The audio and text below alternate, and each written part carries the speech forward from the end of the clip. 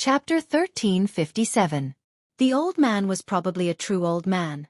He was rather talkative. At this moment, he was still advising him with kind words. Kid, the world's beauties are like bamboo shoots after the rain. Even if it's a source of soldiers, there's still an endless supply of them. However, there are two things that are difficult to replenish. One is the heavy cavalry on the battlefield. One is missing, and it's very difficult to quickly replenish them. The other is the Jianghu experts. Every one of them needs talent, luck, and many years of training to become one. Especially you, Su Fengnian. You have to cherish your life. If you die. The snow gradually grew heavier. Su Fengnian ignored the old man's nagging. He raised his hand. A snow knife appeared in his hand. However, the old man suddenly became sentimental. He clasped his hands behind his back and looked at the sky. Betrayal, fighting a country with the power of one land. If you die. The old man muttered to himself, his expression bleak. I don't care at all whether Betrayal has a king of Betrayal or not. However, how can I, Xianxia, not care whether Su Fengnian dies or not? A hint of confusion appeared in Su Fengnian's eyes. After being struck by Xianxia's fists and palms, the qi in his body actually showed signs of turning from bad to good after experiencing the initial violent tremors. It began to stabilize. The old man's face was filled with anger.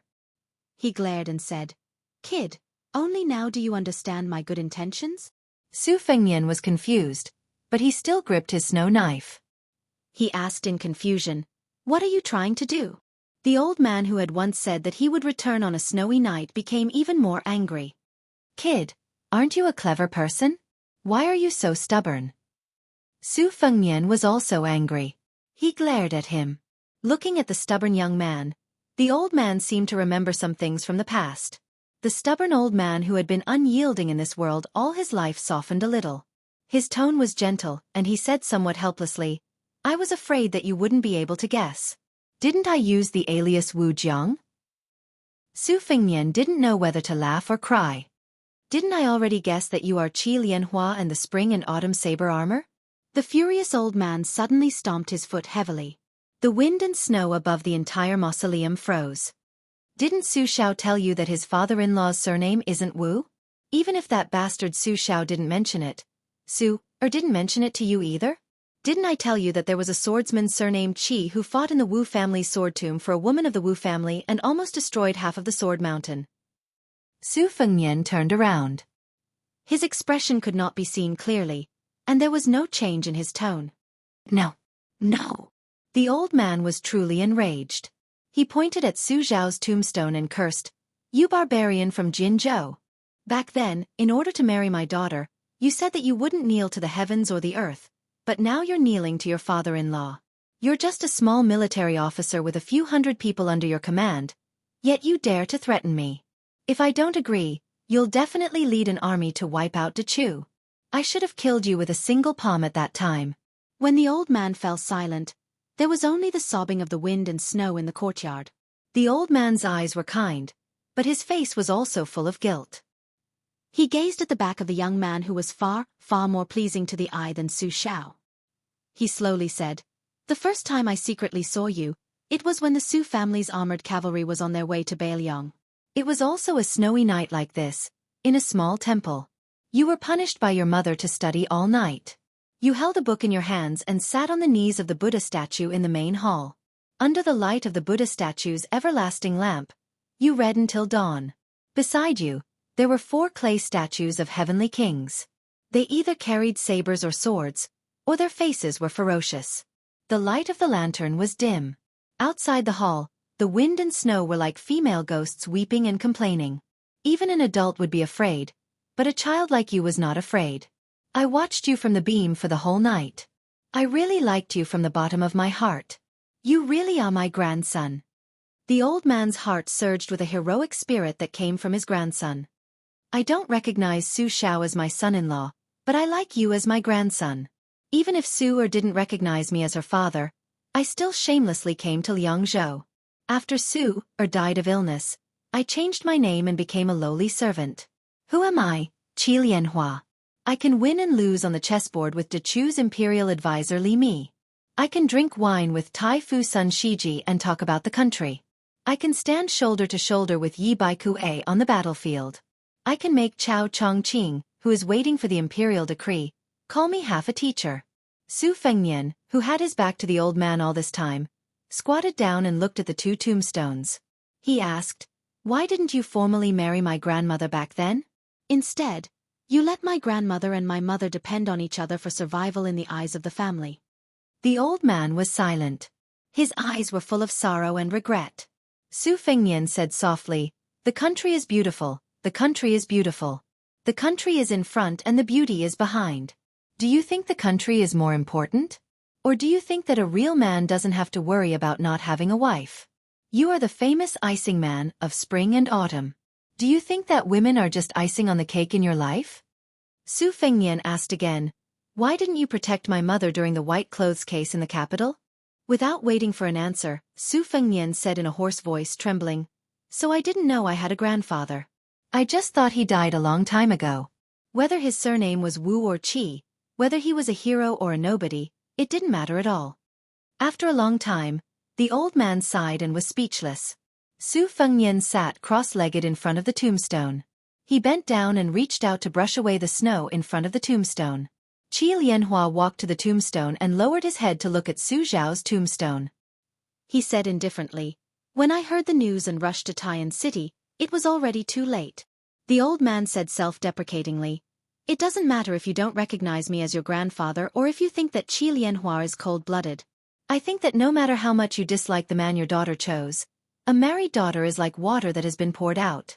Moreover, at that time, 3 sabers and armors couldn't kill the Liang Emperor, Zhao Dun. Since that's the case, as for the Yuan Benshi, Su Xiao, Han Shengxian and Lu Haoshi, as long as Su Xiao is alive, it's him who has the courage to do it. If Su Xiao can't do it, there are still my daughter Wu Su's children." The old man turned to look at Su Fengnian, who was constantly sweeping the snow with his hands. He said softly, "The Taoist saints said that life and death are like sleep. When you sleep, you can get up and live. When you sleep, you can't get up and die. Therefore, there is a great terror in this world. When people are alive, they cry instead of laughing. In the Buddhist scriptures, there is also a great terror of life and death."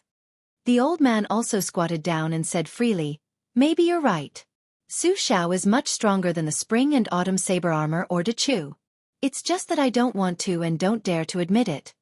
The old man looked at Su Zhao's tombstone and said with a smile, "In the end, I couldn't even drink a cup of wine from you." Su Fengnian said softly, "It's too late." Su Fengnian's eyes reddened. "In the past, I couldn't understand why there was a pair of shoes in the box under Su Zhao's bed that didn't fit anyone in the Su family." The old man was stunned. Then the old man laughed loudly. He clenched his fists and rested them on his legs. "Spring and autumn is a dream of spring and autumn. People live for a lifetime, but life and death are 2 things. When you come you cry, but when you leave you smile." Then the old man stretched out his hand and held a cup. A crystal-clear cup of snow appeared between his 5 fingers. Snow fell from the cup. He said loudly, "Father-in-law toasts to my son-in-law. A cup of snow for wine. A cup of wine without wine. Little Nian, this old man wants to make a trip back to Guangling. I've left my hometown for too long. Don't send me off." After toasting, the old man turned around and patted away the snow on one of his grandson's shoulders. He took out a yellowed book from his bosom and gently placed it beside Su Fengnian. With one last sentence, the old man stood up and shook his sleeves. He began to stride towards the entrance of the mausoleum. As soon as he left, his figure flashed and disappeared. Su Fengnian, who was a step too slow, was completely unable to stop him. Outside Liangzhou City, the old man walked further and further away. His speed was so fast that even Bailiang's A-ranked horses could not match him. A cold blade gradually formed from snow appeared in the old man's hand. Everyone knew that De Chu practiced calligraphy all his life. His favorite characters were Su, Nian, and Chun. His daughter Wu Su was gone, but his grandson, Su Fengnian, was still alive, and he was very promising. He had nothing to worry about in this life. It was time to get rid of the nickname of Qi Banbu. There was no harm in making the name of Qi Tianhua a reality. Little Nian, take it as your grandfather's last selfish act. Let the world know that after your father died, you still have an elder in this world. With me, Qi Lianhua, there is no one who can disgust Bailiang without paying the price. The great pillar of the country, Gu Jiantang, can't. The new emperor of the Zhao family can't either. Little Nian, you just need to guard the northwest gate of the Central Plains. Su Fengnian's figure flew quickly and stood alone at the top of the city wall. However, all he could see was a vast expanse of whiteness. After standing for an entire night at daybreak, Su Fengnian remembered the old man's last sentence and muttered to himself, "Can I really do it?" In the spring of the second year of Xianghu, a terrifying piece of news was sent back to the capital from the borders of Liao and Liao. Gu Jiantang had lost. Moreover, he had lost to a person who used a blade. More importantly, the martial arts grandmaster who had appeared out of nowhere did not mention his name. He only mentioned an unimaginable identity. At dusk, in the suburbs of Tai'an City, two men who were about one generation apart in age sat opposite each other in a pavilion. The younger one was the young phoenix of the Song family, Song Kelly, who had recently made a comeback in the capital. Song Kelly had not yet taken up a post in the capital, but Jean Lanting, the assistant minister of the Ministry of Rights, had invited Song Kelly to his family banquets several times. Many old people in the capital, especially the nobles of the imperial clan, had also expressed their goodwill. Chapter 1358. Song Kelly, who was supposed to be proud of his success, had a sad look on his face. He looked at Mr. Yuan who was drinking and said sadly, "Even if that person is a great guru who is better than General Gu, Tai'an City was able to deal with a man with a sword who brought his family along. Why can't they deal with another martial artist?" Yuan Benshi smiled and glanced at Song Kelly without saying a word. Song Kelly's hand on the table was clenched tightly. His face was pale and his lips trembled as he said, I know. After the late emperor died, Mr. Yuan's identity is just an old man in the Hanlin Academy who has no one to rely on. The current emperor can't wait to get rid of his shackles. The appearance of that old man gave him a once-in-a-lifetime opportunity to kill with a borrowed knife without staining his hands with blood. Therefore, the imperial guards in the capital city can't be mobilized. The Qi cultivators in the imperial astronomer can't be mobilized. The Jianghu masters who rely on the imperial court can't be mobilized either. Mr. Yuan, is Tai'an City going to burn the bridge after crossing the river again? Does the Zhao family not want any face at all? Song Kelly lowered his head. Mr. Yuan once taught me that serving the emperor as a subject is akin to burning a stick of incense for a Buddha. A new emperor brings in a new subject, and it's because the incense is broken. Yuan Benshi, whose tongue was cut in half, looked calm. He put down the wine cup and said vaguely, "Yes and no. What I said earlier was only the way of being an official. But there's a more original way of being a person that can't be forgotten. Offering incense to the emperor is actually a skill, not a Tao. Song Kelly, your real Tao is to add oil to the world besides burning incense. This is the foundation that Grand Secretary Zhang Julu left for Liang. As a counselor, I don't think I'm inferior to anyone. But as a subject, Zhang Julu is the first person to start a new era. You should learn from his Tao, not my skill. Otherwise, Song Kelly would only be a Yin Mao Chun or Zhao Yuling at best." What was the point of Yuan Benshi nurturing Song Kelly? How will you stand out among your peers like Sun Yin in the future? Yuan Benshi looked at the twilight outside the pavilion and said with a smile, "The famous ministers and ministers of the spring of Yonghui are destined to leave their names in the annals of history. But for those of you who started during the auspicious talisman era, perhaps your legacy in the annals of history will be better than that of those old people. That's because Yonghui has Zhang Julu, who makes all the scholars in the world pale in comparison. Your generation is different. Chen Wang has the smooth and slick Fu Long, Sun Yin has the shrewd Tu Long, and you, Song Kelly, have the fierce lone minister. Each of you has your own dazzling style."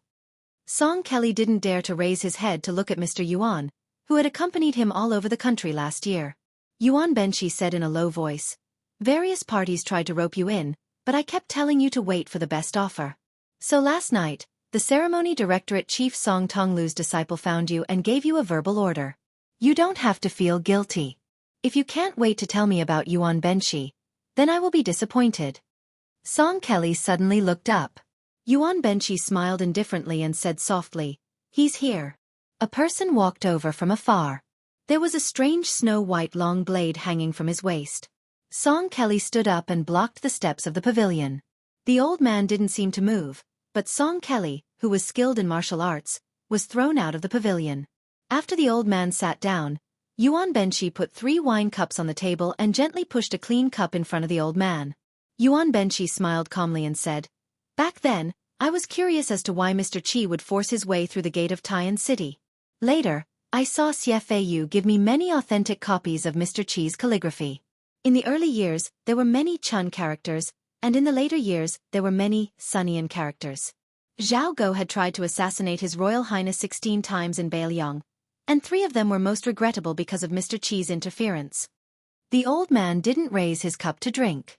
Instead, he put the snow-white blade on the table and said, "This old man will still let people drink a few mouthfuls of death wine.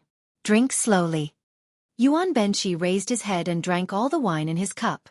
"Since Mr. Qi has the intention to kill but doesn't have the intention to do so, why are you still pretending?" Qi Lianhua sneered and said, "It turns out that Yuan Benshi is nothing more than this." Yuan Benshi shook his head and said, "In life, some people are greedy for wine, and some people are greedy for life.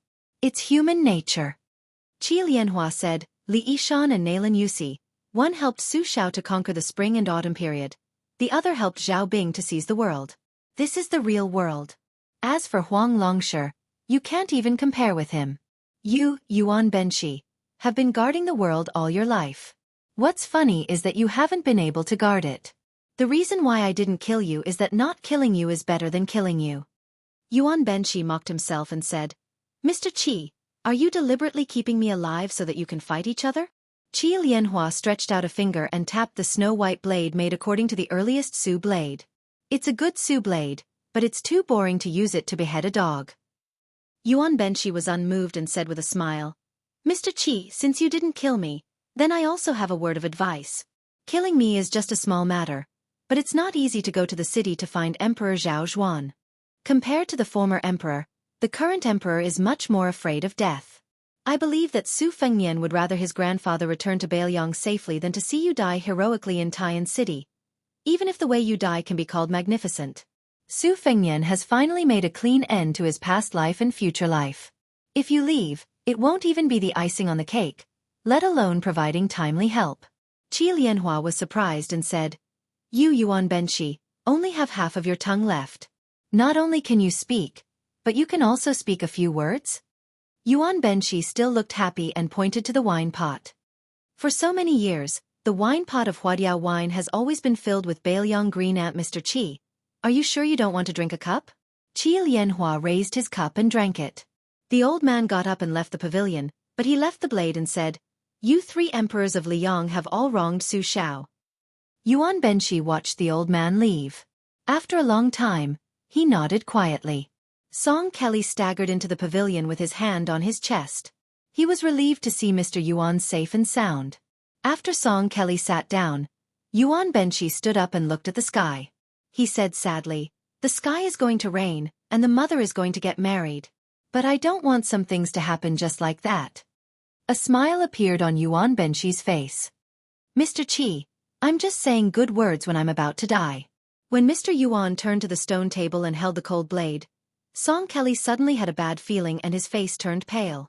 Yuan Benshi looked into the distance. It should be Song Tonglu waiting. Zhao Zhuan doesn't have the courage to do that. Yuan Benshi withdrew his gaze and tossed a brocade pouch to Song Kelly. "Tell that head seal eunuch that if he wants to live longer and better than Han Shangxian, let him see something like this." Song Kelly fidgeted as if he had received a hot potato. His eyes were bloodshot. Yuan Benshi said sternly, "Song Kelly, put away the brocade bag. Get up and take the blade." Song Kelly stood up subconsciously, but he panicked and took a few steps back. He didn't look like a young phoenix of the Song family anymore. Yuan Benshi took a step forward and handed him the cold blade. Song Kelly shook his head frantically. The master of Liang rebuked him with a ferocious face. "If you don't kill Yuan Benshi, how can you stand by the emperor's side?" Song Kelly's face was full of tears. He kept repeating, "Mr. Qi, I won't kill you, Mr. Qi, I won't kill you." Yuan Benshi sighed and put the blade on the table. Then he turned his back to Song Kelly and said calmly, "Heroes don't have freedom. If you don't kill me, I'll be a useless person." Even if I live a few more years, there will be no trace of me in the world. Yuan Benshi closed his eyes and said softly, Song Kelly, don't let me down. Huang Longsher and Li Yishan, I'm one step behind you. Nalan Yusi, I'm one step ahead of you. Song Kelly held the cold blade with trembling hands. Yuan Benshi suddenly opened his eyes and looked at the afterglow in the distant sky. The emperor's tutor with a half-inch tongue opened his mouth and took a deep breath, as if he was borrowing the last breath of this world. He roared, Take the head. Song Kelly's face was full of pain. He raised the blade and chopped it down. The head eunuch of the ceremony directorate, who wore a bright red python robe with a cold expression, leisurely walked to the bottom of the steps of the pavilion. He saw the young man, whose life had been full of misfortune, sitting on the ground in a daze. Blood and tears flowed from his eyes, and he held the head in his arms tightly. Outside Taiyan City, the old man narrowed his eyes and looked at the towering city wall. He smiled. I, Qi Lianhua, have always been ambitious but not capable. I've always wanted a lot of things. I wanted to surpass the ancients in calligraphy. I wanted the prosperity of my family. I wanted the longevity of Dechu, and I wanted the well-being of the common people. But in the end, I achieved nothing. The old man held his hands and sighed. My last request is very small. I just want to be a senior who can let me have a clear conscience. It was on this day that an unknown old man entered Taiyan City and went straight to the imperial astronomer. He killed all the Qi trainers and 800 guards of the imperial astronomer. This crazy old man didn't say anything from the beginning to the end. He only said one sentence to himself before he died. Xiaoyan, don't forget what Grandpa said to you. Remember to believe in yourself and Bailiang with you. The old man's words were exactly the opposite of Yuan Benshi's unintentional words. When the time comes, heaven and earth will work together. Chapter 1359. After the new emperor of Liang ascended the throne, he attached great importance to the administration of culture, especially the Hanlin Academy. His love for the Hanlin Academy was so great that it could not be increased any further. First of all, he moved Zhao Jiawing's yamen to the right side of the center line between the Wu Ying Hall and the Baohe Hall. Then he issued an edict that the Hanlin Academy's head scholar and the Ministry of Rites would jointly preside over the imperial examinations, which became a practice of the current dynasty. Therefore, the saying, in the future, those who are not from the Hanlin Academy are not allowed to enter the pavilion, spread everywhere in the capital. Today, the Hanlin Academy, which was holding a grand housewarming ceremony, could be said to be a gathering of heroes. What a dazzling lineup of splendid scenes! Jean Lanting, the assistant minister of the Ministry of Rites, who made his name here. Li Jifu, the new Zhuang Yuan of the first year of Xianghu, who held a post in the Hanlin Academy. Wu Congxian, who was both Tanhua and a new talent in the chess world. Song Kelly, the young phoenix of the Song family, who moved to the Hanlin Academy because of meritorious service. Yan Qiji, the son of the grand scholar of the Dongyuan Pavilion. Chen Wang, the assistant minister of the left scattered cavalry of Liang. Sun Yin, who was once the right chancellor of the Imperial College. Before this group of young talents, the oldest of whom was no more than 30 years old, gathered together, many important officials and officials who had a relationship with the Hanlin Academy had already left one after another. For example, Zhao Yuling, the second-in-command of the Imperial Secretariat, Tantanon, Huan Wen, who was recognized as a veteran of the Hanlin Academy, the heavenly official Yin Mao Chun, who had been in charge of the Hanlin Academy for more than 10 years and had recently entered the Ministry of Appointments, and the Minister of War, Liu Baijie, the sword immortal of Tongxi, who had the title of Xiaguan, had come either alone or together. They really made the brand new Hanlin Academy shine, staining it with an air of nobility and elegance. At this time, in the secluded courtyard at the beginning of spring, under a small tree with branches as small as jujube flowers, everyone was enjoying a game of Go. The people playing Go were not national players, nor were they the famous Wu Congxian who had defeated 3 national players in a row in the capital. Instead, they were 2 people whom everyone in the court felt were unfamiliar with. There was a huge age gap between the two. There was a stone table and 4 stone stools. On the table was a yellow rosewood chessboard that was very old-fashioned. On the left and right sides of the chessboard were black and white Go boxes that contained white and black Go pieces. On the stone stools were embroidered cushions. The 2 people playing Go were of course sitting and chatting. However, the people sitting on the other 2 stools were the pinnacle of honor in the world. The current emperor, Zhao Zhuan, and the empress, Yan Donggu. Other than the handsome young man nicknamed Little Bookcase by the emperor, there was also a commoner from Liang who was still a commoner. He was Fan Chongho from Xianxia, Guangling Road. Together with Wu Congxian, they were known as the First and Third Nine.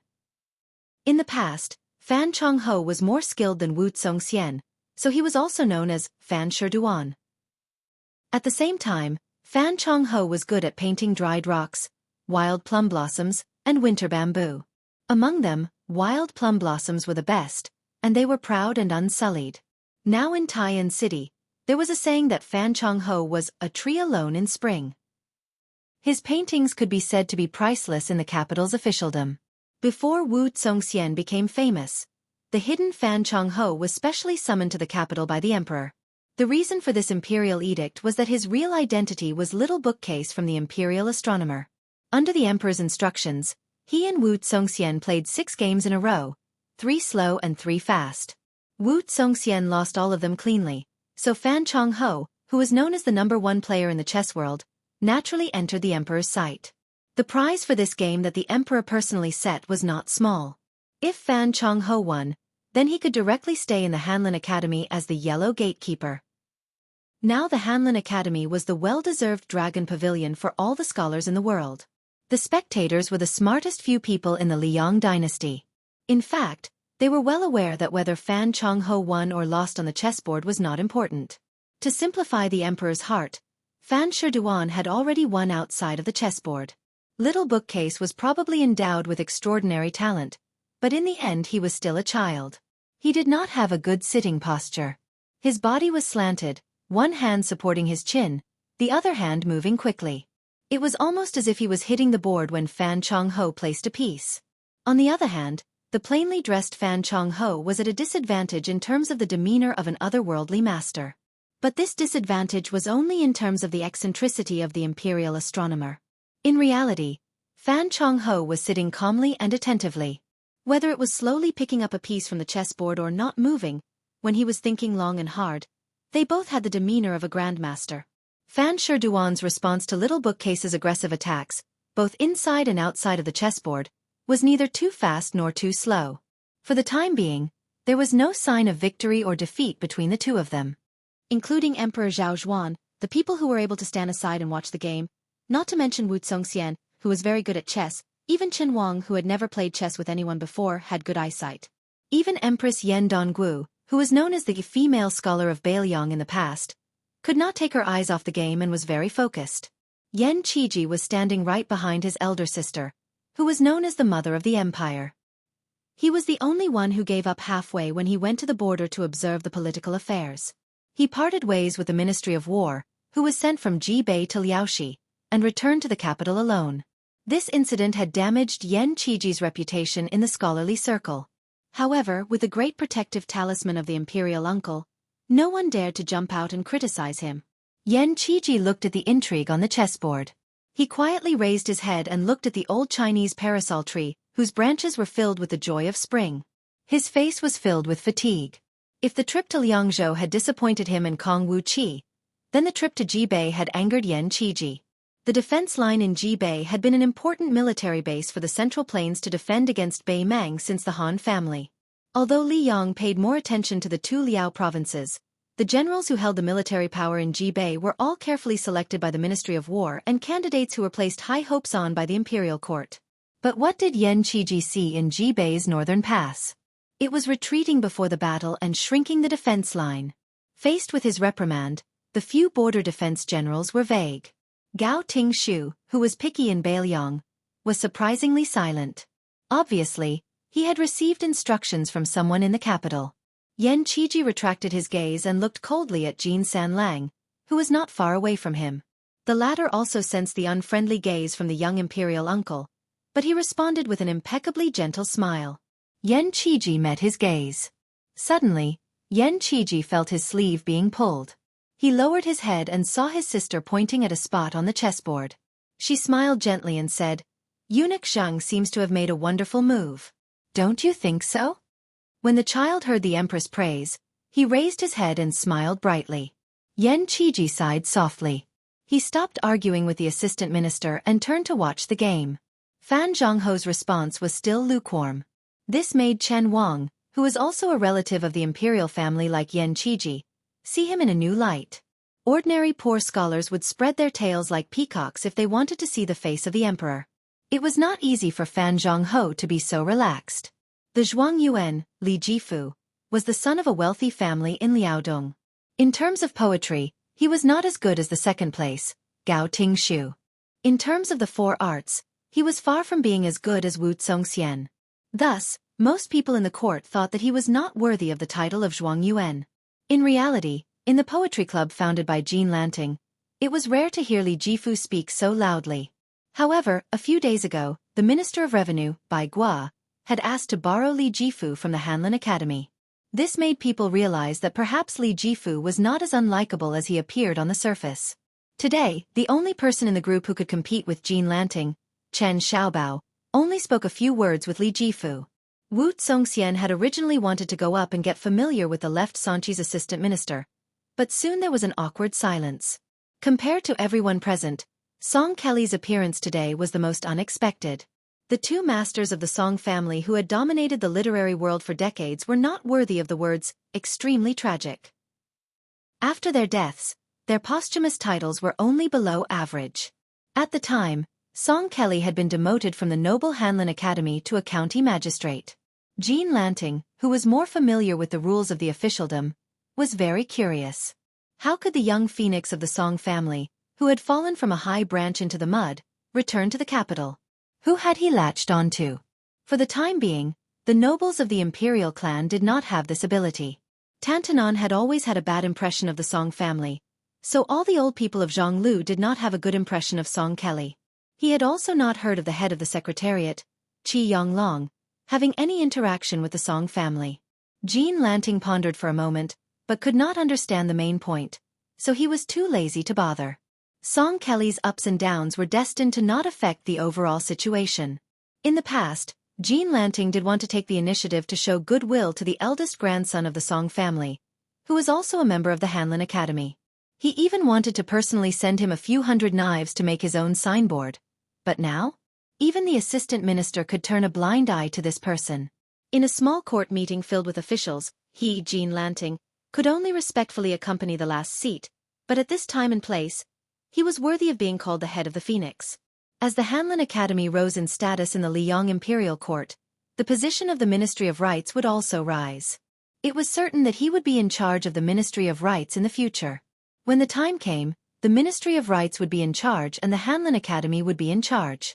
Then he, Jean Lanting, would be the common teacher of all the scholars during the auspicious era. Jean Lanting smiled and bowed his head, looking down at the chessboard.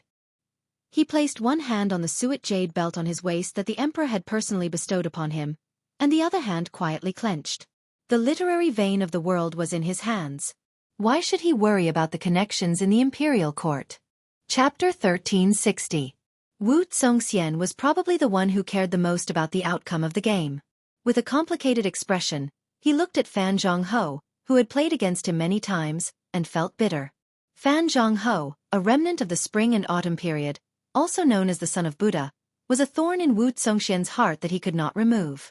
No matter how much they talked in public or in private, Wu Congxian knew that he both despised and envied this person. He despised Fan Zhongho for ignoring the imperial examinations, and envied Fan Zhongho for having heavenly beings by his side to scheme for him. Before and after he had defeated 3 national chess players in a row, Wu Congxian had not once mentioned Fan Zhongho. However, the well-informed capital quickly learned that there was a Fan Sherdwan in Xianghu. Before the emperor summoned Fan Zhongho to the capital, he had a relaxed monarch and minister question and answer session with him. Wu Congxian could only bite the bullet and say something insincere. Fan Yuetian and I are evenly matched. Unfortunately, he still could not stop the emperor's curiosity, especially after he had suffered consecutive crushing defeats to the child who was practically the reincarnation of a chess immortal. According to Jean Sabin, the emperor had urged the Ministry of Rites almost every day to ask when Fan Sherdwan would enter the capital. To be able to receive such special treatment, the previous one was the prime minister who had said, "If I don't come out, what will the common people do?" When Fan Zhongho returned to the capital alone, Wu Congxian went to the courier station that night and earnestly told Fan Zhongho about that child prodigy style of chess. The first move looked sloppy, unintentional and powerless, but in the middle of the game, it suddenly changed. It was as if a towering building had suddenly risen from the rubble and ruins, with the momentum of a lion hunting down a rabbit from above. Of course, Wu Zongxian knew that this kind of illusory saying was equivalent to not saying anything. After Fan Jianghu heard it, it was useless. As for why he only said the middle game and not the end game, it was not that Wu Zongxian wanted to hide it, but that Wu Zongxian had never played more than 200 games with the child. Wu Zongxian, who valued face and reputation the most, was too embarrassed to say anything.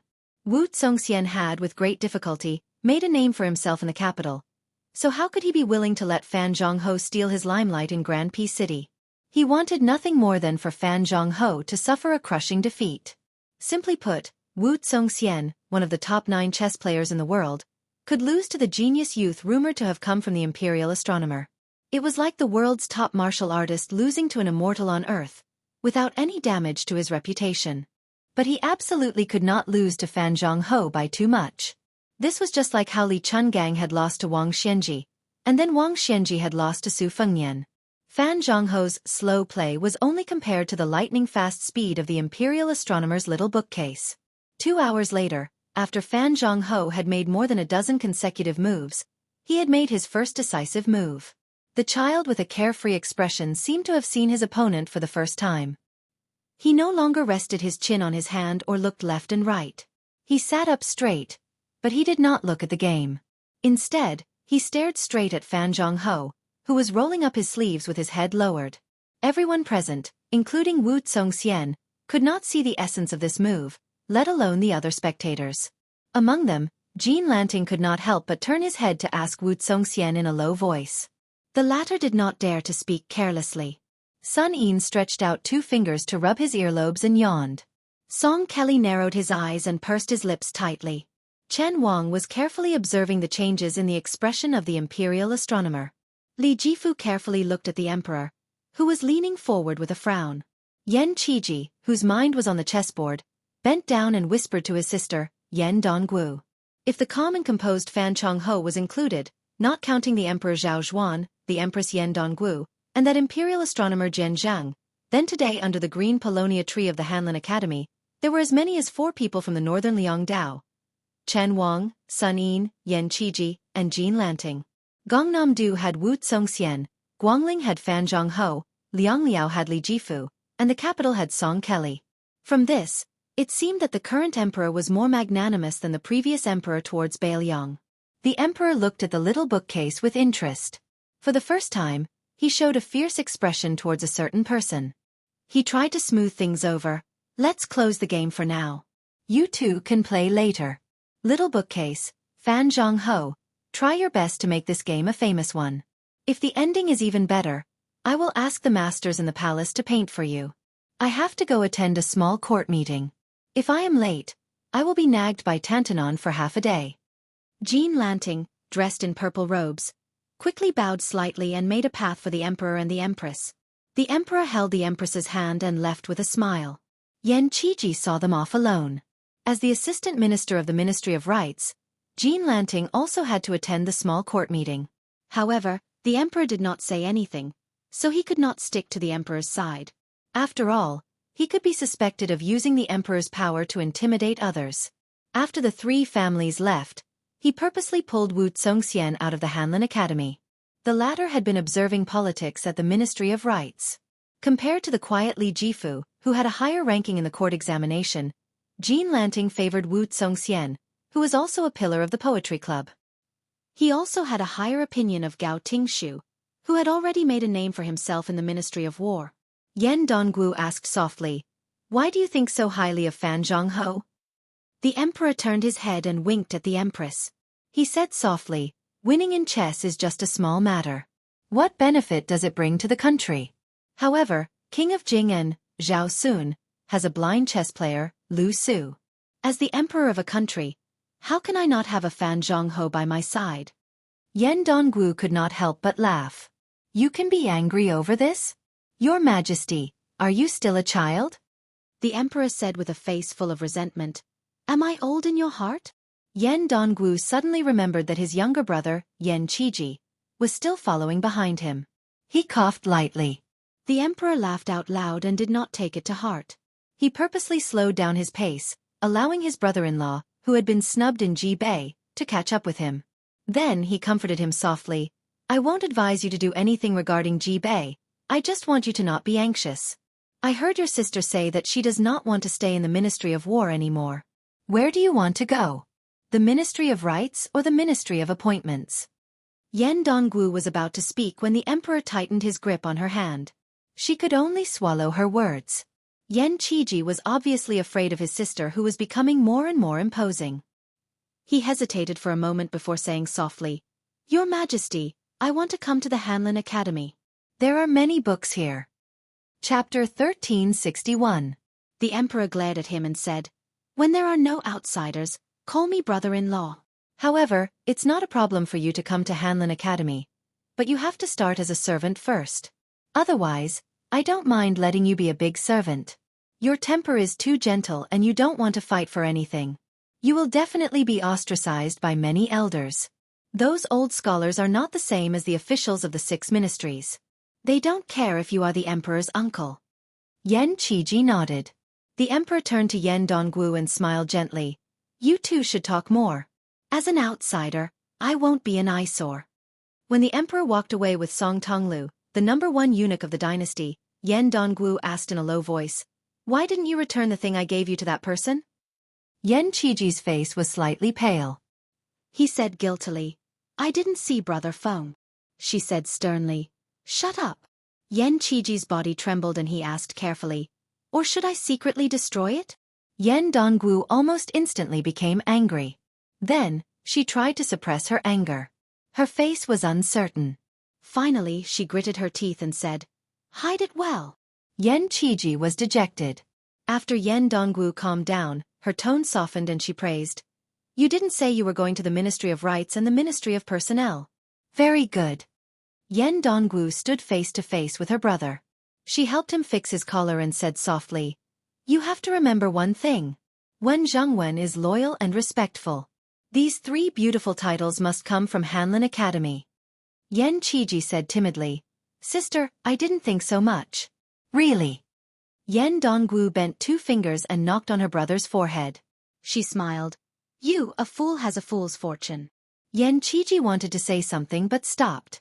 Yan Dongwu obviously guessed what he was thinking. She shook her head and said, Don't worry about the things in the palace. Let's go back.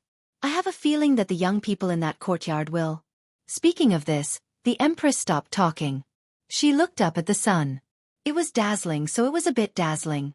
Yan Qiji returned to the courtyard. Under the tree, the child was asking with a cold face, Who did you learn chess from? Fan Jianghu smiled and said, Since I was 4 years old, I learned chess from the ancients. The child pointed at the last move on the chessboard. The ancients couldn't make this move. Fan Jianghu calmly said, Our generation is inferior to the ancients. How can we face the future generations? It's true that you learn chess from the ancients, but when it's your turn to play chess, you can't sit and wait for eternity. The child snorted and glanced at the chessboard. If it weren't for the accident in the Imperial Astronomer and my absent-mindedness, I wouldn't have given you any chance to win the game today. Come to the star-picking pavilion of the Imperial Astronomer tomorrow. Fan Jianghu declined to comment. The child, who acted like an old man, ran away in big strides. Only at this moment did he have the childishness of his age. Ever since he was a child, he had been running around the little bookcase of the Imperial Astronomer. It was not easy for him to find the empress whom he was closest to.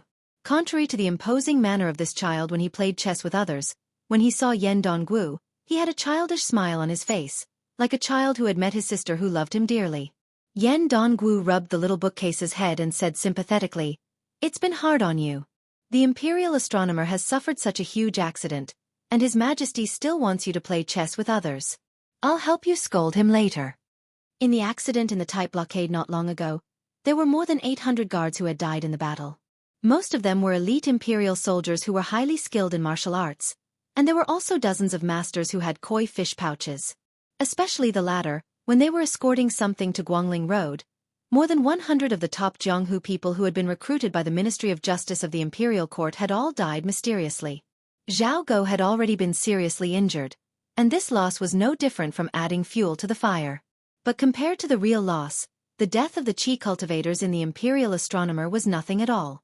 Among these so-called immortals, there was no lack of experts with a mysterious finger divine ability, and they were indispensable to the imperial court of Liang.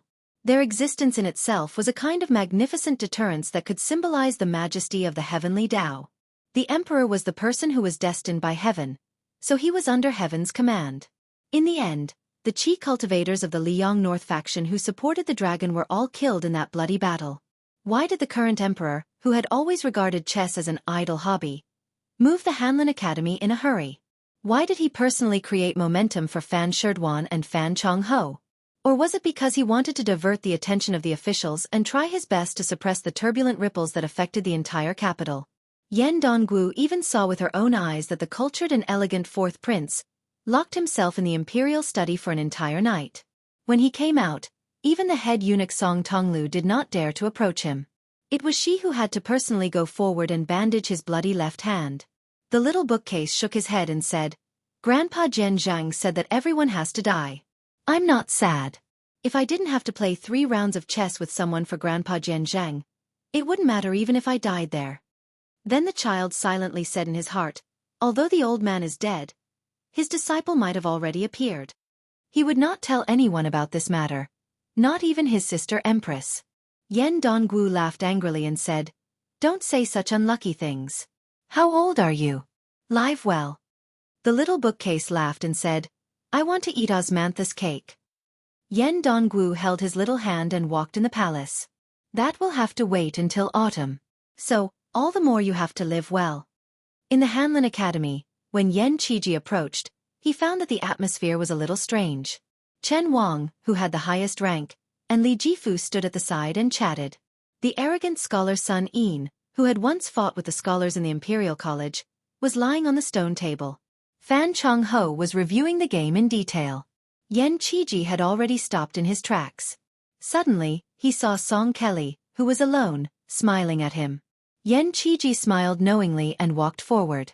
In the spring of the second year of Xianghu, there were 6 people in this small courtyard on this day. Chen Wang, Sun Yin, Song Kelly, Fan Chongho, Li Jifu, Yan Qiji.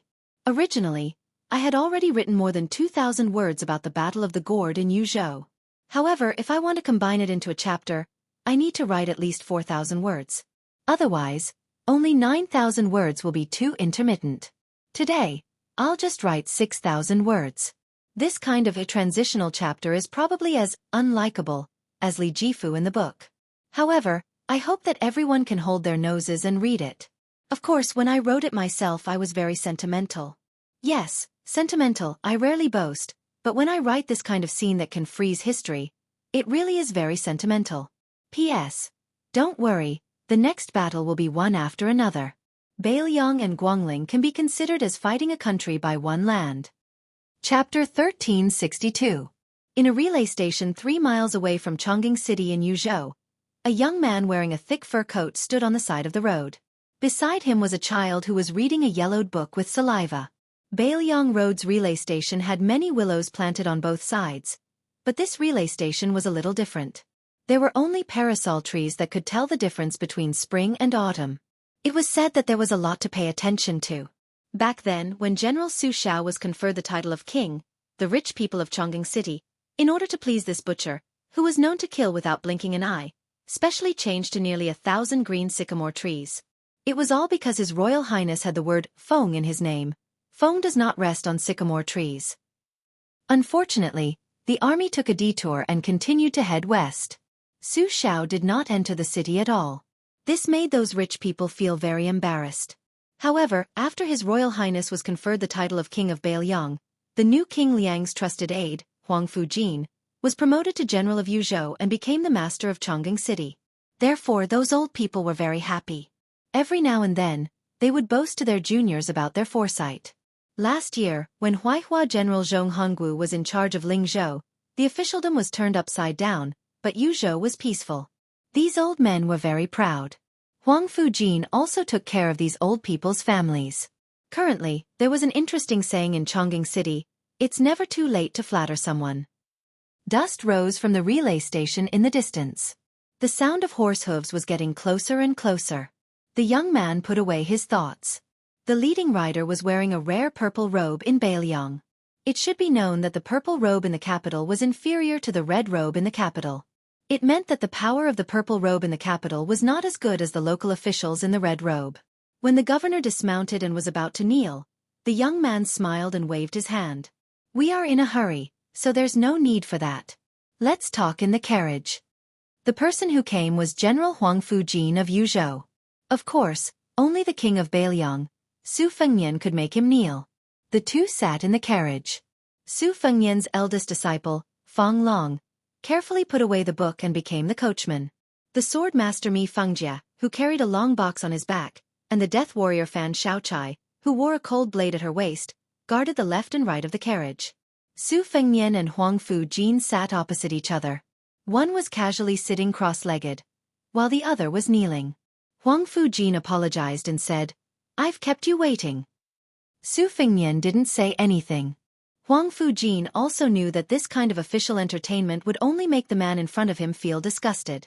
He immediately said, "According to the latest intelligence reports, the spider web pole catchers, butterfly catchers, and Beimang Jianghu experts who infiltrated Yuzhou have all been killed. Apart from the 6 missing, 2 of them were instigated. One of them was used to fish out the 6 fish that slipped through the net, while the other was used as a hidden chess piece to return to Beimang." Su Fengnian nodded. He wouldn't meddle in specific affairs and wouldn't criticize the whisk room that Chu Lushan had painstakingly built. Thus, he changed the topic and asked, "How's Su Yambing?" Huang Fujin replied, "He's still on the way. Apart from Tai Chi and Ko Ku who died on the spot, the other 8 fled northward. 6 days ago, Po Bing Peak's chief Wei Yila was the first to be abandoned by the other experts. He killed Yu Fengqi for Su Yanbing. 4 days ago, Beimang's devil Ahima died 30 miles north of Yozhou's border, but he successfully stalled Su Yanbing. Fortunately, 3 days ago, the Qi cultivators of the Guanyin sect found some clues and discovered that the 6 had turned back to Shirlu County in the northwest of Yuzhou. They almost escaped. 2 days ago, another 2 Beimang experts were killed by Su Yanbing's spear." Su Fengnian chuckled softly and said, "Then there's only the small idea of the princess's grave left. The great Yu Fu, that old lover of spiderwebs Li Mibi, and Taimu Dai who had the highest chance of becoming a sword immortal after his sword aura neared Huang Qing's level. 10 top experts were dispatched together. Moreover, they had used all their schemes, but in the end, they ended up in such a miserable state. I'm afraid that the old woman and Li Mibi didn't expect it. Oh right, rumor has it that Taimu Dai is very young. Beimang's underworld has always said that he's the Dong Tai of the grasslands. Moreover, his realm skyrocketed during his escape. Not only did he rapidly advance to Finger Xian, but his last sword move also had some demeanor of a sword immortal. Is this true?" Huang Fujin nodded and said, "Taimu Dai is different from the other Beimang experts who have stagnated in their realms. His martial arts cultivation improved by leaps and bounds. Almost every time he went through a life-and-death battle, he would gain something. According to the spy report, this person is at most 28 or 29 years old. He has a medium build, but moss grows under his armpits like dragon scales. It's rumored that he has the aura of a real dragon." At this point, Huang Fujin sneered and said, "Taimu Dai's ancestor was indeed a mighty lord of the grasslands. The last bit of vitality of the great Feng dynasty was tormented by his ancestor. As for the dragon scales under his armpits, I think it's nonsense." Su Fengnian shook his head and said, "It's not that simple. Since Huang Qing's fate didn't bestow a piece of the willow after his death, it must have landed on Taimu Dai perhaps the Bronze Man Grandmaster's portion was also given to him." Although Huang Fujin was from the underworld, he hated the underworld the most. It could even be said that he hated it to the bone. Su Fengnian suddenly laughed and said, "In the end, he still died. Who asked him to meet a half-step martial saint? I can see that Uncle Su's realm is also rising steadily. His small half-step is more terrifying than others who break through several realms." Su Fengnian narrowed his eyes and leaned against the wall of the carriage. He said slowly, "The old underworld will soon be extinct under the iron hooves of war horses. I wonder what the underworld will be like in the future. Before this, be it the Fish Dragon Gang in Beiliang or the Great Snow Plateau in Mount Hui, they'll all be short-lived. Dao De Sect, Chess and Sword Music School, Mount Bubang, Princess's Grave, Mount Wudong, Su Yanbing, Suixia Valley, Mi Fengjia, Wu family's 100 cavalry and 100 swords. In addition, there were the Guanyin sect in the South Sea and Mount Lantua in the west who could no longer leave. How many more masters would die in Beiliang? Huang Fujin said resentfully, Northern Mang has just casually mobilized 20,000 cavalrymen, and all 80 strongholds outside the Great Wall of Northern Ji County have moved inwards. What a bunch of fearless good-for-nothings. If they are so capable, why don't they just give up Hengshui and Silver Harrier cities as well? Su Fengnian said calmly, the general of Silver Harrier City, Lu Yenlang, is a famous fence-sitter. When the wind blows in the capital, he can move faster than the officials in the capital. With Yuan Tingshan in North Ji County, it's certain that they'll deliberately let Beiliang win. Let's not have any hope. With a gloomy face, Huang Fujin said, if Lu Yenlang really gives up Silver Harrier, then Horizontal Water City will be left alone outside the border. Besides, the general who controls Horizontal Water City, Wei Jingtang, is one of the few favorite students of Grand Secretary Zhang Julu who rose up in the military. For many years, this man has always had a strong hostility toward Beiliang.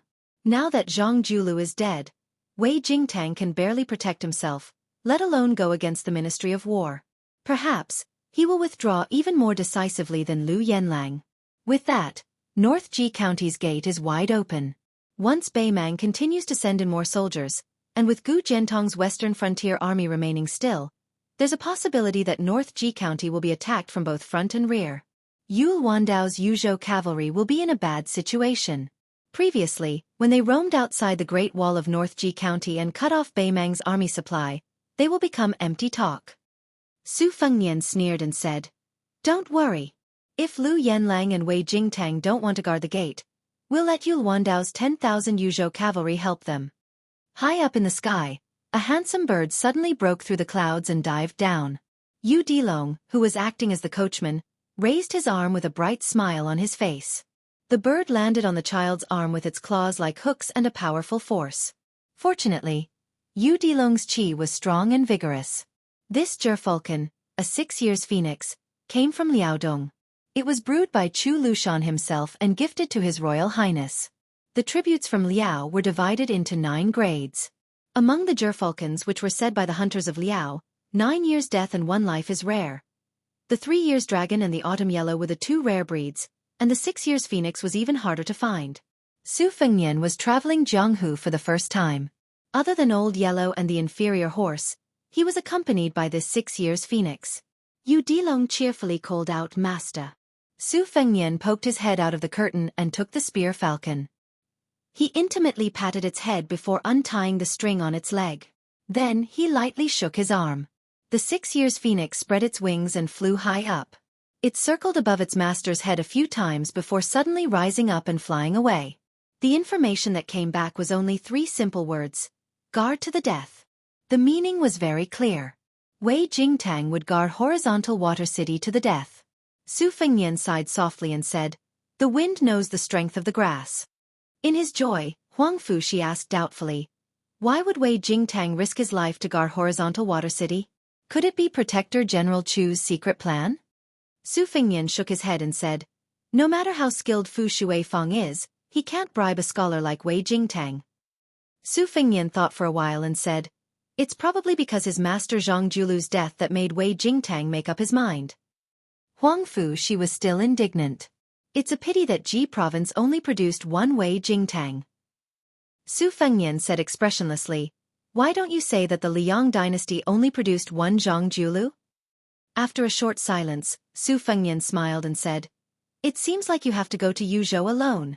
I'll go to Ji Bei to find Yul Wandao and take a look at that Wei Jingtang. Huang Fushi's heart trembled and he said in shock, Your Highness, are you going to take the risk and personally lead the troops out of the calabash? Without waiting for Su Fengnian to speak, Huang Fushi jumped off the carriage and rushed to the front of the post house. He then knelt down with a thump and did not say a word. He just knelt there. Yu Dilong hurriedly stopped the carriage. After Su Fengnian got off the carriage, he walked over to help this general of Yuzhou who had lost his composure. However, Huang Fushi, who was once mocked by the officials of Lingzhou as the #1 watchdog under Mount Qingliang, refused to get up. Su Fengnian said in a low voice. Get up. Chapter 1363. Huang Fujin lay prone on the post road and said in a dull voice, If I don't stop His Highness today, I will be scolded to death by Protector General Chu, Commander Yen, and Second Princess tomorrow. A king of Bailiang who killed tens of thousands of enemies and died in battle can't compare to a king of Bailiang who's living well in Bailiang. Su Fengnian frowned. I don't need you to remind me of this. I know better than anyone what's important. Don't worry. I'll bring me Fengjie and Fan Xiaochai. Besides, although my realm isn't as good as before, it's not hard for me to escape and protect myself. There aren't many top experts left in Beimang. Huang Fujin was determined to be stubborn to the end. He looked up at Su Fengnian and asked, What if Tuoba Bodhisattva comes to kill you? Su Fengnian said helplessly, Tuoba Bodhisattva is on his way to Lu province. Besides, have you forgotten about Su Yanbing who's about to finish things off at the border of Yuzhou? Seeing that Huang Fujin was still unwilling to get up, Su Fengnian kicked him and said angrily, Huang Fujin, your death remonstrance is 1,000 miles away from the imperial censor of Grand P City. Get up.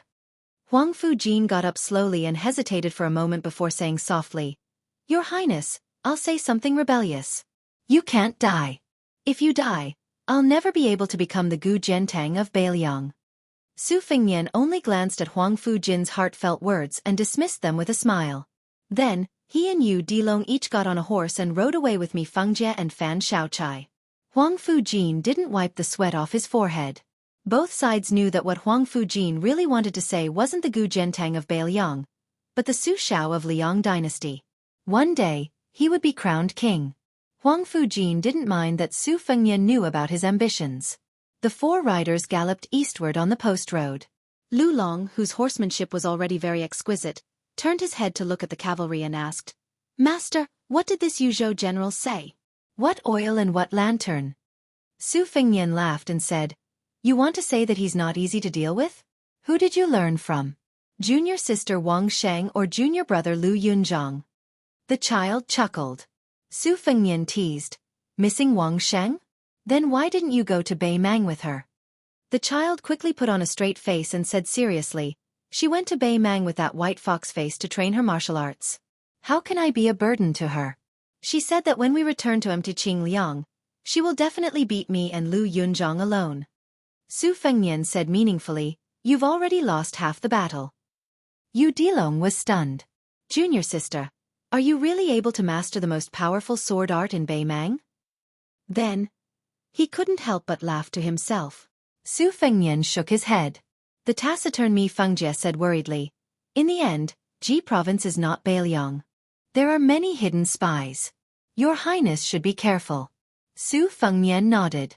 Mi Fengjie secretly glanced at the female sacrificial warrior, Fan Xiaochai. This mysterious grandmaster didn't understand why Su Fengnian wanted to bring her along. Mi Fengjie was determined to keep a close eye on her, just in case. Fan Xiaochai looked ahead with an indifferent expression. Ji province was once part of northern Han. In fact, it wasn't just the Han family of Ji province.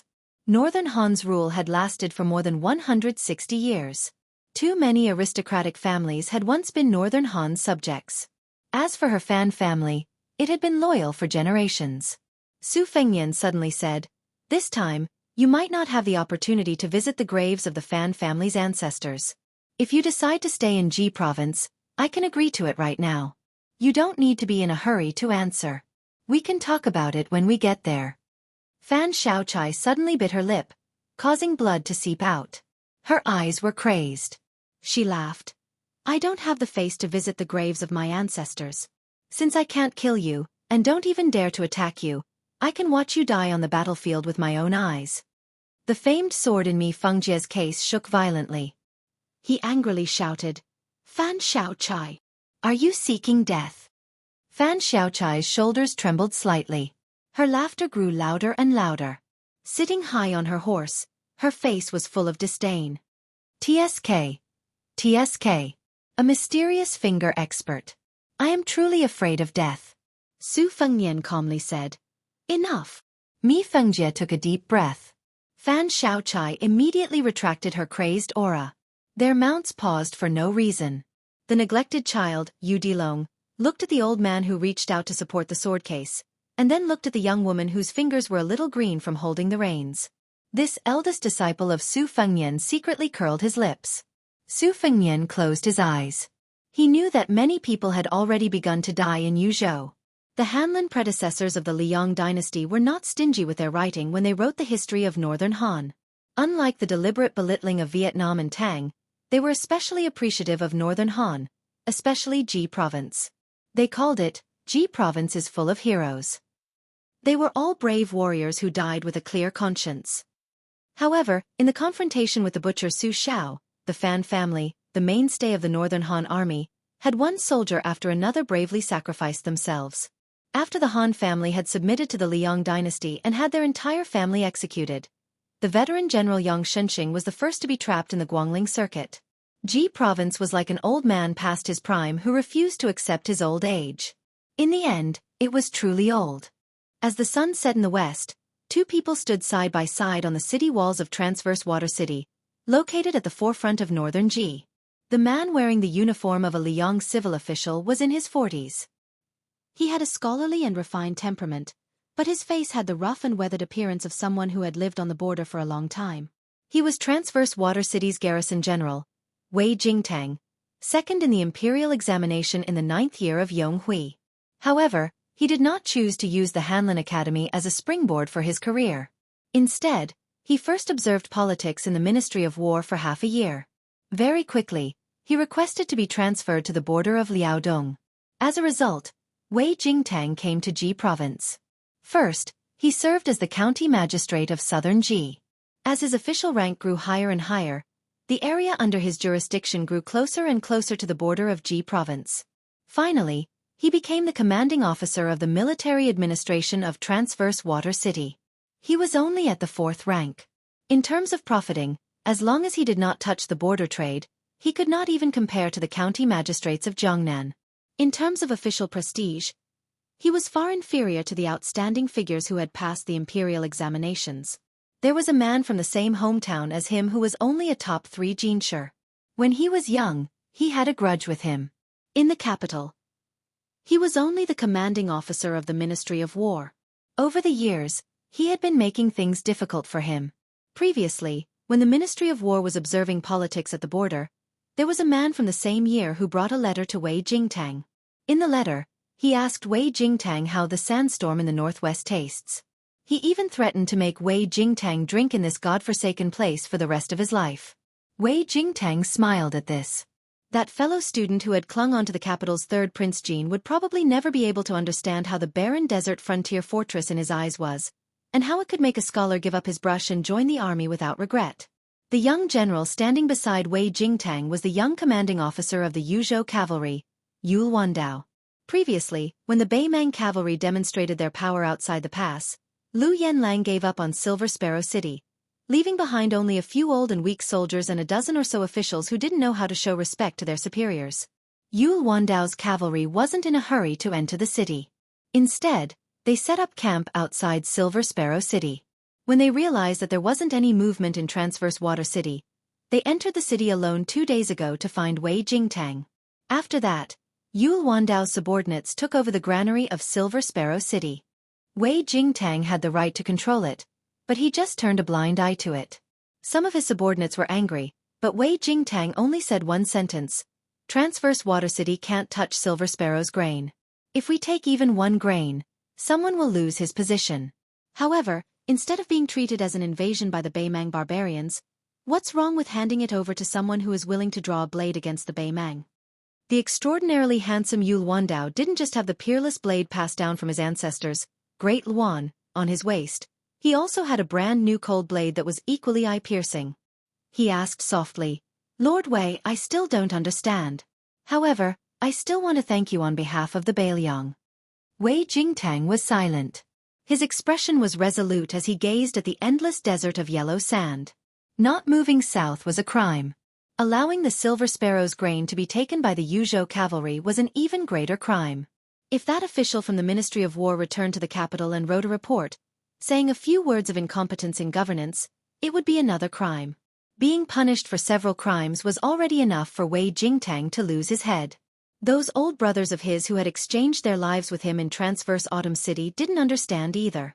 Some of them almost wanted to tie him up and take him to Jinan, saying that Transverse Water City could be defended to the death by them. They didn't need Wei Jingtang alone. However, Wei Jingtang still stood here in the end. Yul Wandao laughed. Although there are some people from Jizhou who risked their lives to support the grain supply for my 10,000 cavalry, without the Silver Sparrow's granary, we would still be stretched thin today. That Yuan Tingshan can't wait to give me a taste of his own medicine. Wei Jingtang said impartially. Although his character is like a clown and is loathsome, I have to admit that this man's management and command of troops is not bad. Yul Wandao looked at the wisps of smoke rising from several tens of miles away, then smiled and said, Lord Wei, just take it that I'm just trying to spite you. Today, I'm going to teach you one thing. Although the cavalry of Tranquil Province is not as strong as the cavalry of Liang Province, they are much stronger than your northern Ji cavalry. Wei Jingtang smiled faintly and said helplessly, I'll wait and see. Yul Wandao turned around and was about to leave when he suddenly turned back. He took down the cold blade from his waist and placed it on the city wall. With a solemn expression he said, Lord Wei, whether you accept it or not, I'll give you this cold blade. I, Beiliang, respect all those who dare to fight to the death. Wei Jingtang didn't pick up the cold blade. He smiled and asked, even if I'm the Grand Secretary's disciple? Even if I've been scolding General Su Shao as a traitor to the country? Yul Wandao laughed and cupped his fists. He left the cold blade behind and left in a carefree manner. Wei Jingtang watched as the eldest grandson of the Yu family, who was supposed to have a bright future in Liang's officialdom, walked down the city wall. He retracted his gaze and looked at the Beiliang blade. He said softly, What a Beiliang!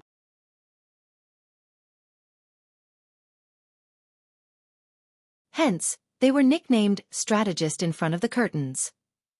Even though their ranks were not high, they were considered to be of low status and power. As long as the strategies they formulated were reviewed by the Ministry of War in the Western capital, not to mention the generals of the towns and the Prairie Lord, even the prefectures of the various provinces and generals like Yang Yuanzan and Hong Jingyan had to follow the rules. After the start of the war, these strategists all left the Ministry of War and followed the army. Most of them rushed to the Eastern Front. Dong Zhuo gave them the power to act according to the circumstances. Of course, it was impossible for there to be no opposition in the imperial court in the western capital. However, Fatty Dong didn't pay much attention to them and even shamelessly used Her Majesty's imperial edict as a shield. Furthermore, the young people who rose to the center of the imperial court overnight were mostly from the Yelu and Murong surnames, or the flaming and plump aristocrats from Longguan. They were the young talents from the north, 7, south, and 3 surnames A in Beimang. It could be said that Dong Zhuo's exceptional promotion had captured almost all the top aristocrats in Beimang in one fell swoop. As a result, the saliva in the western capital didn't even need to be refuted by the king of the south courtyard, who knew how to conduct himself. However, Beimang soon realized how insidious and cunning Fatty Dong was. These strategists were divided into 2 groups. One group went to the eastern front to impede General Yang Yuanzan, and the other group went to the western front where General Lu Gui was. Only the central front didn't have any strategists. However, the general situation had been determined. In addition, the war in the north of Liangzhou was destined to be the deadliest and bloodiest. It wasn't easy to gain military merits there. Therefore, the old and cunning elders behind the strategists could only pinch their noses and admit defeat. However, when almost everyone thought that the Battle of Heluku in Yuzhou was just a side dish to the war in Liangzhou, the king of the south courtyard, Dong Zhuo, actually came here in person and joined a group of strategists. In the military tent as spacious as a hall, Dong Zhuo stood at the northernmost position at one end of the long table. On the table was a sand table with mountains, rivers, and cities. The terrain of Heluku could be seen at a glance. In the last years of the Great Feng dynasty, there was a generation of mathematicians who proposed the tilt reordering method in their works. Later, there was the 6 directions map. After more than 300 years of improvement, Huang Longshe proposed the theory of altitude, which made the sand table technology reach its peak. Therefore, today's sand table was so delicate and accurate that it was enough to stun the ancients. On this sand table, the system of Heluku Wu Castle created by Hong Xianxia was most directly reflected. The 3 cities, 6 passes, and 200 strongholds were all marked on the sand table. As the number of beacon towers was too small, Only those important beacon towers that occupied dangerous places were marked with small flags less than an inch long. The king of the south courtyard, who was travel-worn, had just arrived here with hundreds of Dong family's cavalrymen. After drinking a mouthful of coarse milk tea with a strong smell of mutton to drive away the cold, he asked a young strategist from a major clan in Gusai province to tell him the progress of the Battle of Wu Castle. The latter, who was holding a slender long pole made of jasper, drew a big circle on the sand table and said loudly, "Bailiang put Xianxia in an important position. By the beginning of this spring, he has built 214 strongholds in Huluku in Yuzhou province." The Battle of Mount Daxing in Liang province started in the first year of Yonghui province. Upon hearing this, a prairie lord, who was planning to come to Yuzhou province to snatch food, people, and military exploits, could not help but roll his eyes and say, "Don't talk about those boring things. Just tell us where our sons have fought their way to Wu Castle and how many heads they have chopped off. It's easy for you to say it, kid, but King Dong and we can also hear it clearly. Every time I hear you people who have read books talking about it, I feel like I'm going to doze off." Dongzhuo did not even look at that big talker, but stared at the sand table and said slowly, "Go on." The prairie lord immediately shrunk his neck and dared not to act rashly. The strategist continued, "Mount Daxing in Liang province was first proposed by the Han family of Ji province. Their original intention was to reduce the pressure of grain and fodder supply when Liang province launched the war in the early days. Later on, Liang province took the opportunity to withdraw all the border armies in Ji province and move them inwards to strengthen the internal defense and shorten the transportation distance of grain and fodder. Once the war broke out, they could use the fort to slow down the vanguard of the enemy, and then the main force in the rear would wait for an opportunity to strike. However, over the past 10 years, Liang province has purposely placed more emphasis on the two Liao provinces and neglected Ji province. Obviously, they have the intention to use Ji province, a soft persimmon, as the opening of Yuzhou province. As long as our army chooses Ji province as the breakthrough point, Bailiang and the two Liao provinces will be able to launch a pincer attack." The strategist pointed at somewhere north of Wu Castle with the long jasper pole in his hand. "Bailiang's fort is especially majestic. The big fort has more than 1,000 steps around it, and the small fort has more than 800 steps around it. The big fort has 600 steps around it, and the small fort has 300 steps around it. Moreover, the fort has never had a fixed shape. It is closely connected to the geography of Wu Castle, tightly controlling the river valley. Most of the walls are made of rammed earth, and some of them are covered with bricks. Many forts have several layers inside and outside, with different heights. If we are careless, even if we successfully break through the fort's gate, we will still have to fight a tough battle. This is enough to show Xianxia's sinister intentions.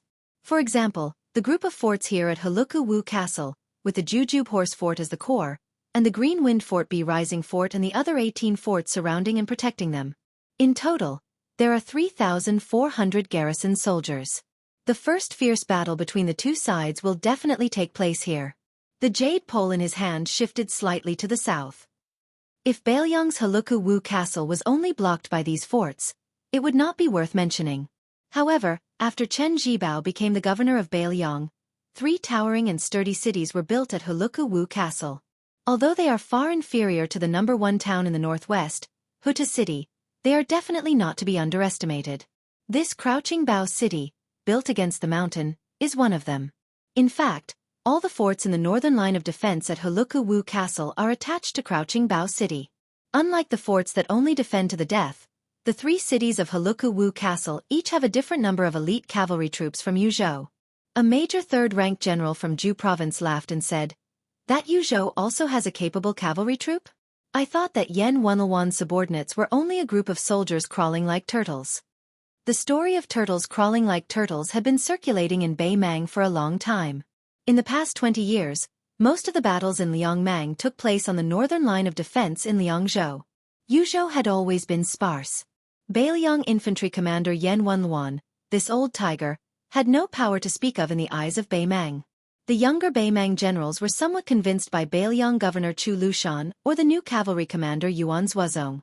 After all, Yuan Zuozong's military achievements in the several large-scale battles in the hinterland of Beimang many years ago were obvious to all. That Lu Qiuer even chased the current king of South Courtyard for almost 1,000 li. Moreover, Beimang's cavalry was like the wind. How could they pay attention to slow infantry? Therefore, Yan Wenwan had the nickname of Turtle General in Beimang. Dong Zhuo finally spoke with a solemn expression. All of you are clearly aware that my Dong clan army consists mostly of infantrymen. But perhaps all of you aren't aware that I, Dong Zhuo, learned from Yan Wenwan when I first trained my infantrymen. Although now it's enough to look down on most of the Yuzhou infantry, Yan Wenwan, who you laughed at as Turtle General, has 1,000 heavy armored soldiers under his command. His fighting strength is still worthy of being called the world's #1 infantry troop. How's the fighting strength of Dong infantry? Do I need to boast? Dong Zhuo raised his head and looked at the people present with cold eyes. The Yuzhou cavalry is not good enough? Don't forget that the Longxiang army that turned our Gusai province into a sieve was based on the Yuzhou cavalry. Dong Zhuo smiled gloomily, revealing his white teeth. Right, I forgot to tell you a secret. After General Yang Yuanzhan learned that he was going to fight Yan Wenwan, he had already made arrangements for his funeral. If you think that I, Dong Zhuo, am boosting the morale of others and diminishing my own prestige, it's fine. Heh, I'll say the ugly words first. When the time comes, whoever is hurt by the Yuzhou garrison, remember not to complain to me or His Majesty. Chapter 1365. The armored generals present were all a bit resentful, but the strategists who had been treated with disdain recently only felt pleased. A while ago, the latter patiently explained the terrain, structure, and distribution of troops to the vanguard generals in detail, down to the details of each fort and each beacon. This seemingly trivial information was precious military intelligence obtained by Beimang spies with their blood. Only, at that time, most of the military officers in the army were just yawning. In their eyes, wherever Beimang's iron cavalry went, those who surrendered would be killed, and those who didn't would be killed even more. War was just that simple. Why would they need to embroider like a woman? This kind of deep-rooted understanding could not be changed by the strategists who were only minor 6th rank and major 7th rank. However, the arrival of South Courtyard's King Dong Zhuo, who was currently in the limelight, made all of the generals more or less alert. This was especially true when he mentioned Great General Yang Yuanzhan's funeral arrangements.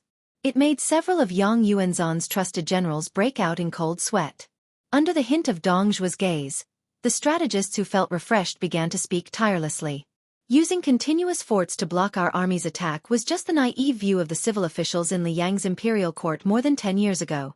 In fact, back then, the embryonic form of North Ji Castle had already clearly told both sides that without a majestic city as the core of the defense, Liang's idea of making Mang cavalry unable to penetrate deep into the enemy was too naive. There were many forts in North Ji Castle at that time, with some 50 li away and some 30 li close. They could be said to be closely distributed to the crucial points of defense. However, back then, our great Mang used countless successful surprise attacks to prove one thing, that forts were indeed the key points of defense. Wanting to stop a nimble cavalry army from advancing south was just a pipe dream. Ji province's forts were like trees in a forest, and the troops were divided into different areas. How could they dare to fight? Therefore, later on, Li Yang's imperial censors impeached those North Ji Castle's officers, scolding them that Ko Da-ji hid like a turtle. Ko Xiaoji still did not dare to fight, only daring to fight when the Ko Da-ji retreated several hundred li. When he spoke up to hear, the strategist revealed a faint smile. He reached out his hand and pointed at his own nose. The Li Yang imperial censors' esteemed lords are talking about is precisely our northern Mang cavalry. Everyone in the tent burst into laughter. Even Dong Zhuo had a faint smile on his face. A grassland chief who had tens of thousands of herdsmen under his command, laughed out loud and said, Huyen Junji, if you had said that earlier, we wouldn't have been so impatient. You always talk about how formidable those forts in Yu province are, but if you don't properly praise us great Mang boys, wouldn't we, the rough men who feel that learning to read is even more terrifying than being beheaded, not be able to listen? This time, Dong Zhuo came to Yu province mainly to pour cold water on the generals in the East Front, but he also had the intention of improving the stiff relationship between strategists and generals with real power. In Beimang, especially in the northern grassland royal court, there was only one word to describe it: rough. As the #1 official in the southern court, what Dong Zhuo wanted to do was to combine the brains of the southern court with the military force of the northern court. Not only should the two sides not hinder each other, they should also try their best to cooperate. This was definitely not a daydream of Dong Zhuo, because those strategists who knew the essence of the war in the Central Plains and were proficient in military strategies on paper were in the same boat as the generals on the front line. After all, they were bound together for good or ill. As long as Dong Zhuo broke through the window paper, the two sides would be able to work together as one. They would earn military merits on horseback and divide military merits on horseback. If they could take down Yu Province and Beiliang in one go, it would be tantamount to taking off the clothes of this pretentious noble lady in the Central Plains. By then, the iron cavalry of Bei Mang would be unstoppable, and the ruler of the Central Plains would be surnamed Murong, just like His Majesty. Dong Zhuo subconsciously clenched his teeth, his eyes blazing. As long as he could take down Beiliang, the general trend would be in the hands of Bei Mang. In the future, it would be impossible to rely on the famous generals of Liang to stop the iron cavalry from going south. The only real enemy of Bei Mang was the tall cities that were in the way. Thinking of this, Dong Zhuo walked to a side table in the tent. On the table, there was a wooden model of the three cities inside the gourd mouth. It was made by skilled craftsmen. The Taiping order had ordered the craftsmen in the western capital to make it carefully. There were about 40 of them, including all the important cities in Beiliang. They were specially made for the generals on the front line to know the structure of the cities in Beiliang. There were 8 of them in Yuzhou on the eastern front. 3 of them were placed in the tent for the time being. At that time, the carriage was bumpy, and the wooden model made from Chongqing City was broken into pieces. Many strategists went to the imperial clan official in charge of the delivery to ask for an explanation. That guy, who had the surname Yelu, picked his nose and said whatever he wanted. At that time, there were dozens of strong retainers behind him. They had already taken out their swords and were about to chop those strategists. Then, a few days later, an imperial edict arrived. That imperial clan official was beheaded on the spot, and all his retainers were sentenced to death. The brand new wooden model from Chongqing City was also sent. The eunuch who delivered the edict only said to the official's backer, "This model was personally supervised by the Taiping order." Therefore, the trembling Yelu general immediately gave up the idea of crying injustice for his nephew. The strategists once again described the structure of the wooden model to the generals in the tent. They explained what the battlements were, what the parapets were, what the horse-face platform was, and what the various crossbow configurations were, interspersed with the battles of the Central Plains in a certain dynasty. When the strategist whose mouth was dry finally finished speaking, Dong Zhuo said in a deep voice, "Everyone, the cities in the Central Plains are filled with traps, and the layout is exquisite. You must remember one thing. As siege generals, the more we know how to defend a city, the more lives we, the northern Mang men, can have." Dong Zhuo raised his arm and pointed in the direction of the gourd. Crouching Bao City is the first city in Yuzhou. In order to uproot it, we will definitely have thousands or even tens of thousands of people die there. It is destined that we will never be able to return to our hometown on the grassland. Of course, I hope that everyone in our army can enter the hinterland of Yuzhou alive. We can even fight all the way to Xianxia in Liang and the southern border guarded by the King of Yan. We can see what the sea looks like. But this is not realistic. People will die in war. Otherwise, General Yang Yuanzhan would not fight this battle with the determination to die. Dong Zhuo's face suddenly turned ferocious. He said sternly, "I, Dong Zhuo, came here today just to say a few words from my heart. Even if my Bei Mang men have to die, they will die in a place further south." Chapter 1366. If I have to die, I don't want to die in Beiliang, where the land is barren and the territory is narrow. I want to die in the rich Central Plains, under Grand Peace City, on the shores of the South Sea. Bei Mang's 90,000 vanguard troops poured into the mouth of the gourd like a flood bursting through a dam. Those forts were like unremarkable pebbles on a shoal, instantly submerged. The northernmost beehive fort at the mouth of the gourd, together with the 6 beacons and 197 Yuzhou officers, all died in battle, without a single arrow remaining. Clear Phoenix Fort was broken through. 362 men, all unsheathed cold blades, died in battle. White Horse Fort was broken through. 213 men, without a single place within the fort, all died in battle. At the heart of the northern group of forts at the mouth of the gourd was Jujube Horse Village. Corpses were strewn everywhere. Apart from the Bei Mang cavalry, who had been seriously injured and flustered, who added a blade to the back of the corpses, not a single person died while fleeing. Their wounds were all in front of their bodies. Apart from the last Chicken Crow village in the south, all of the 18 forts around Jujube Horse Village were broken through by the Bei Mang army. Not a single person surrendered. Chicken Crow Village was different from the other forts, which were mostly built in river valleys. It was located on a precipitous cliff of a short mountain. Countless Beimang cavalry quickly passed by the two sides of the mountain, whistling through the air like the wind. Most likely in pursuit of speed, they wanted to push out of Crouching Bao City as quickly as possible. They didn't pay any attention to this isolated and unimportant little village. Within the village, there wasn't even a commander-in-chief, but a mere deputy commander-in-chief. When all of the soldiers were gathered together, there were more than 230 of them. Everyone could clearly hear the loud trampling of Beimang horses at the foot of the mountain, as well as the strange cries of those northern barbarians as they galloped forward. Chicken Crow Village's deputy commander-in-chief, Tang Yanchao, was a tall middle-aged man. He was a classic veteran ruffian from the border. Alcohol was prohibited in the army, and there were several times where he had messed up matters because of alcohol. This man, who could have become a commander-in-chief long ago, was wasting his time in Chicken Crow Village. Every time he drank, Tang Yanchao would brag to his mostly young subordinates about how he had once been the personal guard of the previous cavalry deputy commander, Wei Taizhan, and how he had followed the commander-in-chief in his early years and slaughtered his way through Beimang territory. The youngsters in the village at first, but after years and years of listening to those things, calluses. As a result, every time Tang Yanchao bragged after drinking, many people would shake their heads and make faces. If Tang Yanchao wasn't drunk to death and saw these little bastards imitating him behind his back, he wouldn't get angry to see these little bastards to not know how to respect a hero to respect. In the past, even when Yuzhou generals came to patrol the village, Tang Yanchao, who didn't wear his armor neatly, was dressed meticulously for the first time. Even his sloppy beard had been shaved off, making him almost unrecognizable as the great deputy commander-in-chief. If it were any other time, there would definitely be a few bold young soldiers who would approach him with a mischievous smile and say, "Oh, the deputy commander-in-chief looks like a dog.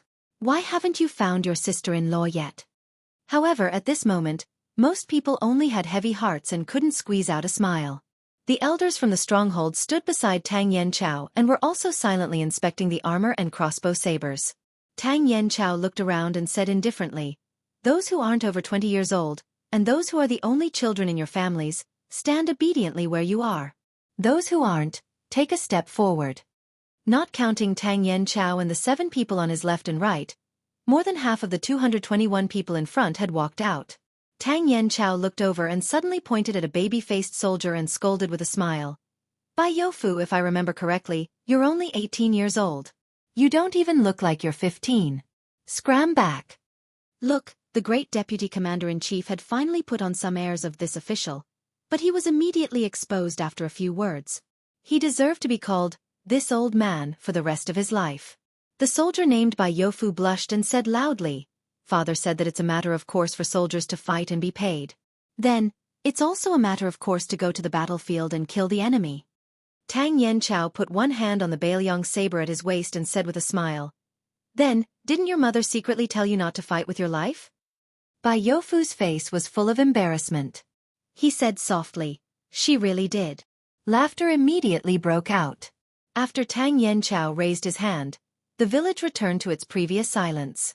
This deputy commander-in-chief, who probably hadn't even heard of the Yuzhou provincial governor, said in a deep voice, "General Yen previously ordered that our Calabash fort only needed to defend to the death and not go out to meet the enemy." Tang Yanchao paused for a moment. "Therefore I, Tang Yanchao, am going out to kill the barbarians this time because I, Tang Yanchao, have disobeyed military orders. Those who stand in place and stay in the fort, and those who step out don't need to go down the mountain. Yes, once we go down the mountain, we'll be stuck at the foot of the mountain for the rest of our lives. There's nothing to hide. No one's an idiot. I, Tang Yanchao, have lived for 40 years and have gone to the battlefield more than 40 times. If we count it up, it's more than once a year. Other than not being able to find a wife in this life, there's nothing else to say. You kids who haven't even reached the age of 20, it's still too early for you to live long enough. Live well." Tang Yanchao pointed to the north and said fiercely, "This old man can't become a commander-in-chief or a high-ranking official. It's not embarrassing. But Li Jing, Hu Lin, and Lu Ziyuan in the fort in the north must have died in battle. If this old man hides and doesn't die, I can't afford to lose this face. Even if this old man can afford to lose this face, our pheasant fort can't." Tang Yanchao roared angrily, "Those who step out, follow this old man." When we get down there and there's no military law to control us, Tang Yanchao will drink to his heart's content with my brothers. On this day, Pheasant Fort's vice-captain, Tang Yanchao, was the first to die at the foot of the mountain outside the fort. Soon after, the remaining 80 people who were under the age of 20 also died in battle. Among them, Bai Youfu was stabbed in the neck by a Beimang cavalryman who was charging at full speed. Before he died, he only had one thought. It would be even better if he could fight his way into Beimang territory and die there. Not long after, a white-haired, dignified old general stopped his horse at the foot of the mountain. After dismounting, he looked at the bloody battlefield where the corpses had been split into 2 groups. The old man calmly asked a general whose armor was stained with blood beside him, "How many people did we lose?" The general wiped his face fiercely. "The bows and crossbows of the fort in Yuzhou are extremely sharp, and everyone fought to the death. I only know that over 4,000 of us died in battle, and even more were injured." It was precisely the commander of the Eastern Front, Yang Yuanzhan. His expression was grave as he sighed heavily. They still hadn't seen Crouching Bao City of the 3 cities at the Gourd Gate, nor had they seen Yan Wenluan's elite infantry. Yang Yuanzhan looked at the Pheasant Fort on the mountain that was destined to be empty and muttered to himself, "There's no way to fight this battle." Chapter 1367. After Su Fengnian entered Jizhou, he donned a mask made of roots. This mask was the handiwork of the witch of the southern border, Xu Xiao. When Su Fengnian had snuck into Beimang, it was thanks to these ingenious items. The 4 of them crossed the border. The spies of the Fu Shui chamber had long since prepared 4 impeccable travel documents. At present, the tyrants of Beilyong were like a swarm of ants that had been disturbed by a child. They all fled for their lives. Su Fengnian's meager group of 4 was completely inconspicuous. Fan Shaochai knew that he was going to Hengshui City in Ji North to meet with Yu Luandao and Wei Jingtang. However, although the 4 of them traveled day and night without rest, they did not take the shortest route. Instead, they traveled directly into the heart of Jizhou. Ultimately, they arrived at Dazhan City, which had been built during the last years of the Great Feng dynasty. Su Fengnian was in no hurry to enter the city. Instead, he reined in his horse and stopped on the official road outside the city. With a complicated expression, he gazed at the silent city. As the former capital of northern Han, it could be said that the city was filled with the relatives of officials, and nobles. Back then, Su Xiao, who was one of the top generals, had led an army to attack northern Han. All of Jizhou had been trampled to pieces by the armored cavalry of the Su family. Only Dazhan City had managed to escape the calamity. When the army slowly approached the city, disaster was imminent. That night, countless scholars drank and sang. It was said that one could smell the strong scent of alcohol from 3 li outside the city. As a result, there was the story of 300 Han retainers, drunk to death in one night. Fan Shaochai had wandered from place to place due to the destruction of her country and her family.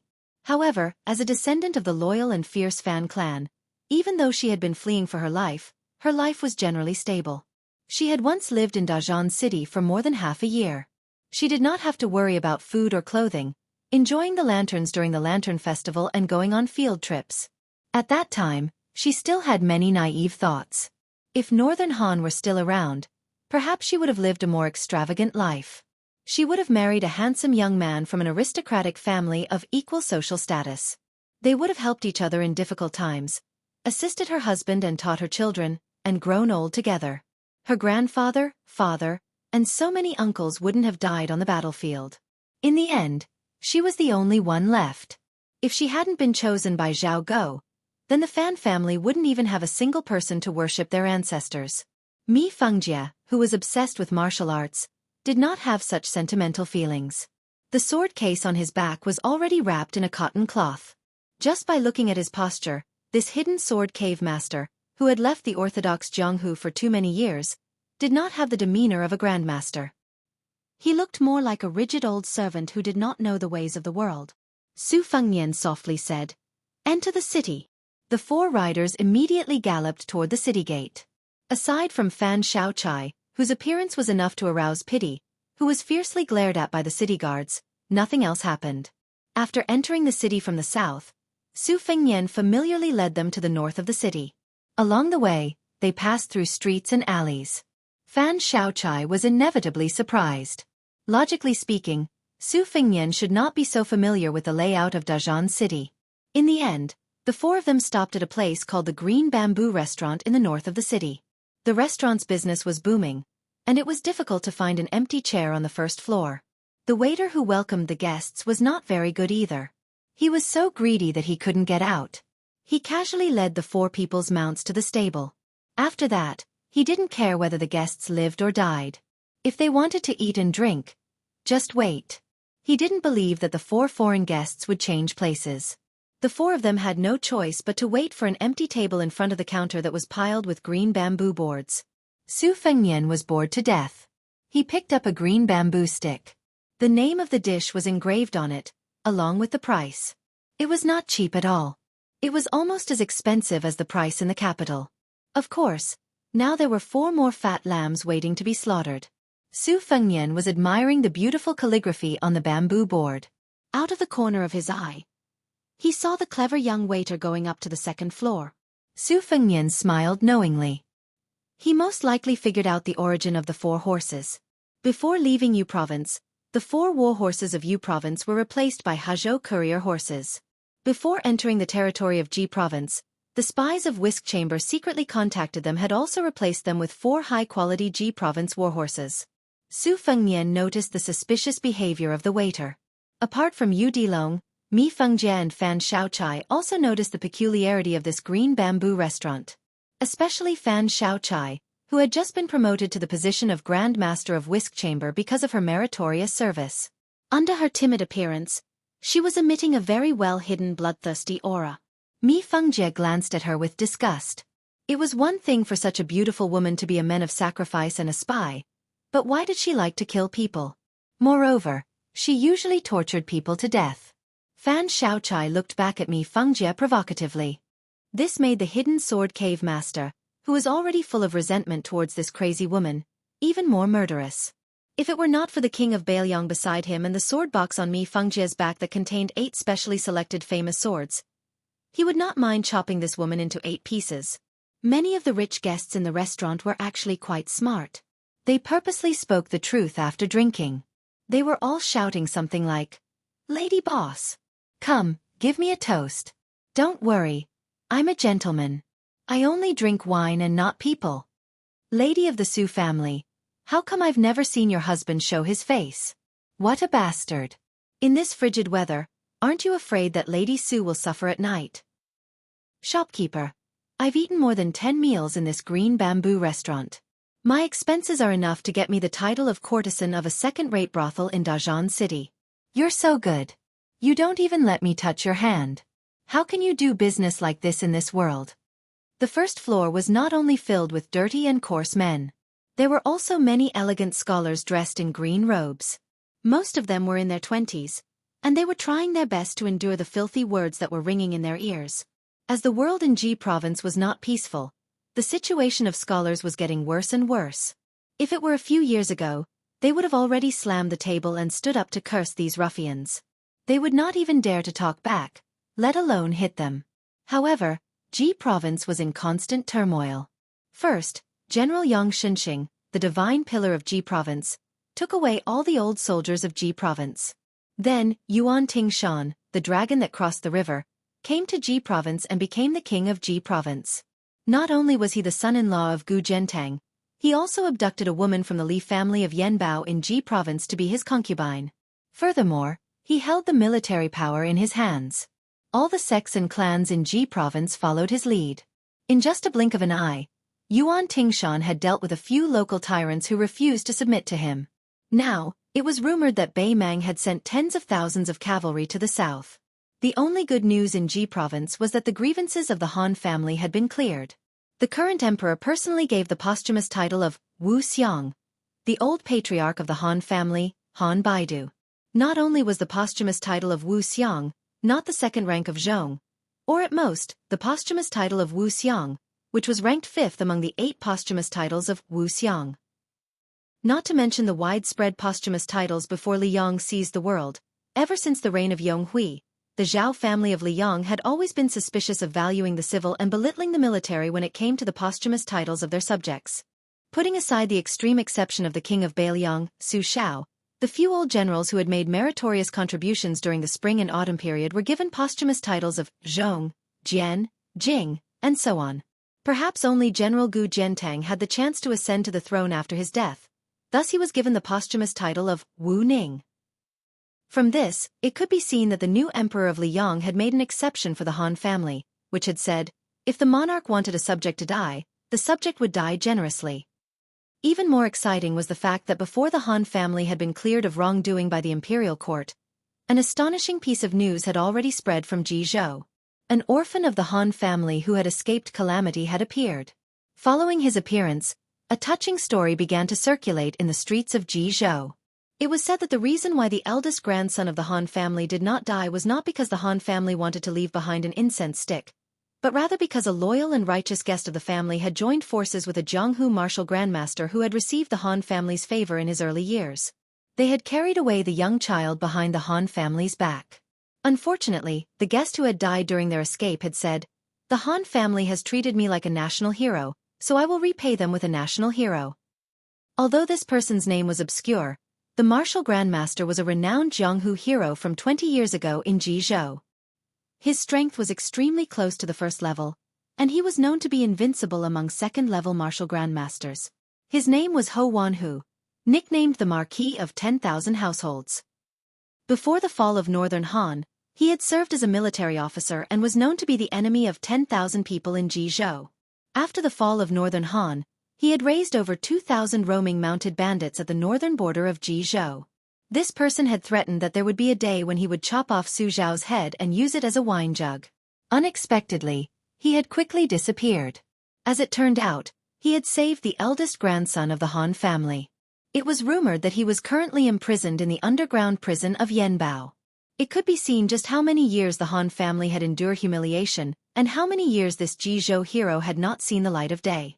During this period of time, countless people had come to visit the Yanbao Li family under all kinds of pretenses. If it weren't for Yuan Tingshan personally dispatching a cavalry with bright crossbows to deliberately station on the main road of Yanbao, perhaps Yanbao wouldn't even have a moment of peace. A graceful figure appeared at the top of the stairs, but for some reason, it immediately turned around and disappeared in a flash. The sharp-eyed men downstairs immediately hissed.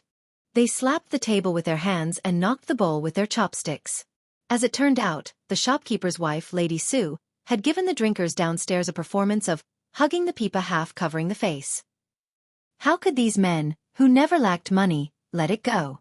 They screamed again and booed to death. This caused those young scholars who couldn't bear it any longer to glare angrily at the neighboring tables. Those with better tempers rolled their eyes, while those with worse tempers directly spat on the ground. There were also some who used hand gestures to greet the scholars' many generations of ancestors. Speaking of which, it was strange. It was true that the proprietress's appearance was outstanding, but she couldn't be considered a devastatingly beautiful woman. However, regardless of whether it was the coarse men or the refined scholars, even if they didn't fall in love at first sight, the more they looked, the more they liked her. The former had shallow eyes, drooling over the woman's heavy breasts, round and perky buttocks, as well as her soul-stirring foxy eyes, as well as her unique style that allowed her to exchange vulgarities with them. The latter had all sorts of reasons. Some said that the Lady Sue's occasional dazed expression while lying behind the counter was very charming. Some said that they saw the proprietress's staunch and chaste nature. There were even more who said that she was naturally close to scholars. It was possible that she was the daughter of one of the old Northern Han's aristocratic families, who had wandered among the common people. Chapter 1368. However, there was only one reason why customers only dared to take liberties with their mouths and did not dare to lay their hands on them. There was only one reason why Green Bamboo Restaurant's business was booming. It was because the eldest grandson of the Han family, who had been promoted to the position of commandant of South Lu Guan by the imperial court, was Su's sworn brother. The waiter had a bright smile on his face, but he was full of suspicions as he ran downstairs. He respectfully invited Su Fengnian and the others to take a seat upstairs. Su Fengnian took out a piece of silver and tossed it to the waiter. The waiter's smile became even brighter as he shouted, "Thank you, young master, for your reward." The waiter was not surprised that the four of them went upstairs, but it was strange that they went directly to a private room on the third floor. There were so many rich guests in Dijon who came here with ulterior motives, but none of them had such an honor. The waiter led the four of them to the door of the room on the third floor and stopped. Su Fengnian pushed the door open and entered. Mi Fengjie stood at the door while Fan Xiaochai followed Su Fengnian over the threshold. Fan Xiaochai glanced at the woman who stood motionless with a face full of surprise. She was indeed somewhat enchanting, especially the view on her chest, which could make ordinary men want to run over and hold it with both hands to reduce the burden. However, that was all there was to it. Fan Xiaochai's beauty was above the woman's, and her style was the complete opposite. Generally speaking, each of them had their own merits, so they minded their own business. After Su Fengnian calmly sat down, he smiled and said, "Qing Zhenyang, why are you standing there like a fool? Pour the wine. Even if you want to go back to your old business of selling human meat buns, you still have to get the customers drunk first, right?" The woman who was called Qing Zhenyang by Su Fengnian, who was wearing Zhang Sheingen's mask, covered her mouth. It was unknown whether she was crying or laughing. She was none other than Qing Zhenyang, whom Su Fengnian had met in Beimang's Juzi Zhou. She was the owner of an unscrupulous inn that sold black wine. Had it not been for that night at the foot of the mountain, when she had unintentionally revealed her true feelings in a drunken stupor, Su Fengnian would not have gotten involved with the Zhongyi stronghold's head Han Feng, nor would he have killed his way to the Shen's thatched hut on Mount Liui's Chang'e Peak. Then, under the oppression of the Shen clan's thatched hut, the eldest grandson of the Han clan might not even be able to be the king of a mountain, and could only switch mountains with Zhang Julu and start anew. Then, in Ji province, there wouldn't be the eldest grandson of the Han clan who walked right into the trap and waited to be executed. There wouldn't be the change of day after day, where Han Feng suddenly turned from a prisoner to a first-rate martyr in the Liang dynasty, and became the last straw that crushed Grand Secretary Zhang Julu to death. It could be said that in these 2 years, the whisk room's men of sacrifice and spies that had been hiding in Ji province were all revolving around a single person, carrying out a secretive and cautious complex operation. This lucky person was precisely Han Feng, who had led 21 riders back to Ji province. Even though the whisk room had spent a great deal of effort, manpower and resources, Han Feng was able to successfully distinguish herself from the others time and time again, probably because of the protection of more than 10 generations of the Han clan's heroic ancestors. Even Su Weisheng and Chu Lushan, who were far away in Beiliang, who were in charge of Ji province's spy affairs, clicked their tongues in amazement. This chess piece was personally planted by Su Fengnian. It was still far from blossoming and bearing fruit.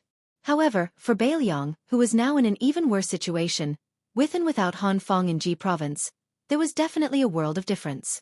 Su Fengnian's trip to Dazhan City in Ji province this time was not to meet Han Feng, but to meet Zhang Xiuqing, who claimed to be an outer disciple of the Tao Te sect. At that time, Zhongyi stockade had fallen and scattered. Only this person had firmly placed his bet on Han Feng and regarded her as a Tao-enlightened immortal, who could help him rise to the top.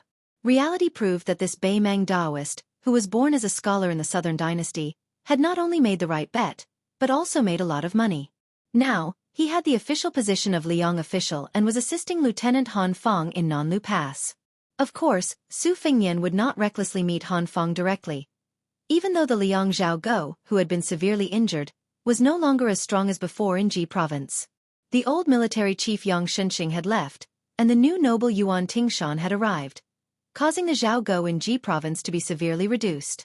Han Feng's luck was good, but Su Fengnian did not have much confidence in his own luck. After Qing Zhenyang sat down, she poured a cup of aged Huadiao wine for Su Fengnian. The wine's aroma quickly filled the air. After the excitement, she was obviously a little uneasy. She asked softly, "Su Lang, why did you come to Dazhan City?" Qing Zhenyang did not know about Han Feng's identity as the orphan of the Han family until he was imprisoned. As for Su Fengnian's identity, even Han Feng was only told by an old spy from the Fu Shui house after he had settled down in Ji province. Of course, Han Feng would not say a word about this kind of secret to Qing Zhenyang, who had no relatives or friends. This time, Su Fengnian came to Dazhan City to meet Zhang Xiuqing, who also did not dare to reveal anything. Han Feng's situation was turned upside down, and Qing Zhenyang naturally rose along with it. She opened this restaurant in Dazhan City, where every inch of land was worth its weight in gold. She, who lived at the foot of Joey Mountain, was so miserable that she did not even use her name. Perhaps even the lowest-level Beimang spies in Ju province had not heard of her, not to mention Zhao Go in Ji province. To this day, Qing Zhenyang only regarded him as the son of a rich family from Longyao province or Gusai province. As for Su Lang's skills, She was not clear from the beginning to the end. That night in Zhongyi village in the Shen family's thatched cottage, she was dead drunk on the table outside the hotel. Later, the Taoist priest Zhang Xiuqing casually mentioned a few words. He only said that young Master Su's martial arts skills were rarely seen in his life. Even if he was not at the first level, he was not far away. But what she really wanted to know, Zhang Xiuqing did not say. What she really wanted to hear, Zhang Xiuqing did not say either. She did not even know if she would be able to see him again in this lifetime. Today, when she finally saw him, she actually wanted him to leave Dazhan City as soon as possible. After all, this was an important military base in Liyang. You are a young master from the southern Beimang dynasty. Aren't you afraid of losing your head? Su Fengnian joked. What? Can't I come? Afraid of freeloading? Qing Junyang did not say anything. She subconsciously reached out to touch the hair on her temples, afraid that he would find fault with her. Although she did not look at the weak woman for a long time, the quick exchange of glances was enough to make her feel ashamed of her own inferiority. What a handsome young lady. Her temperament was excellent. At first glance, she could tell that she was a virtuous young lady from a scholarly family. The key point was that the woman was younger than her.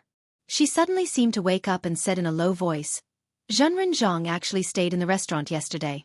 He eats, drinks, and sleeps in the innermost room near the window. He saw you earlier than me and said that he would be here in a while. He had to wait until there were no customers coming in and out.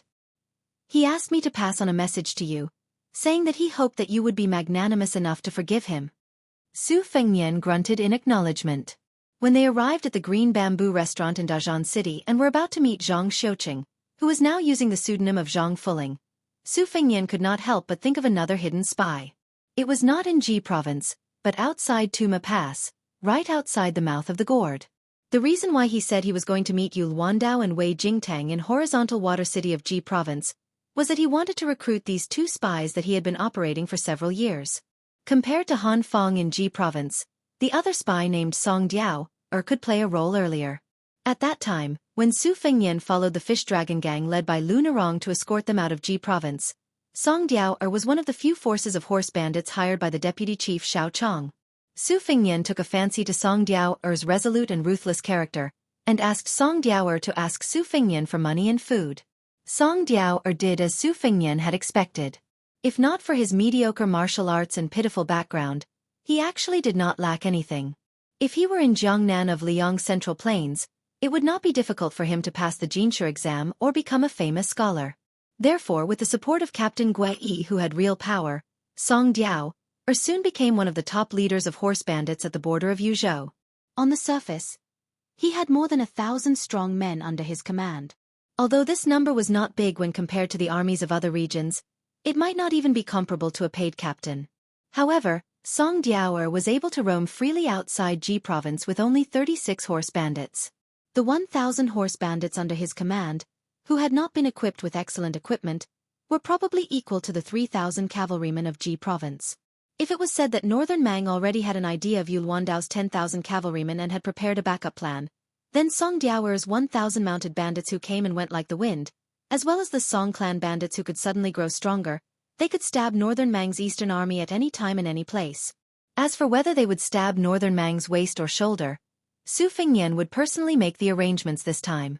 In addition, when Beimang's cobwebs and Jianghu forces infiltrated Yuzhou, Su Fengnian also took the opportunity to quietly disperse many of his men outside the Great Wall. Just as immortal Cui Wazi of Dao De Sec thought, half of the tide-listening pavilion's eagles and hounds were hidden in the Calabash fort as a smokescreen. They had already joined forces with Song Diao's horse gang. That day in the steel forest behind Mount Qingliang, Su Fengnian did not refute Mi Chong, who pointed at his nose and scolded him. He only said that he did not do a good job. Perhaps he, the king of Beiliang, did not do a good job, but Su Fengnian must have done more than the outside world imagined. Su Fengnian took a sip of the huadiao tea that Qing Junyang had just warmed. His smiling face suddenly fell into silence. Chapter 1369. The 15-year-old huadiao wine had been one of the tributes of Gongnam Du since the first year of Yonghui. It was produced in the Great Feng dynasty and had a unique custom. When a rich family gave birth to a daughter, they would brew a few jars of wine every few days they were born. The wine jars would be painted with colors and buried under old osmanthus trees. When the daughter grew up and married, this wine would be used as a dowry. When the eldest princess of Bailiang was married to Zhongnan, the king of Bailiang, Su Shao, threatened to gather 1,000 jars of Huadiao wine for his daughter's dowry. In a hurry, he only managed to gather 800 jars. Originally, this was not a shameful matter. At that time, people were butchering their daughters. Who dared to gossip? Who didn't know that no matter how fierce Su Shao was, Su Shao would only hear it. If the gossip of his 2 daughters reached his ears, as long as it wasn't thousands of miles away, even the emperor wouldn't be able to protect him. In the end, it was His Royal Highness, who was the first to stop his eldest sister from marrying, who personally led his personal guards and spent an entire day barging into almost all the houses of the rich and powerful in Liangzhou city. Only on the morning of His Royal Highness's wedding day did he finally bring back the last jar of top-quality Huadiao wine with red eyes. Su Fengnian did not speak. Qing Junyang also did not make a sound. Zhang Xiuqing, who was no longer wearing a Taoist robe but casual clothes, gently pushed open the door and entered. He originally wanted to kneel down and pay his respects. Seeing that Qing Junyang was still in the room, he was momentarily in a dilemma. After Su Fengnian came back to his senses, he raised his wine cup and smiled. Old friends have met. Sit down and talk. Zhang Xiuqing's fear and trepidation were not faked. His mother, the person in front of him, was the northwest vassal king of Liang. The hand holding the wine cup was also holding an entire 300,000 cavalrymen at the border. This young man with the title of King of Bailiang and the title of Pillar of Bailiang was fighting to the death against the million-strong army of Beimang and the entire Beimang dynasty. Taking 10,000 steps back, the man who took the heads of the king of the northern courtyard, Su Huainan, and the 5th raccoon of Mount Tibing, the guy who killed Wang Xianji, Zhang Xiuqing, a pretentious Taoist priest, didn't he meet a real immortal?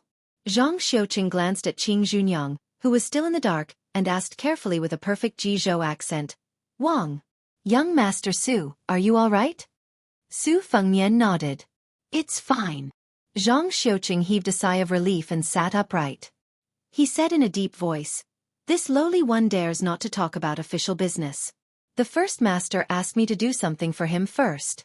When we meet in the future, he will make it up to me." After saying this, Zhang Xiuqing stood up, knelt on the ground and kowtowed 3 times. Su Fengnian did not stop him. Zhang Xiuqing, whose forehead was slightly red, sat down again. He quickly calmed himself down and continued, "In the king." Zhang Xiuqing could not hold himself back from cursing. He slapped himself hard on the face and said, "Under the instruction of young Master Su, when General Yu was on the way to North Ji, they passed by Southfoot Pass. The great leader had also led 3,000 soldiers to intercept them, and a fierce fight broke out. As expected, Yuan Tingshan, who only brought a few dozens of retinues with him, showed up after the fight, and the great leader let down his guard against him. On General Yu's journey to the north, he only drew his sword at our Nanlu Pass. The other dozen or so troops had shrunk into a complete mess. It's not that this little one is boasting, but the Northern Liang cavalry is indeed worthy of being called the #1 army in the world. Even though they were separated by River Province, the Jizhou army was still scared to death." Su Fengnian smiled and said, "If the backbone of Jizhou, Yang Shenxing, was still here, it might not be like this. Maybe." Zhang Xiuqing only spoke a few words before he felt his throat dry up. He glanced at the wine cup on the table and did not dare to take it. Su Fengnian poured a cup for him. Only then did he lower his head and bend over to take it. He tilted his head slightly and drank it in one gulp. Qing Junyang was dumbfounded. What kind of show was this? What General Yu? What Bailiang cavalry? She had heard of Yang Shenxing before. He was the old man who acted like a tyrant in Jizhou, but immediately became unaccustomed to other places. It was said that he suffered a great defeat at a place called Guangling Road in Liang. He was a classic example of a man who could not keep his integrity in his old age. She was more familiar with Yuan Tingshan. It could not be helped. Everyone in Jizhou knew about Master Yuan. He was a legendary figure who had both praise and blame. Those who approved of him worshipped him to the point of prostrating themselves before him, praising him to the skies. Those who did not approve of him gritted their teeth and scolded him for being a mad dog who had once been beaten by the king of Bailiang. He did not rely on riding a horse to kill enemies, but relied on riding a woman to achieve his current status. Zhang Xiuqing was about to speak when someone knocked on the door. Zhang Xiuqing stood up like a bird startled by the twang of a bow, startling Qing Junyang. Su Fengnian put down his hand and signaled for Zhang Xiuqing to calm down. He said calmly, "Come in."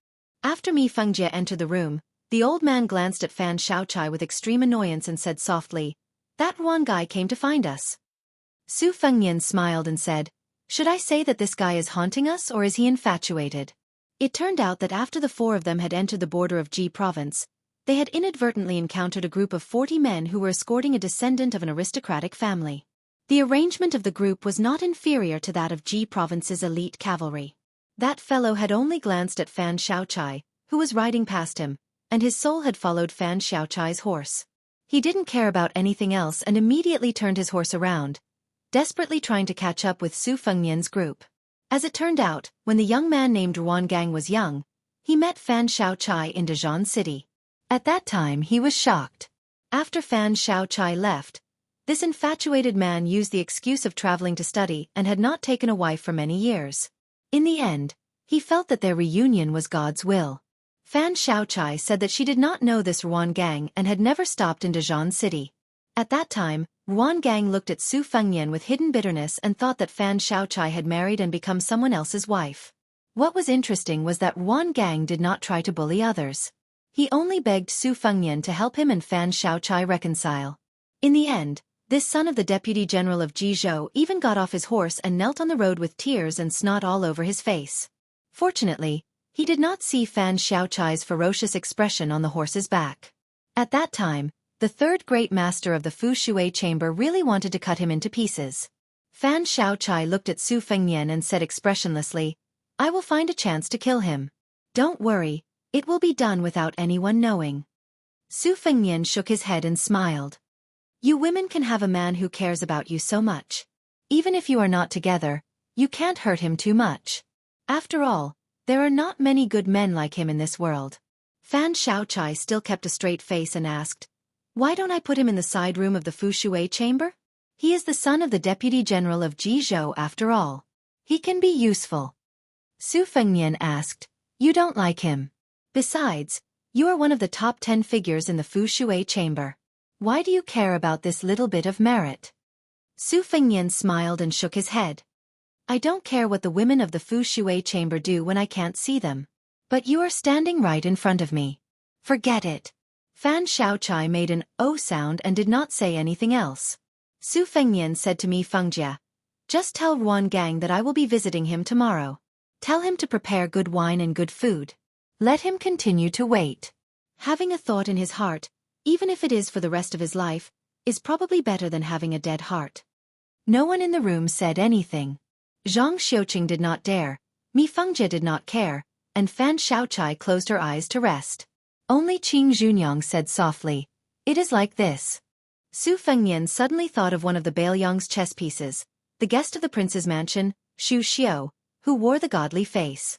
Su Fengnian's intuition told him that this chess piece had not only taken root beside the prince of Xiangfan city in Qing province, but also changed its color. His master, Li Yishan, had always regarded Go as a small Dao. Most importantly, he believed that Go was divided into black and white, and it would always be black and white. But the human heart was the most changeable. How could it be divided into black and white? Even if they were thousands of li away from the Bailiang, even if the Bailiang cavalry could not take care of themselves, to kill Xu Xiu, who could not see the light of day on the Qing province stage, in one night, Fu Shui chamber could still pay a price. But this was meaningless. The owner of the godly face, who had gone to Bei Meng's hidden chess piece, had finally begun to make waves.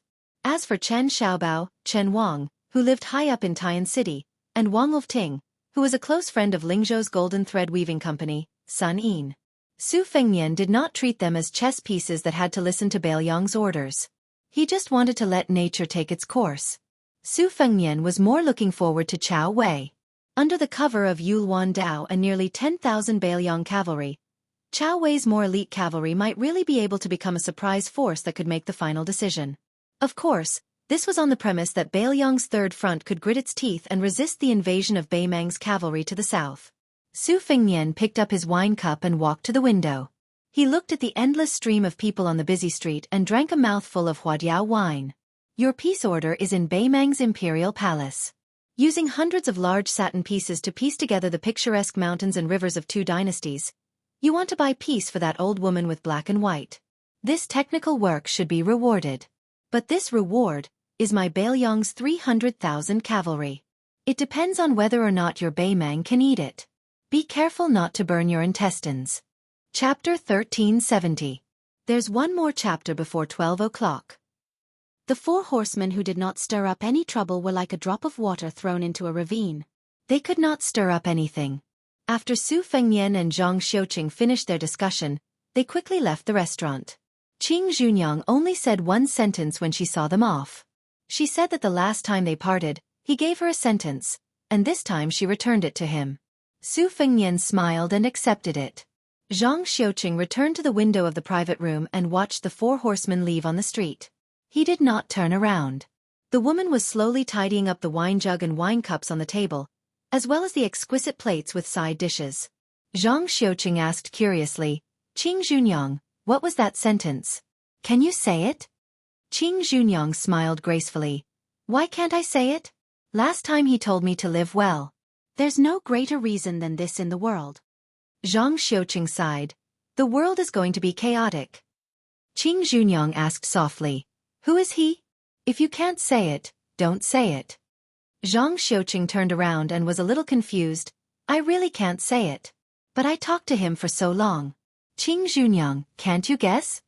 Qing Junyang's cheeks were slightly red. I don't know what I was thinking at that time. Anyway, I feel like I can't remember anything now. Zhang Xiuqing was stunned for a moment and held back his laughter. Just think of him as Su Lang. Anyway, his real identity will be revealed one day. When that time comes, even if you escape back to Beimang and close your ears, it will be useless. From the details of how he treated the servant girl, I can see that he is not a good person, but he can't be bad. Qing Junyang rolled her eyes at this Taoist priest who always liked to laugh at himself and only knew how to subdue demons in old books. She said softly. He is bad. Zhang Xiuqing did not know the inside story and was not willing to get involved in this matter, so as to avoid being in a difficult position. Oh right, after the Shenzhou continent sank in the eyes of scholars of the spring and autumn period, some scholar who did not accumulate virtue with his mouth said a derogatory sentence that spread far and wide. It said, Su Xiao is not a person when he looks at himself in the mirror. After Zhang Xiuqing settled down in Jizhou, he did not understand at first. Later, he found out that they were scolding the old Prince Liang for killing too many people, and that he was a malicious spirit who had intruded into the world of the living. As for others, such as, when the great general walks, one is high while the other is low, this was simple and clear. It was insinuating that Su Xiao was a cripple, and, if the upper beam is not straight, the lower beam will be crooked. This was once used to mock the hunchback butcher and his eldest son, Su Fengnian, for being hedonistic and unscrupulous. However, with the rise of Su Fengnian's reputation, very few people brought it up. Zhang Xiuqing sighed. It was a pity that he would not be able to take a look at the great general who had achieved great merits and had met a good end. Putting away these useless thoughts, Zhang Xiuqing looked at the sky outside the window. It was time for him to leave the city. The first master was still waiting for him. With his own news. Zhang Xiuqing suddenly returned to his seat and asked Qing Junyang to put back the cup, chopsticks, and dishes. He poured himself a cup of wine and drank slowly. She leaned against the window and quietly watched the bustling streets of the foreign city. After Su Fengnian's group of 4 passed through the Wild Goose Stop Pass north of Dazhan City, they abandoned their horses and traveled on foot to avoid any unexpected problems. They quickly traveled north on the mountain roads where woodcutters and hunters rarely went. Both Mi Fengjie and Fan Shaochai had a whole new level of respect for the child. It was not strange for him to have such a high level of comprehension at such a young age, but it was completely inexplicable that his internal energy was so strong. Of course, they would never have guessed that the shepherd boy, Yu Long, had inherited half of Wang Xianji's legacy. During the trip to Jizhou, the 6th-year Fengzong was able to accurately find Su Fengnian and pass on the situation of the battle in Yuzhou. When the group of 4 was running along a high ridge along a canyon, Su Fengnian suddenly stopped again. He raised his arm to support the handsome sea eagle that was falling through the clouds. Mi Fengjie saw that the usually calm king of Beiyang was somewhat dignified this time. He stood at the edge of the cliff in a daze. Yu Long sat on the ground and took off his sturdy leather boots. He lifted them upside down and threw away the gravel that was sticking to his feet. Mi Fengjie could not help but ask, "Is the battle at the Calabash Gate not going well?" Su Fengnian shook his head and said, "In the first battle at Zayoma village, the losses on both sides were actually within the expectations of Chu Lushan and Yan Wenluan. However, based on the intelligence reports I've received so far, there are some accidents outside of the battlefield that we must pay attention to." Yang Yuanzhan personally led the vanguard to attack Crouching Bao City. Since ancient times, the nomads of the north have lived half their lives on horseback. Naturally, they are skilled in horseback archery. However, during the early days of the Great Feng dynasty, they still maintained an absolute advantage over the grassland forces. You might not expect this, but even at the end of the Great Feng dynasty, even if they did not rely on the sturdy city walls and elite crossbows, the Great Feng army was still able to fight to a draw against the grassland cavalry. The reversal of victory and defeat between the two sides happened in the last 200 years or so. Countless border trade with smuggled goods for huge profits, in addition to the countless raids down south in the last 200 years, allowed the northern grassland to have a considerable number of craftsmen and ironware. The scholars of the spring and autumn period, Hongjia, rushed north and brought Beimang a rich population, a profound culture of the Central Plains, and a subtle influence on the concept of war. Dongzhua's private army attaches importance to infantry, siege, and auxiliary soldiers. This is one of the obvious changes. Su Fengnian squatted down and picked up a handful of yellow dirt. Gently holding it in his hand, he said, "Beimang claims to have invested 300,000 soldiers on the Eastern Front. If we were to go back 30 or 40 years, when we were in the early days of the 9 kingdoms of the Central Plains, we would definitely take it for granted that the 300,000 soldiers were, at most 100,000 soldiers. Even if we added in the laborers who transported the provisions and the auxiliary soldiers who were responsible for the maintenance of the equipment, it would still not reach 300,000. Su Xiao might not be the first person to resist this kind of bad habit of bolstering one's courage before the battle. But Su Xiao was definitely the military general who resisted it the most resolutely and thoroughly. Ever since he attacked the various Liyang bandit towns to set up separatist forces, he said that he had 5,000 troops and horses. Later on, he even became a huge joke. When the Northern Han battle had just begun, the Northern Han frontline general heard a spy report that Su Xiao had brought 20,000 soldiers with him. The general defending the city counted on his fingers. According to the old rules, there were only 6,000 to 7,000 soldiers, at most 10,000. There was still a battle to be fought and there was no need to retreat. In the end, the Northern Han general was captured by Su Xiao. Before being beheaded as a sacrifice, he cursed Su Xiao as a swindler. Su Xiao was so angry that he kicked out half of the general's teeth. He retorted, "If this daddy says 20,000, it means 20,000. I don't cheat the old or the young. You have the face to call such an honest person a swindler?" Originally, Yu Dilong had been swinging his 2 boots back and forth, as if he wanted to take a stroll in the boots. Hearing this, he quieted down and perked up his ears to listen to his master talk about something that was very far away from him, war. Chapter 1371. Su Fengnian clenched his fists, feeling the coolness of the yellow soil in his palms. He sighed, putting aside Beimang's central line and Liuzhou's western line. The eastern line of Yuzhou has more than 200,000 fighters. The remaining 100,000 auxiliary soldiers are actually no different from fighters. Beimang rides more and walks less. Dongzhua has set a rule that during this campaign, the fighters are not allowed to set up tents along the way. When they dismount, they sleep. When they open their eyes, they get on their horses and fight. The reason why there are 100,000 auxiliary soldiers is more to deal with the strongholds at the mouth of the gorge. When Yang Yuanzhan dealt with the Zayoma stronghold, he assigned the auxiliary soldiers to attack the strongholds. Most of the commanders of these auxiliary soldiers have fathers who were Chuanqiu survivors, or were actually Chuanqiu survivors in their 40s or 50s. As for Yang Yuanzhan's personal army and Hong Jingyan's Ruan cavalry, these main forces bypassed the strongholds and rode straight down, striving to reach Crouching Bao City as quickly as possible. By the time the main forces reach the city and the siege weapons arrive, the rear lines will have been more or less cleared. The conscripted peasants in Longyao province who are responsible for the supply of food will be able to continue their journey south. Therefore, in this battle, Beimang and Dongzhua are fighting very Central Plains. Fan Shaochai said coldly, "In that case, the strongholds north of Crouching Bao City are clearly doomed. Why didn't Yuzhou just line up Crouching Bao City, Luanhe City, and Shaoguang City at the northernmost part of the mouth of the gorge? Wouldn't that stop Beimang's army outside the pass? They wouldn't have to worry about Beimang's cavalry slowly encroaching on the strongholds. In the end, you Beiliang don't care about the lives of your soldiers just because you want to be the best in the world. Mi Fengjie looked at this woman as if she was an idiot. For the first time, a smile appeared on his withered face. Of course, this smile had nothing to do with good intentions. This was not to say that Mi Fengjie had grasped the loophole in Fan Xiaochai's words. The master of the profound sword cave's thinking was extremely simple. He was a Beiliang general who had soaked in blood on the battlefield and laid in piles of corpses.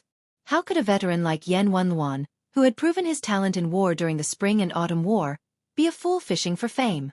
Su Fengnian did not ridicule Fan Xiaochai for being a frog at the bottom of a well, nor did he mock her for being a frog at the bottom of a well.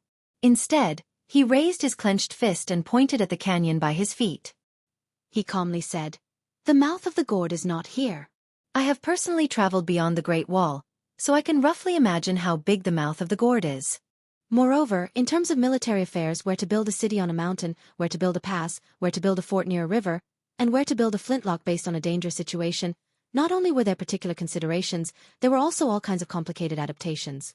The mouth of the gourd is the most advantageous terrain in Beiliang, and it is also the only natural defensive strategic location. You were right when you said that you wanted the soldiers of the fort to die. Once the enemy arrived, these officers and soldiers who were defending the fort would not be able to survive. They would only be able to defend to the death." Su Fengnian clenched his fists. The wind and sand on the cliff blew against his face, messing up the hair on his temples. He said, "Beiliang only told Li Yong that the mouth of the gourd could hold 150 to 60,000 northern barbarians, but most of the people of the Central Plains were unwilling to believe it. If from the beginning, Yan Wenluan wanted the 50,000 Yuzhou soldiers in the 3 cities and 200 forts at the mouth of the gourd to all die in battle at the mouth of the gourd." Su Fengnian, whose tone had always been calm, paused for a moment and then smiled. "I'm afraid that even if the Central Plains heard about this, they would pretend not to have heard it. Perhaps they would just say, 'Oh,' and then say nothing else. One should drink wine, one should admire the snow, one should enjoy the snow, one should enjoy the pleasures of life." Fan Xiaochai bit her lip, stubbornly asking, "If one person is willing to fight to the death, 100 people are willing. Even if 1,000 people are willing, are the 50,000 soldiers of the Yuzhou border army really willing to die at the mouth of the gourd? Father and mother gave them 2 legs. Won't they flee?" Finally, Mi Fengjie could confidently teach this woman, who knew nothing but killing, a lesson. With a sneer, he said, "You are the descendant of one of the first nobles of the old northern Han. How could you possibly understand what the people of northern Liang are thinking? The great general has only been in charge of Beiliang for 20 years. The morale of the army is still there. Moreover, the Beiliang border has not been peaceful for many years. When soldiers go to war, go into battle and kill the enemy, Beiliang is the best in the world.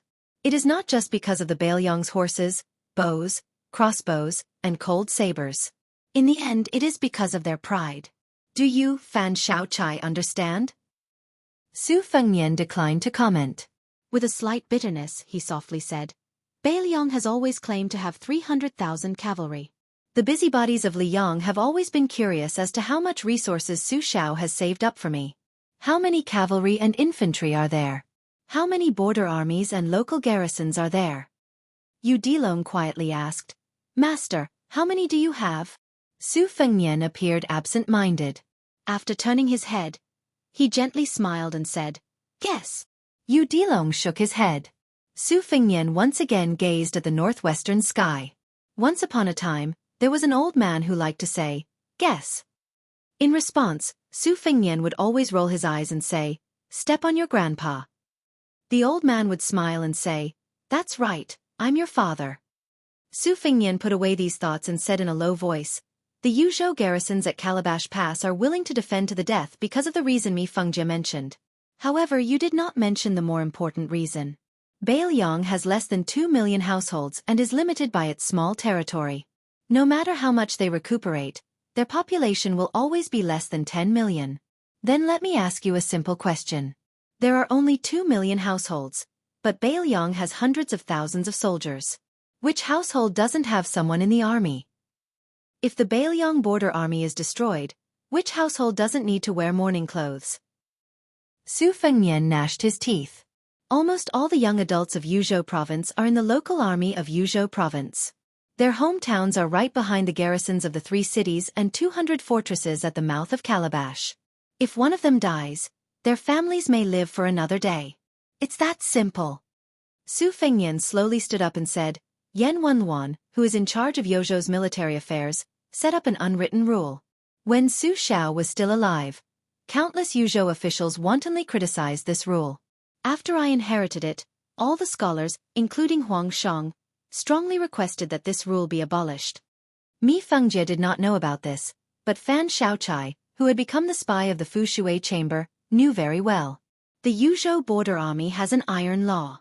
No matter who it is, if someone retreats before the battle, their entire family will be executed. Yan Wenluan once told me that he could give up being the commander of Beiliang's infantry, and could even hand over the military power at Yozhou's border to someone else. However, before he dies in battle, no one can change this rule. Even I, Su Fengnian, cannot change it. Su Fengnian exhaled a mouthful of turbid air. He squinted his eyes and murmured softly, "This is war, this is Beiliang." The mountain wind was swift and fierce. Su Fengnian stood at the edge of the cliff. He was a little far from the 3 people, and seemed a little lonely. Fan Shaochai hesitated for a moment before asking, "What are we going to do next?" Su Fengnian smiled and said, "Whatever I can do, I'll do. I've been doing the same thing since I came to Jizhou." Mi Fengjie, who had noticed some clues before, asked carefully, "Are you trying to return to the peak of martial arts?" Su Fengnian replied, "The mountain is at the end of the river and the mountain is at the end of the river. Even if there is no road under my feet, I have to find one." Outside Dunhuang, there was a huge stone Buddha with a majestic mountain as its embryo. Day after day, year after year, the Buddha looked at the world with a smile and pity. In the main hall of Mount Wudong, there was the Jianghu Great Emperor, who had stood with his sword for hundreds of years. In the Holy Temple, the Absolute Saint, the Quasi-Saint, and the many sages who accompanied the sacrifice still had the aura of death. He murmured softly, "Zizai zizai zizai zizai, there is no one, there is no self. Ask yourself where you are, and you will naturally be at ease. Tathagata Buddha, Tathagata Buddha, there is a future, there is a future." How did this life come to be? Taoism sat in forgetfulness to comprehend immortality. Buddhism visualized to let go. Confucianism guarded benevolence and great fortitude. Su Fengnian closed his eyes and stretched out his hand, allowing the wind to blow away the handful of yellow sand in his palm. When Su Fengnian finally arrived at Transverse Water City, a middle-aged man dressed in a simple and clean Confucian robe came out of the city alone to welcome him. He said a few words and gave him a gift. When Su Fengnian urged his horse to leave, the 6th-year banknote scholar of Jianghu Academy bid him farewell. "When I left Jiangnan in Jianghu Academy's 7th-year banknote, I brought with me a bag of soil from my hometown. 14 years later, the soil has long since disappeared, leaving only this old bag. I sincerely ask that after I die, when the hooves of Beiliang can one day step on the hinterland of Beimang, please take a handful of soil from Beimang and offer it as a sacrifice to Wei Jingtang." Chapter 1372.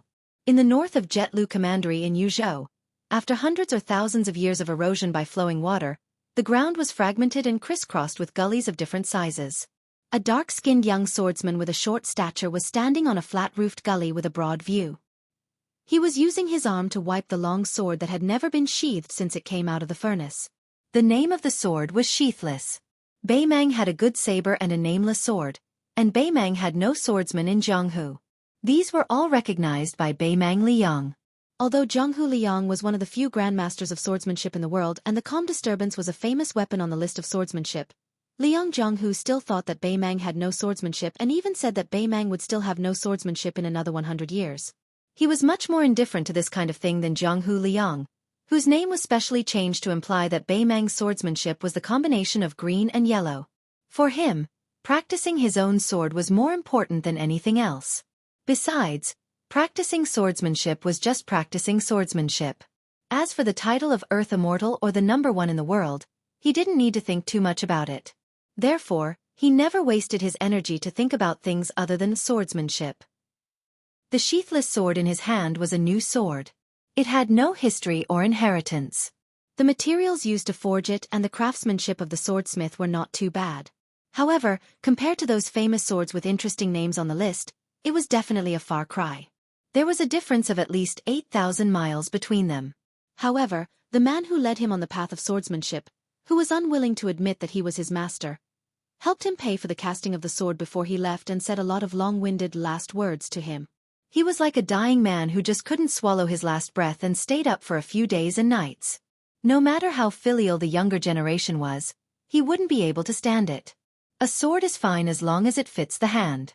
Once it fits the hand, it will be satisfactory. A swordsman who changes his sword back and forth will not be able to practice good swordsmanship. Of course, you might ask if a broken sword can't be replaced. Wrong, you don't believe me?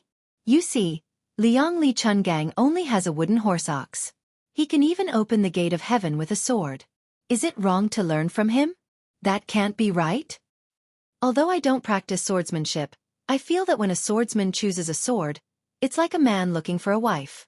Love at first sight is the most important thing. Hurry up and take a few more glances at the sword in your hand. I spent a few dozen taels of silver on it.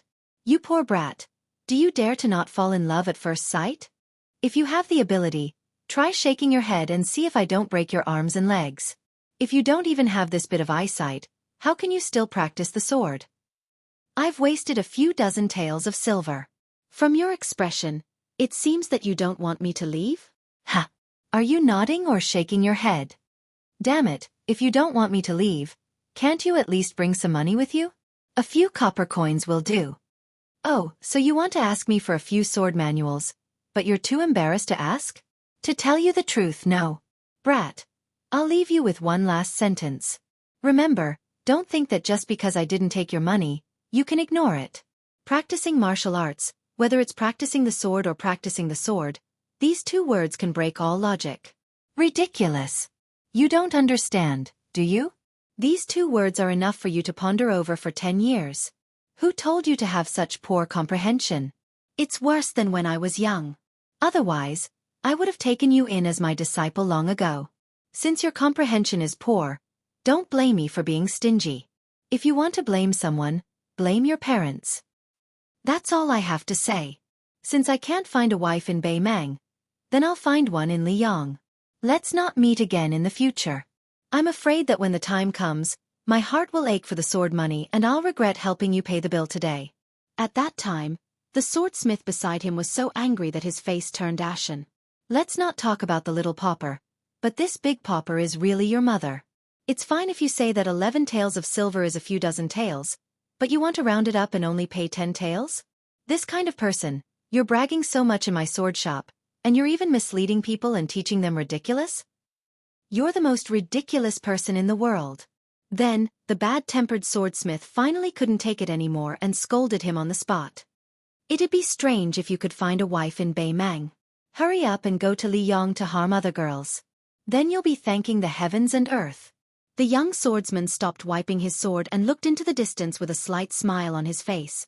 If that unknown swordsmith back then knew of that guy's identity, he probably wouldn't have dared to scold him like that even if he was beaten to death. Now, after Tuoba Bodhisattva became the #1 in Beimang, he was still thought to be no match for Wang Xianji.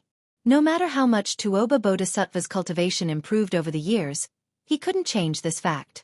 However, the previous #1 in Beimang before Tuoba Bodhisattva mysteriously disappeared. Everyone in Beimang believed that he could definitely fight Wang Xianji to the death. This genius who was hailed as the one in 1,000 years in the grasslands was Huyen Dugwan. He was a sect by himself. And this swordsman who couldn't become Huyen Dugwan's disciple was Tai Mu Dai. His ancestors were once the highest flying eagles in the grasslands. They even soared freely in the skies of the Central Plains. Tai Mu Dai, wasn't someone who would reminisce about the past. He had a feeling that he most likely wouldn't be able to return to the grasslands this time. He didn't feel much about the dynasty of Beimang. Most people in the grasslands were like that. A tent was a home, and a surname was a tribe. The reason why he got involved in this mess was because the Beimang royal court used his tribe to threaten him. At that time, the 10 of them joined forces to kill that Beiliang general with the surname Yen. Tai Chier and Ko Kur died first. Tibbing Shan was abandoned by that little idea and died at a certain pass. Later, the 7 of them fell into a deadlock again. Ahema, who always complained about not being able to drink, died laughing. Later, they almost succeeded in escaping danger under the lead of the Great Yu House. Unfortunately, they were discovered by a group of people who were said to be qi cultivators. 2 of the Beimeng experts who had been famous for a long time died. Tai Mu Dai, or didn't even know their names. He only remembered that they both used sabers. One of them even helped him block a spear from the Bailiang expert. Now, only he, Tai Mu Dai, the Great Yu House teacher, the princess who always covered half of her face, and the gloomy old woman who had lost the flowers on her temples. This should have been a great situation of a group of people ganging up on one person. Why did they lose so badly? The Great Yu House teacher said many things while escaping, but Tai Mu Dai forgot all about it. He only knew that they tried countless methods. At first, they scattered in all directions. Later, they tried their best to surround and attack. Later, they tried all kinds of ambushes and interceptions. In the end, it was all useless. From beginning to end, the Bailiang man, who was so strong that even Tai Mu Dai felt fear, used one method to hunt them down. Whoever stood in the northernmost position, he would target and kill them. He didn't seem to be in a hurry at all. He only used one spear. Before that, his opponent could use all their strength. If someone stood in the northernmost position, he wouldn't hesitate to change his target. Generally speaking, martial arts masters who had reached the level of these 10 people had extremely strong stamina and legs. If they were determined to escape, it wouldn't be easy for them to kill an enemy of the same level, even if they were more skilled. They would need to fight for a long time. But the problem was that the guy who only used an ordinary spear only needed one spear to kill. This was more fatal than anything else. Before he used his spear, he would rely on his strong body to wear them down. He would either dodge or meet force with force when he couldn't dodge in time.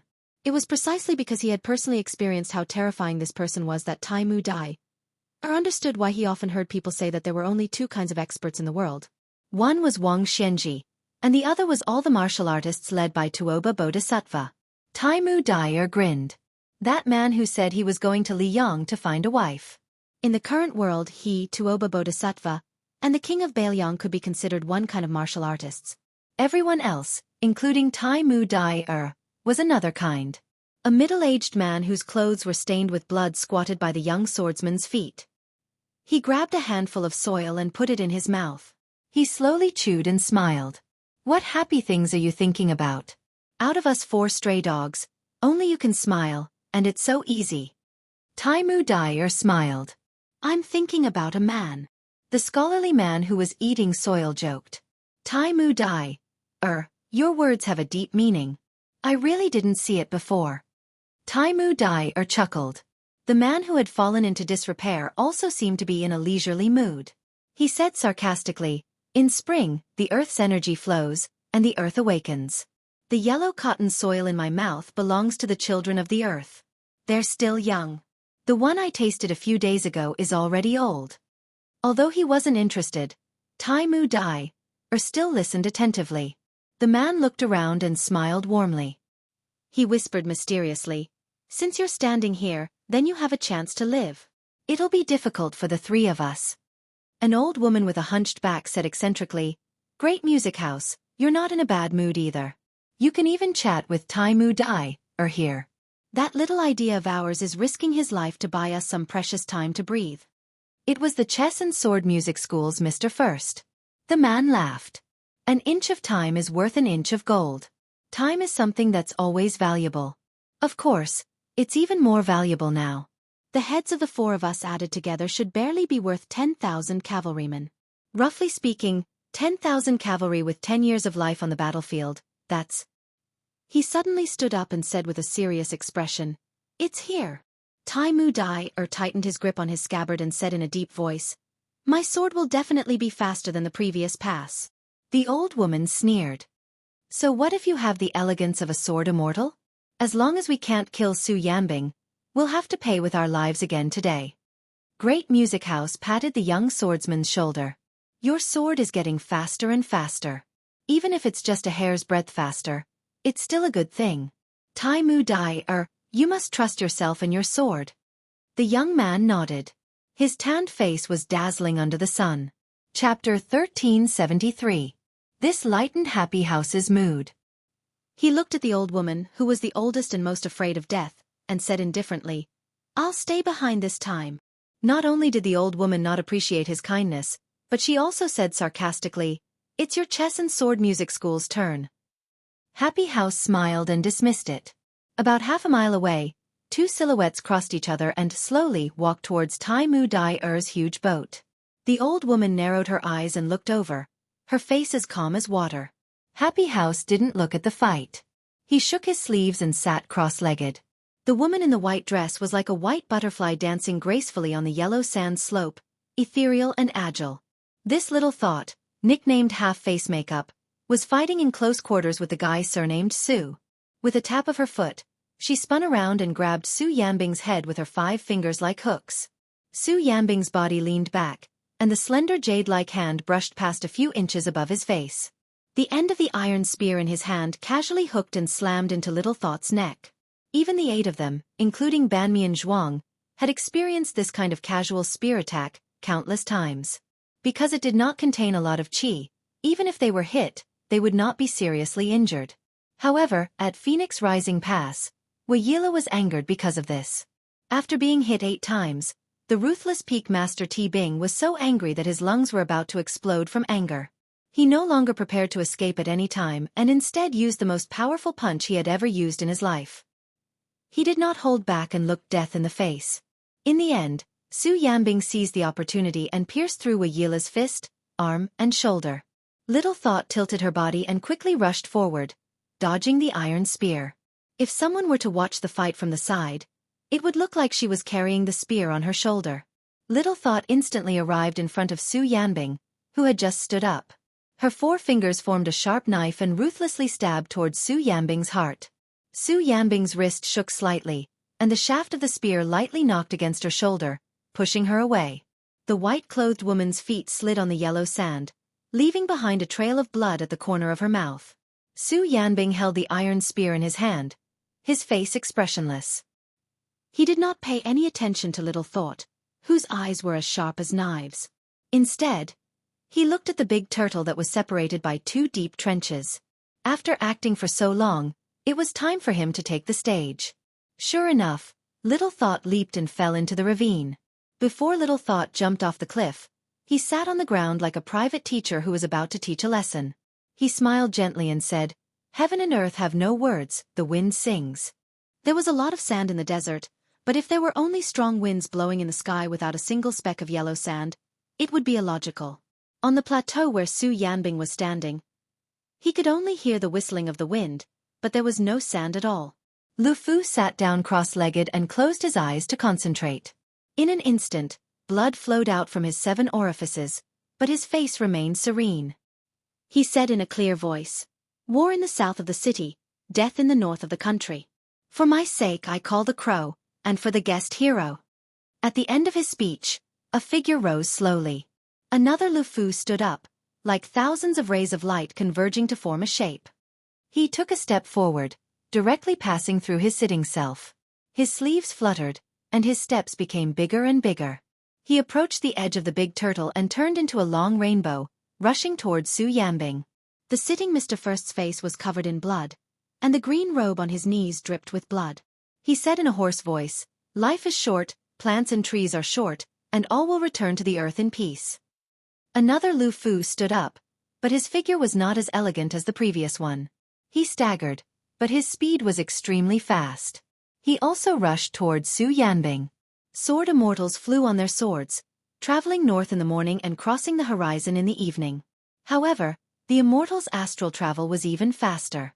The 2 Lu Fu's astral travel came one after another. The former stopped behind Su Yanbing, while the latter came in front of Su Yanbing.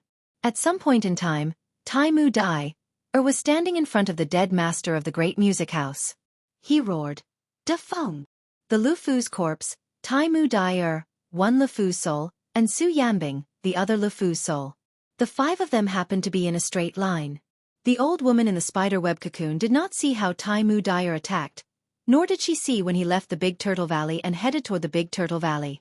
When she could finally take a closer look, She realized that the situation she saw was so bizarre that she could not believe her eyes. The Lufu's cultivator sacrificed his life to guide Tai Mu Dai to use the Earth Immortal's killing move. It ended with Su Yanbing's spear piercing Tai Mu Dai's shoulder 4 feet in front of him. The tip of the sheathless sword was still a foot away from Su Yanbing's heart. Although the sword chi had arrived and caused a pool of blood to appear on Su Yanbing's chest, it was definitely not enough to kill him. In a battle of life and death between top martial arts grandmasters, a foot of distance was like the difference between yin and yang. However, between Su Yanbing and Tai Mu Dai there was someone holding the spear. This prevented Su Yanbing from casually pulling the spear downwards and crushing Tai Mu Dai's heart and lungs. Su Yanbing pulled out the spear. The body of the spear let out a series of ear-piercing screeches. The uninvited guest supported Tai Mu Dai with one hand and flicked his wrist with the other. There were traces of blood on his palm. The old woman swallowed. Chapter 1374. As a senior on the level of Spiderweb's ancestor, she recognized this person. Huyen Daguan. Other than Tuoba Bodhisattva, there was no one else who could make Su Yanbing's spear return at full power. Of course, it was even more unrealistic for the latter to return empty-handed. Huyen Daguan laughed. You finally made it in time. Su Yanbing, if you don't kill Tai Mu Dai, I won't make trouble for Su Fengnian. How about it? Su Yanbing's expression was cold. He raised his spear an inch and took a step back. The opponent in front of him was worthy of him pulling away to the most suitable position for his spear to unleash its full power. Huyen Daguan said helplessly, to tell the truth, Liang Mang's fight has nothing to do with me. I've never thought of making things difficult for Su Fengnian. Tai Mu Dai struggled for a moment, but Huyen Daguan's hand on his shoulder slightly increased in strength. The former immediately found it difficult to breathe. Huyen Daguan straightened his expression and said, but if you insist on killing Tai Mu Dai today, then I don't mind killing Su Fengnian. As for whether or not it succeeds, I don't care. The old woman knew that Huyen Daguan wasn't purposely releasing his qi, but she still felt suffocated. Then, she immediately felt a surge of grief and indignation that she couldn't suppress no matter how hard she tried. This was because the person who had chased them for an entire 10 days without saying a single word had finally spoken. Su Yanbing said calmly, You'll have to ask my spear first. Huyen Daguan, who was even more fluent in the official language of Liang than the people of Liang, cursed. He laughed bitterly and said, Stop, I'm scared of you. Su Yanbing, since you're determined to fight, fine. The spear in your hand can't take a single blow. Go back and get a new spear. For better or worse, it can take 3 spears from you. Otherwise, we won't be able to fight to our heart's content. I, Huyen Daguan, will wait for you here. Tai Mu Dai, that whatever, and that old woman who likes to stick a red flower in her mouth, I'll help you keep them here. When the time comes, whoever wins will speak. How about it? Su Yanbing nodded, turned around, and left just like that. This scene caused the old woman's eyes to almost pop out of their sockets. When Su Yanbing's figure disappeared from sight, Huyen Daguan released his grip. Tai Mu Dai, whose face was covered in tears, turned to look at the large banner where Mr. Yu sat. The scabbard slipped out of his hand. Huyen Daguan calmly said, Pick it up. Tai Mu Dai seemed to be out of his wits and did not hear what Huyen Daguan was saying. Huyen Daguan was too lazy to waste any more words. He slapped Tai Mu several zhang away from the Great Joy House's corpse. Then, he kicked the abandoned sword over. Little thought, half of her face covered by a white veil, came to Huyen Daguan with a complicated expression. Huyen Daguan sighed. 800 years ago, was it important who we were? It was not strange that Luo Yang could not let go. She was Qin Empress's. She had even let go of this so-called Emperor Qin's shadow. So what were you? You were just a woman of the imperial family whose country was destroyed by the great Qin army. This kind of grudge has caused so many conflicts in the various dynasties of the Central Plains over the past 800 years, let alone some princess of a small country. It's meaningless. Huyen Daguan looked up at the sky. Besides, that person is gone. Su Fengnian is just Su Fengnian. Who do you hate? Back then, you successfully instigated those 2 women to become enemies. To a large extent, it was you who caused the Great Qin to be destroyed. Are you still not satisfied? Little Thought tore off the veil. Half of her face was extraordinarily beautiful, but the other half of her face was constantly changing between the faces of unfamiliar women. Finally it stopped. It was actually half a man's face. Huyen Dogwan turned his head and did not meet her gaze. He said softly, "You can go." She looked at the white veil floating in the distance and raised a hand to cover that half of her face. She murmured, "You really left? Then tell me, where can I go? You are always like this, not even willing to look at me. I never hated you. I just want you to look at me, just one look." Huyen Dogwan asked, "You really don't want to go?" Little thought of Princess Grave raised her other hand. Her 10 fingers were like hooks as she slowly cut her 2 faces into a bloody mess. She did not show any pain and closed her eyes. She used a tone that modern people could not understand and softly hummed a song. When the song ended, Huyen Dogwan pushed her forehead with his palm. She fell into the canyon. Huyen Dogwan stood alone with his hands behind his back. He sighed softly, "It's finally over in this life." That white dress was like a delicate white butterfly that was unwilling to break out of its cocoon. It hid in the cocoon timidly and looked at the outside world. There was no woman in the world who took off her veil when she was alone. Year after year, life after life, she looked at him in the mirror. In the corridor under the eaves of a private school in Bailiang, an old man was lying on a rattan chair, basking in the warm sunlight. Young children sat around him. Every time the old man sang a line, the children would sing a line with him. It was an ancient song that spread not long after the great Qin was destroyed. The song was melodious. A daughter of the Yang family has just grown up, and no one knows her. Born beautiful, she can't give up on herself. She chose the king's side. Looking back with a smile, the beauties of the 6 palaces pale in comparison. Chapter 1375. The furthest distance between 2 beacon towers was no more than 30 li, and the closest distance was less than 3 li. Xianxia was extremely strict and meticulous in choosing the location of each beacon tower. Standing on the watchtower of any beacon tower, one would definitely see more than 2 neighboring beacons. Bien Feng exchanged glances with each other.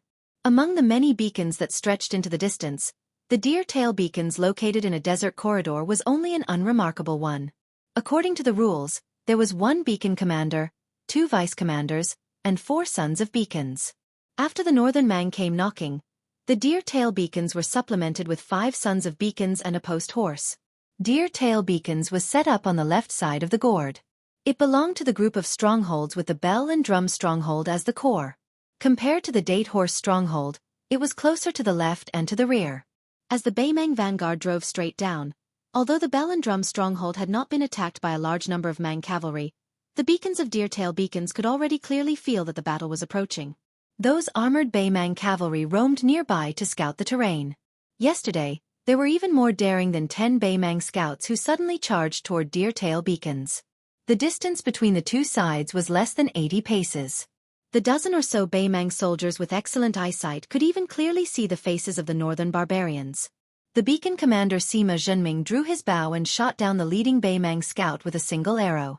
The leader of the Beimang scouts was clearly shocked. After collecting the corpse, he resentfully left. Before he left, he even raised his saber and pointed at deer-tail beacons. At dawn this morning, Sima Zhenming, who was personally responsible for guarding the rear half of the night, stood on the high platform and looked up at the cage called Do Ling. As the head of deer-tail beacons, he was different from most of the illiterate beacons in the bell and drum stronghold. Sima Zhenming was a somewhat famous scholar near the bell and drum stronghold. His writing was very beautiful. At the same time, Sima Zhenming also had excellent archery skills. Therefore, he was promoted to beacon commander in less than half a year after joining the army. The Sima family was a prestigious family in Bailiang. Although Sima Zhenming was a concubine's son, he could have relied on his status as a general family to become a government official in a nearby county. It wouldn't have taken him more than a few years to become an official. The reason why he came to Calabash Pass was because of Sima Zhenming's impulsiveness. Everyone knew that His Royal Highness had 800 bodyguards called the White Horse Righteous Followers. They were all riding Liangbei horses from Xianli Ranch. They were armed with swords, crossbows, and white armor. If it was a few years ago, the White Horse Righteous Followers were of little value in the eyes of first-class families. Only third-rate general families in Bailiang would be willing to put their children in the White Horse Righteous Followers. However, after Su Fengnian's successful hereditary succession, The White Horse righteous followers became the White Horse righteous followers. Unfortunately, Sima Zhenming was not selected. Instead, a close friend of his from a prestigious family in the same county was selected. Last autumn, that guy went to Jianghu full of ambition. It was said that a few noble ladies in the county who had their eyes on the top of their heads almost recommended themselves to that guy. While Sima Zhenming was happy for his best friend, he inevitably felt that he had lost face. In a fit of anger, he ran to Calabash Pass, which was almost the northernmost borderline. At first, those deer-tailed old soldiers didn't like to talk to him, and the previous feng shui didn't like this weak scholar with a handsome face. He even threatened him to clean his butt at night. At that time, Sima Zhenming was furious and had a fierce fight with that old soldier. After that, he thought that he had beaten up his superior and would definitely be sent back with his tail between his legs. He didn't expect that the feng shui, who looked like a bear, to be so strong-willed. Although he didn't give Sima Zhenming a good face afterwards, he didn't do anything to deliberately make things difficult for this troublesome feng shui who didn't know the rules. He only made Sima Zhenming cook for 2 months. Sima Zhenming didn't pay attention to the fact that a gentleman should stay away from the kitchen and just accepted it. At the end of last year, when the feng shui of each fort went to the bell and drum village to practice martial arts, feng shui of Deer Tail Ba Feng Shui had forced Sima Zhenming to do something beyond his ability. Unexpectedly, Sima Zhenming received a personal commendation from the Deputy General of Yuzhou Province. Until now, Sima Zhenming still remembered that on the way back to Deer Tail Ba Feng Shui with the feng shui of Deer Tail Ba Feng Shui with the feng shui of Deer Tail Ba Feng Shui. At the beginning of this spring, the scouts of Beiliang and Beimang almost exchanged lives with each other every day. At this moment, the feng shui of Deer Tail Ba Feng Shui suddenly promoted to the head of B Rise Castle.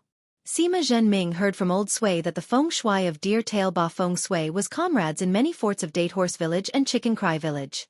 They had been friends for over 20 years. When they were young, they were all brave men who had killed Beimang barbarians in Beimang. The two feng shui of Deer Tail Ba Feng Shui came to the high platform on time. Hearing the footsteps, Sima Zhenming turned around and looked at the two different faces. One was immature and vigorous. After all, he was only 16 or 17 years old. The other was weathered and mediocre. The former was one of the feng shui of Deer Tail Ba Feng Shui. In the words of the old feng shui of Deer Tail Ba Feng Shui, he was a new recruit from Yuzhou Province. Even his fart was fragrant. The latter was an old senior of Deer Tail Ba Feng Shui. His surname was Shui, and it was said that he was one of the earliest feng shui soldiers. After Deer Tail Ba Feng Shui was built, he became the first batch of feng shui. After many years of hard work, he finally became the deputy commander. However, the younger generation of Deer Tail Ba Feng Shui liked to call him Xiao Shui. Even the previous commander said that he did not know where this nickname came from. Old man Shui had a good temper and did not mind. Whenever he smiled, he would smile. The other deputy commander of Deer Tail Ba Feng Shui, Guaxi, was in the prime of his life. He was the only one who called the old man Master Shui. He was also a strange person who did not smile much. There were many round logs in Deer Tail Ba Feng Shui. Guaxi would practice a set of boxing moves on the logs every day for an hour. When he was on night watch, he would practice boxing moves on the edge of the high platform. Sima Zhenming had learned martial arts from a famous boxing master in Yuzhou since he was young. He had a rough understanding of Guaxi's skills. Perhaps his style was not good, but his foundation was solid. Therefore, after he became the commander of Deer Tail Ba Feng Shui, Sima Zhenming had always treated Guaxi with respect and treated him as an elder brother.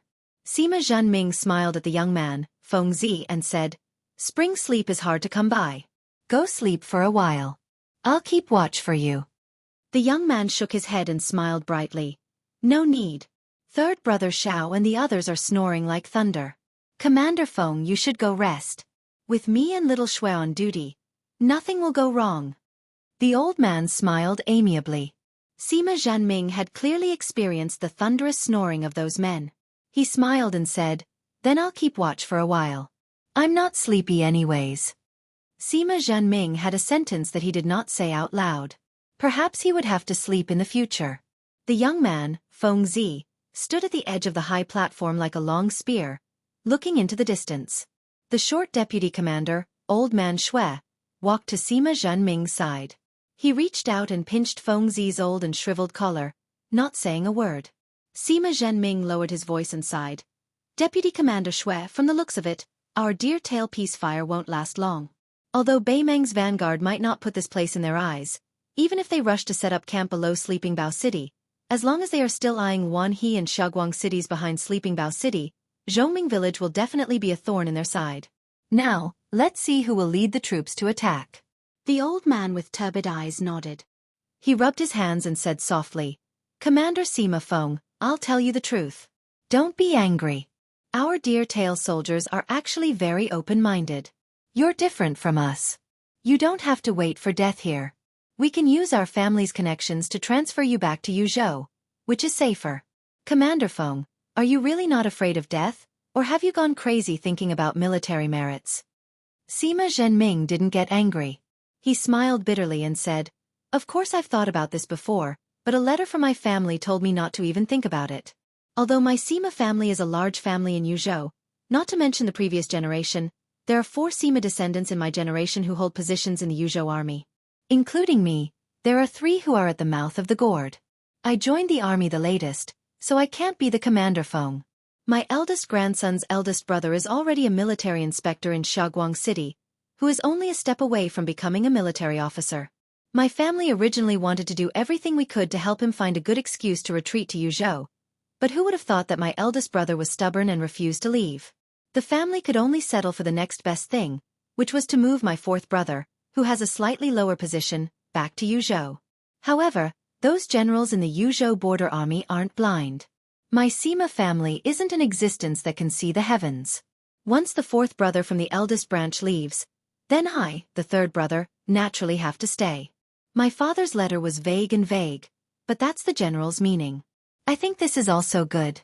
At least I have a younger brother who is 10 years old from the same mother. With him by my mother's side, I'll be able to support myself in 4 or 5 years. Once I shamelessly return to Yuzhou, my father, mother, and younger brother won't be able to raise their heads for the rest of their lives. Sima Zhenming's originally bitter smile began to become somewhat free and easy. After glancing at the young Master Feng, he looked at the old man and said, I don't dare to ask the young Master Feng, nor do I have the heart to ask. However, I'm very curious about what Deputy Commander Shui and Guoshi Shui are thinking. Before I arrived at the mouth of the gourd, I heard that you old veterans are the best at fighting. Let's not talk about military merits for now. Let's talk about preserving our lives first. Chapter 1376. The old man reached out his hand to support himself on the cold orange stalk. His old face was wrinkled like a withered tree, and it was unknown how many sorrows and joys he had accumulated. The old deputy commander said calmly, Marshal Sima Feng, to tell you the truth, this old man has never been on the battlefield in my entire life. I've never experienced a battle before. I've only seen it a few times from afar many years ago. Ever since I arrived at Heluku 17 years ago, I never thought that I would see the Beimeng army while I was still alive. People died in battle. This old man has lived for so long. I'm someone who can't wake up at any time. It's not that I'm afraid, but I don't dare to think about the tragedies that happened after the war. Many years ago, before I arrived in Beiliang, I saw 2-legged sheep being sold by the side of the road. They were sold by the caddy, with butchers and pots of boiling water on the side. Dog meat was 500 coins per caddy, and this sheep meat was only 100 coins per caddy. Sima Zhenming's face was full of confusion. He didn't know what to say about selling sheep meat and eating sheep meat. The old man's fingers trembled slightly. He said softly, Those 2-legged sheep are people with only 2 legs. Women are called lambs to be eaten, and weak children are called small bones to be eaten. Some rare scholars, as long as they aren't too thin and sallow, can be sold for a higher price. They are called scented sheep to be eaten. Sima Zhenming almost vomited, but at the same time, his scalp went numb. This beacon marshal narrowed his eyes, staring fixedly at this old deputy marshal from Shirlu Commandery in Yuzhou, one hand on the cold blade's hilt. At this time, the deputy commander Guoshi, who had just finished practicing, came over. He glanced at Sima Zhenming and silently walked to the old man's side. Old man Shui said indifferently, At this time in front of the Beimeng army, is it important whether you're a Beiliang native or a spring and autumn refugee from the Central Plains? Don't worry, this old man isn't a Beimeng spy. I can't afford to lose the face of the Shui ancestors. Sima Zhenming sneered and asked, Is it really not important? The old man suddenly laughed happily and pointed at the silent deputy commander Guaxi. Commander, your archery skills are on par with his, but in terms of fighting, you're far behind. Then, this old man, who used to be able to make fun of anyone in feng shui, no longer paid any attention to Sima Zhanming. His face revealed a deep expression of reminiscence as he said to himself, "Back then, I was in the Shishu Lang Yamen secretariat. I only did some shady business like copying scriptures and engraving official seals. My annual salary was not even 100 stones. I was only a minor 7th rank official. Of course, I didn't have a single hair on my head. Then, I had a way to earn money to support my family. In the palace, during festivals, there were many spring couplets to be put up. It was our turn to take the stage. Before writing the couplets, the eunuchs would bring in cinnabar and gold powder for mixing ink. At this time, I took out a large brush and dipped it into the gold powder. The brush broke.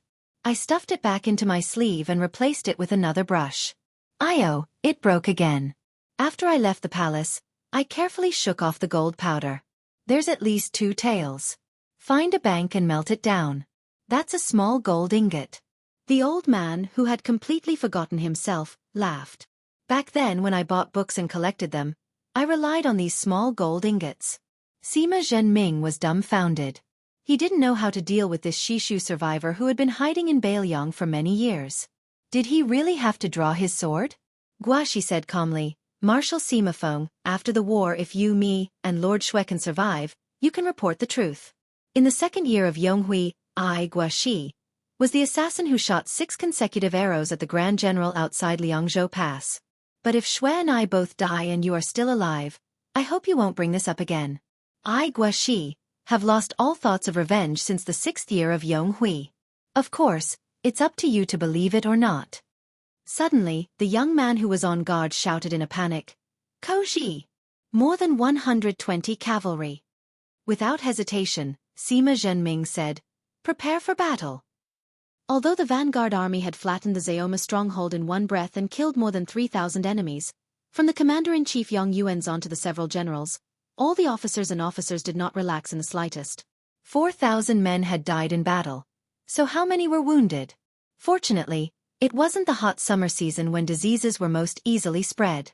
Otherwise, with the ruthless style of the nomads in the north, they would have killed all the severely injured on the spot.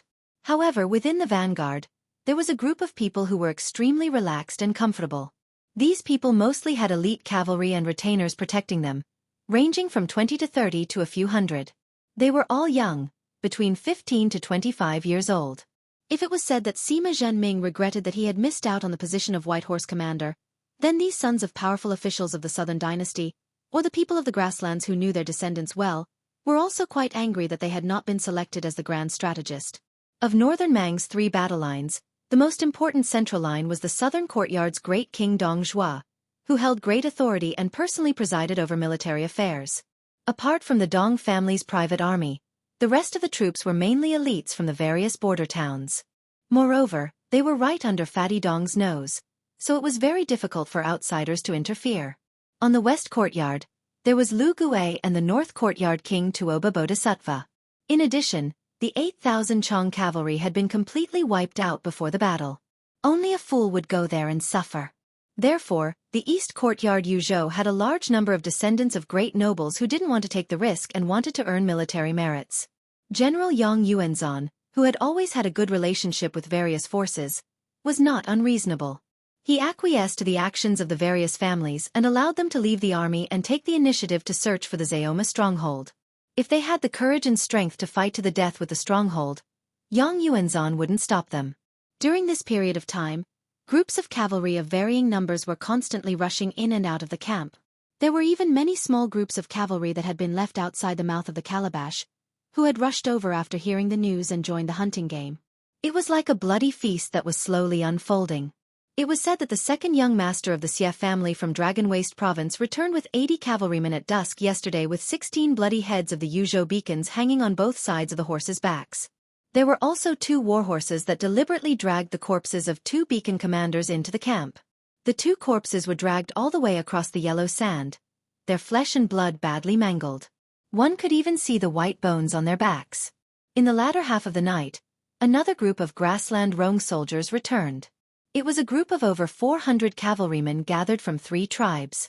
They directly broke through a Wu castle in a valley at the edge of Crouching Bao City. These blood-soaked Rong soldiers waved their sabers as they entered the camp. The sabers that were clearly different from the Rong scimitars were all the famous Bailiang sabers of the Su family. A few young leaders of the Rong soldiers even threw down a few crumpled things as they rode into the camp. When someone picked them up, they realized that they were actually the Su flags. The Battle of the Zayoma stronghold had shaken the morale of the vanguard army, but their morale had been greatly shaken. At dawn this morning, another 7 or 8 groups of cavalry rushed out of the camp. With the arrival of a large number of siege weapons, the attack on Crouching Bao City was imminent.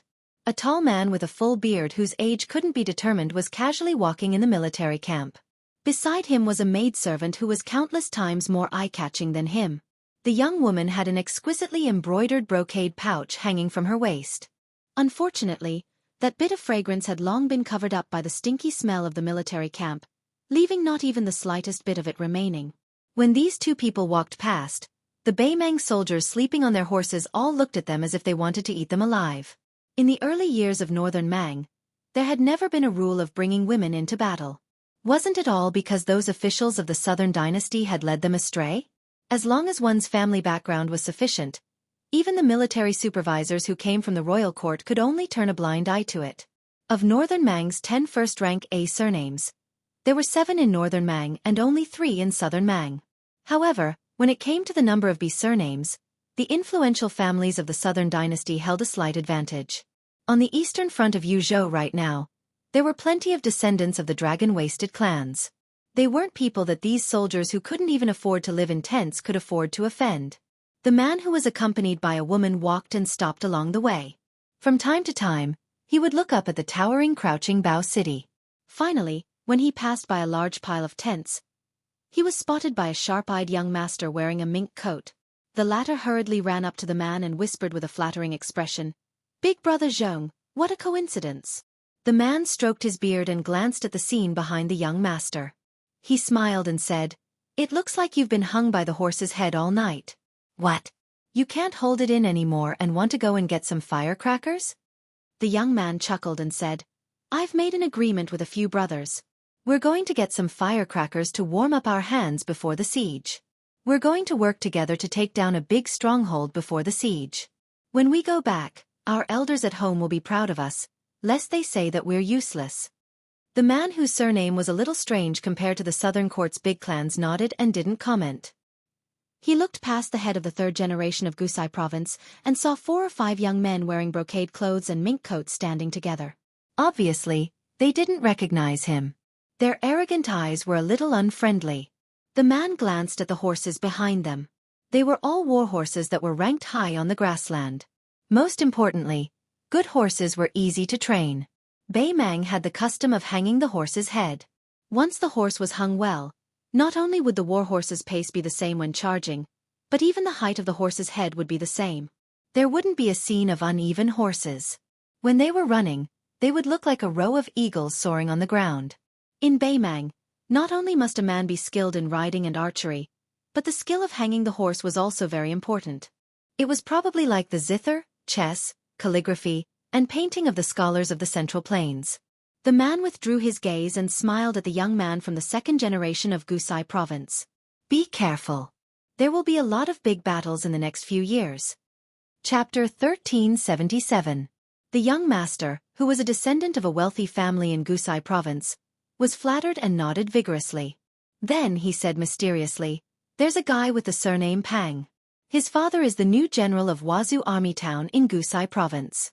This kid is very valued in his family.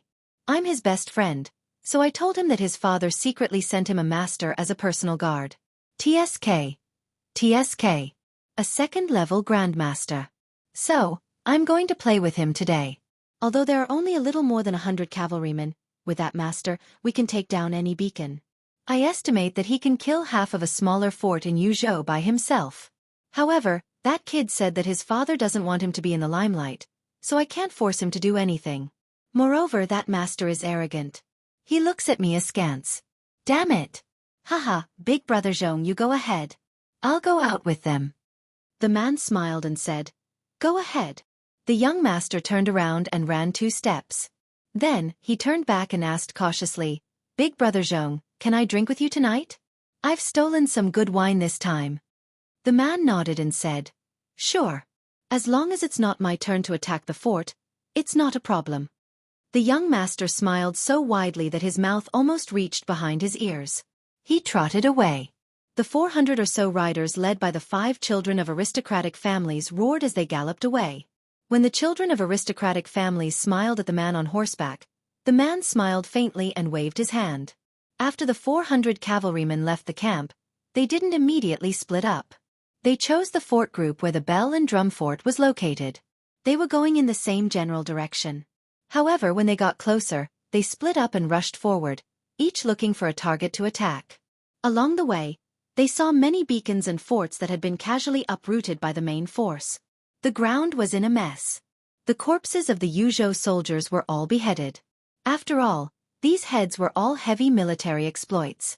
After reaching their destination, the cavalrymen finally split up. The other 3 didn't find it strange that the 2 best friends didn't split up. Instead, they were full of sarcasm in their hearts. 2 descendants of a dignified second-class family only had 120 cavalrymen. 120 riders, that was really a pitiful sight. The cavalrymen began to go deeper and deeper. They didn't dare to get too close to the beacons attached to the forts. In fact, they had already asked someone about the details of this hunting expedition yesterday. After knowing the truth, they restrained themselves. It turned out that although those cavalry troops had obtained real military merits, they had suffered heavy casualties, especially the Rong soldiers who had taken down Fort Wu and obtained the Sioux flag. The reason why they looked like they had returned victorious was because they did not retrieve the corpses of their comrades and left them on the battlefield. Furthermore, according to various sources, although those sparrow-sized beacons were small, the archers were often very troublesome to deal with. Even if they managed to break in, they would still have to engage in close combat to the end, and would not rest until they were dead. What a joke! Northern Mang and Northern Liang had been fighting fierce battles for so many years. Who had ever heard of anyone accepting surrender? It was rumored that the former king of the South Courtyard, Huang Songpu, had made a suggestion in the court after his return to the throne, to see if he could recruit people to surrender. At that time, not to mention the generals who were holding the edict as if they had smelled shit, even the emperor's face had turned green on the spot. In the end, it was still the imperial decree of peace who helped Huang Songpu out of this predicament, saying that the matter of surrendering wasn't urgent, that they could talk about it after Bailiang was defeated.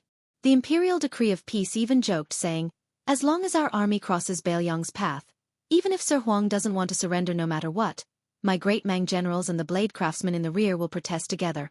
Stop killing, there aren't enough blades. The 120 cavalrymen finally found excellent prey. Young Master Pang, whose father was tile-building army's town general, raised his arm, producing a sheepskin map from his bosom. That South Dynasty 3rd generation ancestor who was trying to worm his way into being close to this man bent over to take a look, saying with shock, Pang Rue, you really are something. You even have this kind of thing. It seems like on our Eastern Front, only 1,000 men commander has the qualifications to carry something good like this, right? The corners of the youngster named Pang Rue's lips curled up. He put away the map, looking towards the small deer tail beacon on the map, nodding and saying, every 1,000 men commander has a copy, a total of 16 sheepskin parchments. This is something I borrowed from one of them last night.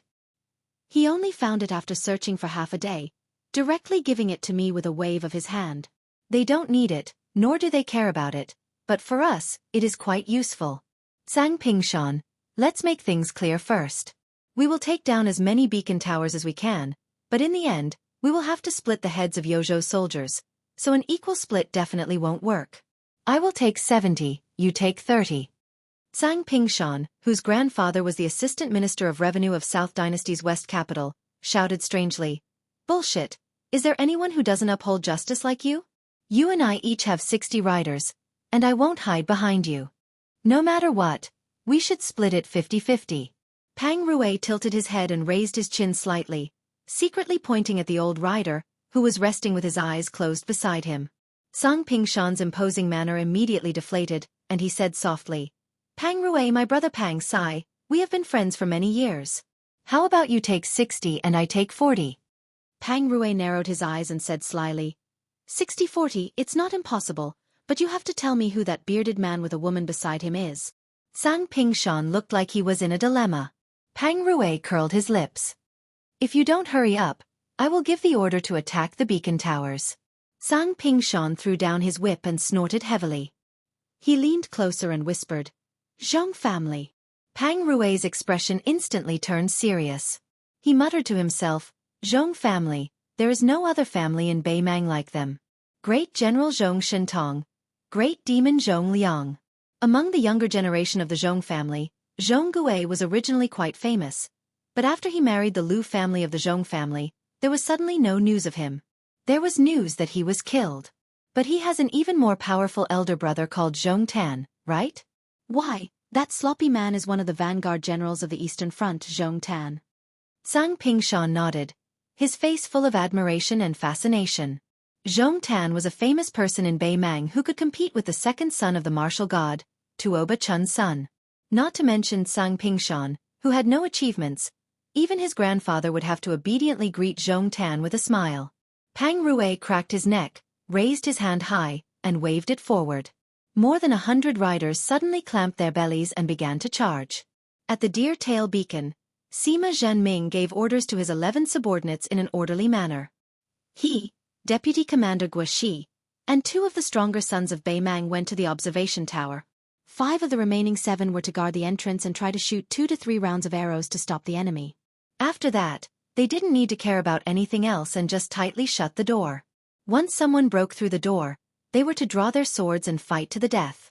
The other 2 were to wait for an opportunity to shoot down the Beimang cavalry. Sima Zhenming told them that what they needed to do was very simple. They just needed to wait for the enemy to come closer before killing them. They only needed to kill them at close range and not from a long distance. 1 less round of arrows was fine. After giving the order, Sima Zhenming, who was about to climb the tower, glanced at Old Man Shui. The latter didn't say anything and only nodded. Arriving at the tall platform, Sima Zhenming gestured downwards with his hand, having the 2 men with bows and quivers on their backs squat down first. After all, Sima Zhenming still didn't know if there were any northern Mang master archers in that cavalry troop.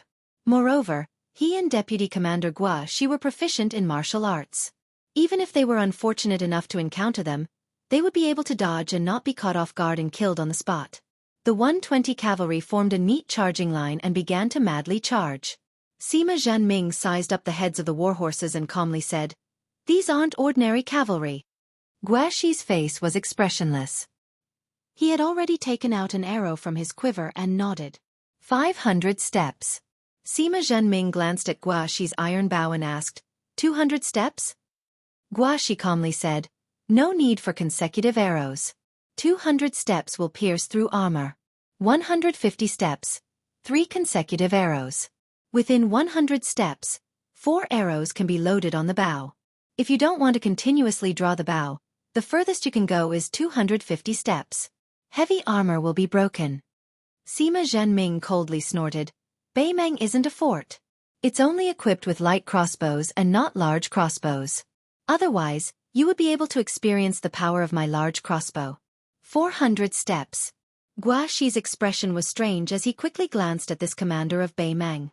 It's not like I haven't experienced the range of an arqueballista in the past. I've seen even more powerful giant crossbows. Guaxi didn't say that the arqueballista wasn't strong. Sima Zhenming was panicking. 300 steps. Guaxi took a deep breath and suddenly raised his bow to gather power. This Shishu remnant had an almost imperceptible smile on his face. 200 steps. Pang. Almost at the same time, from the Deer Tail Ba Feng Sui's cavalry and the watchtower, a loud noise sounded. A tall soldier of the Beimang cavalry shot an arrow. Guaxi's arrow just happened to be the same target as that soldier. Guaxi's head suddenly tilted to the side. An arrow grazed his cheek, leaving behind a deep groove of blood. This deputy commander's ears were ringing. And that Beimang master archer had his head pierced by an arrow and fell off his horse. The distance between the 2 sides was reduced by another 50 steps from the rapid galloping of horse hooves. Guaxi shot 3 consecutive arrows. 2 of the 3 riders at the front had their chests pierced by an arrow. The war horses continued to charge forward, but their corpses flew off the backs of the horses and fell heavily on the yellow sand.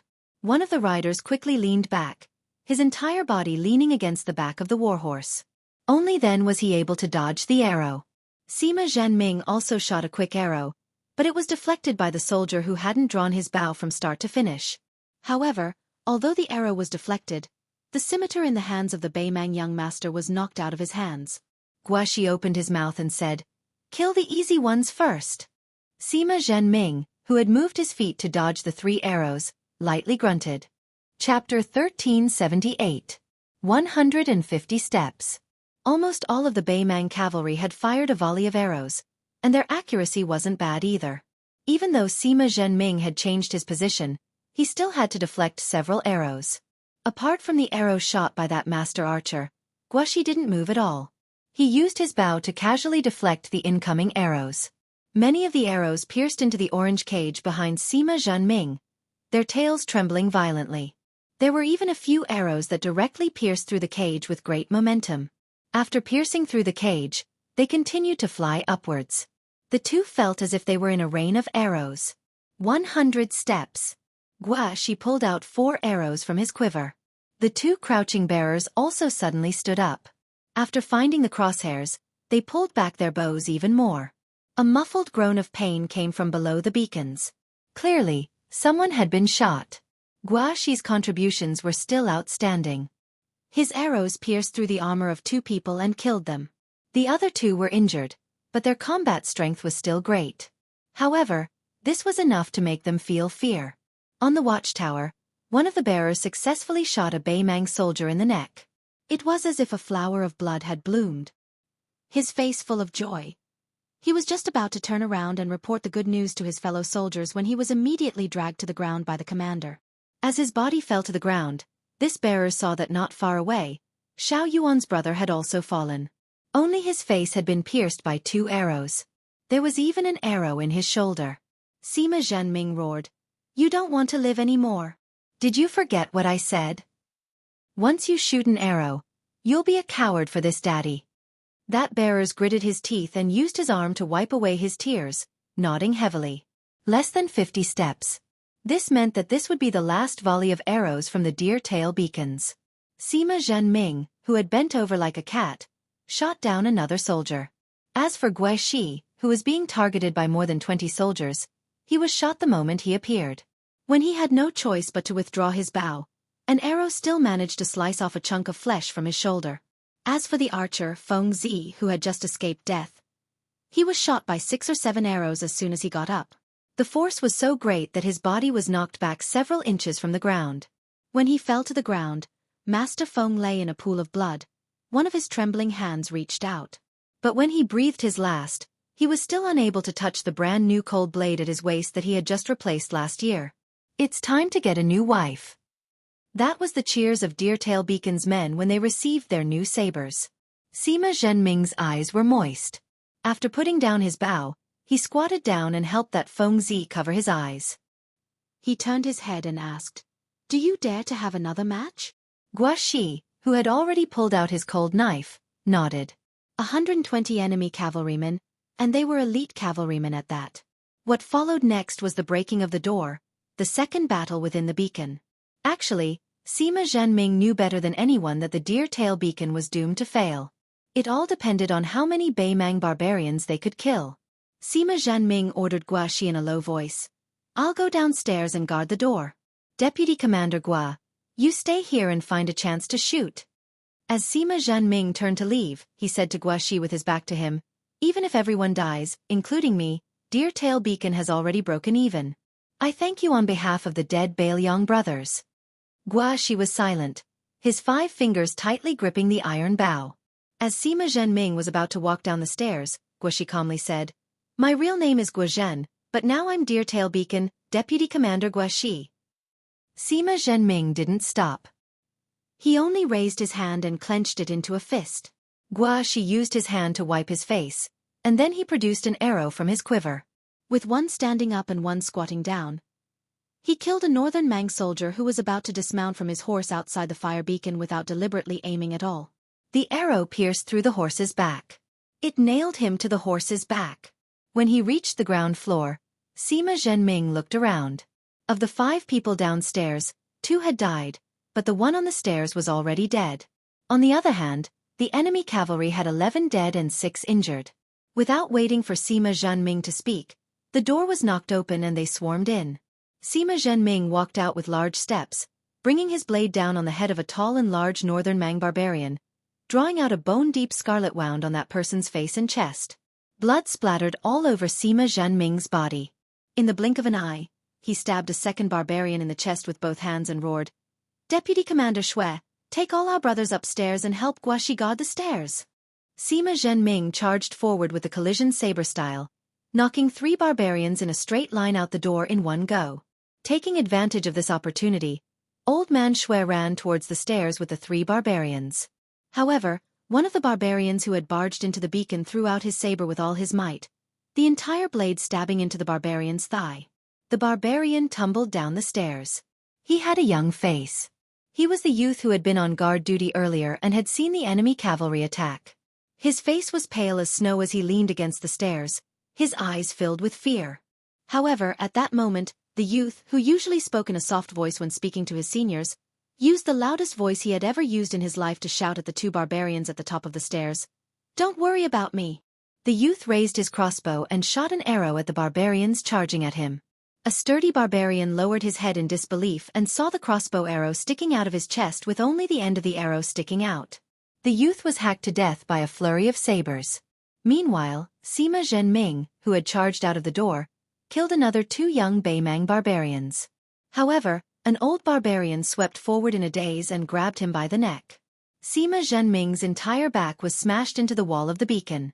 Sima Zhenming, who was bleeding from his 7 orifices, slowly raised the Beiliang saber in his hand, which was still dripping with blood. The old man sneered and twisted his wrist, breaking the neck of the Yuzhou barbarian before throwing him to the left. The corpse was casually hung on a stone tablet by the Beimang's hidden second-rank grandmaster. Chapter 1379. According to Beiliang's example, a stone tablet in front of the beacon was engraved with the names of the 5 soldiers and their equipment.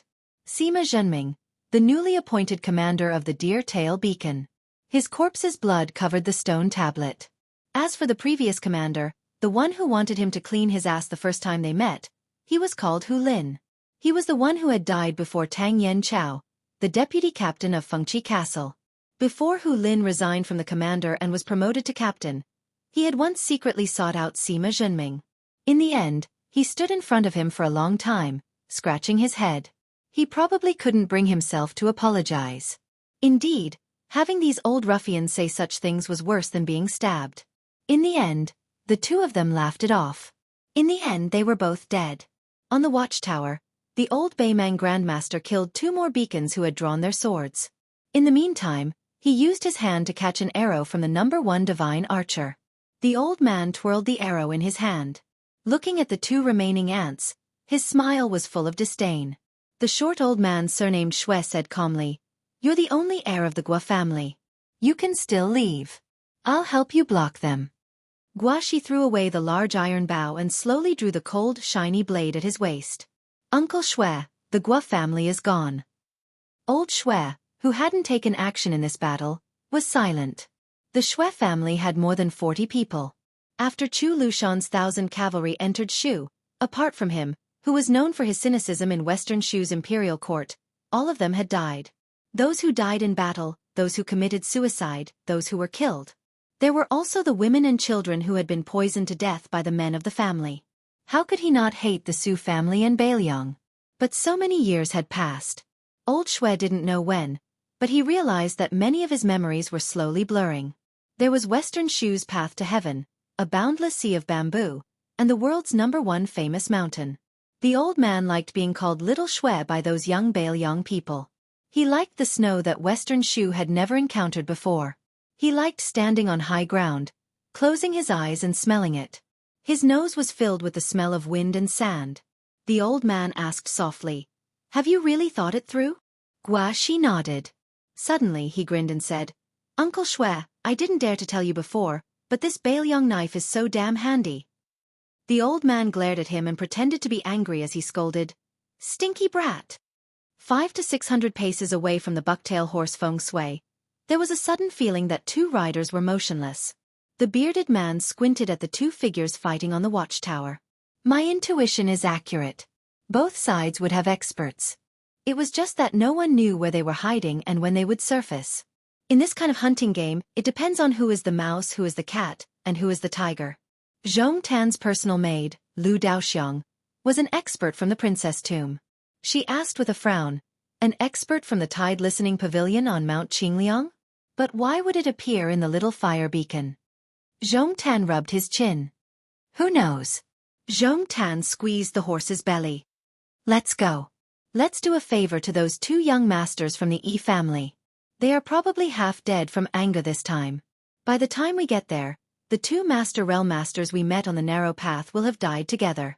When they got close to the bucktail horse Feng Shui, Zhong Tan and the girl jumped off the horse and landed on the watchtower.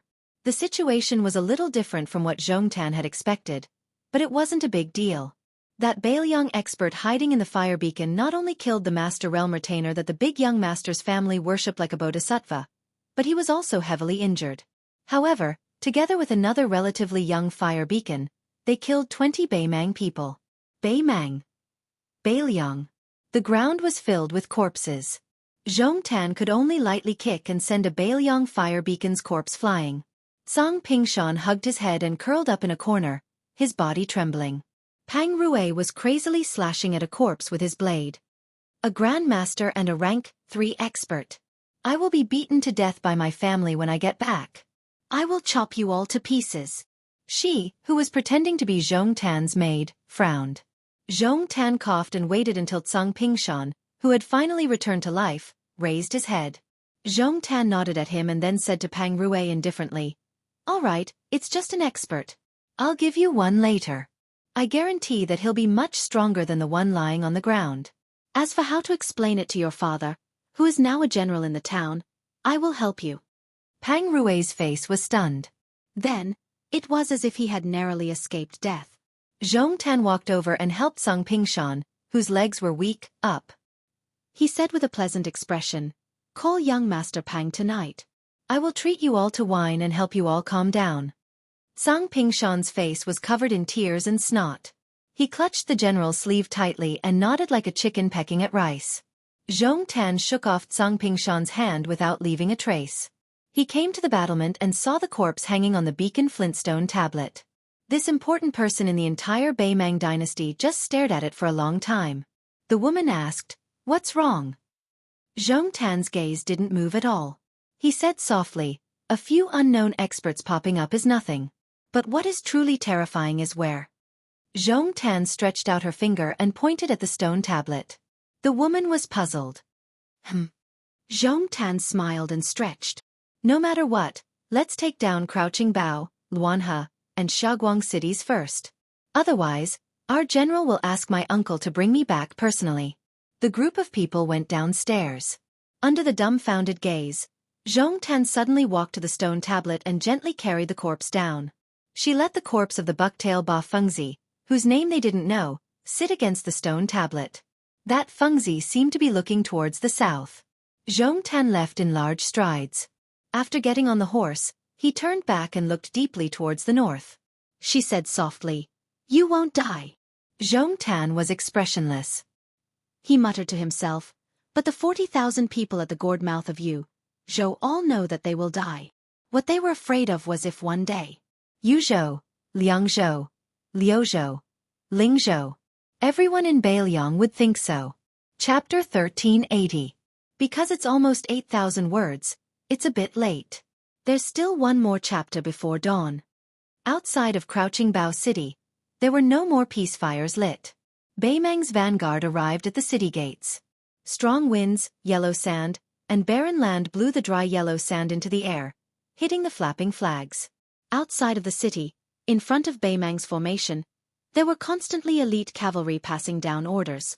On top of Crouching Bao City, large ballistae were ready to fire. All the generals on top of the city wall subconsciously tightened their grip on their blades. A loud and shrill horn suddenly sounded.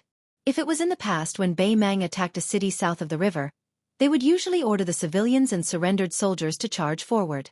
Not only would they fill up the trenches, They would also use up a large amount of arrows from the defending side. At most, they would use the auxiliary troops to push the cart forward, and the cavalry would swarm out. Once they arrived at the city walls, they would fire tens of thousands of arrows at the same time. As long as the defending side's morale was shaken, the Beimang soldiers would be able to crush them in one battle. However, today, when the army arrived at Crouching Bao City, under the command of Northern Mang's great commander Yang Yuanzhan, they displayed a completely different siege style compared to the past 200 years of northern barbarians invading and raiding. At the same time the two flanks of 3,000 cavalry began to charge forward, there was a type of military heavy weapon that rarely appeared in the northwestern border fortress that appeared on a large scale. Catapult carts. Yang Yuanzhan had set up no less than 600 catapults in one night. The largest catapults required 200 people with outstanding strength, and each rock weighed 100 pounds. Not only did the 600 catapults bring a considerable amount of rocks with them when they went down south, they also swept up all the rocks north of Crouching Bao City. At this time, all of the northern Mang soldiers who were biding their time couldn't help but raise their heads, quietly waiting for that spectacular scene. Countless giant boulders would be flung high into the sky, and then smashed into hidden Bao City's walls, or landed on Ring City's military path.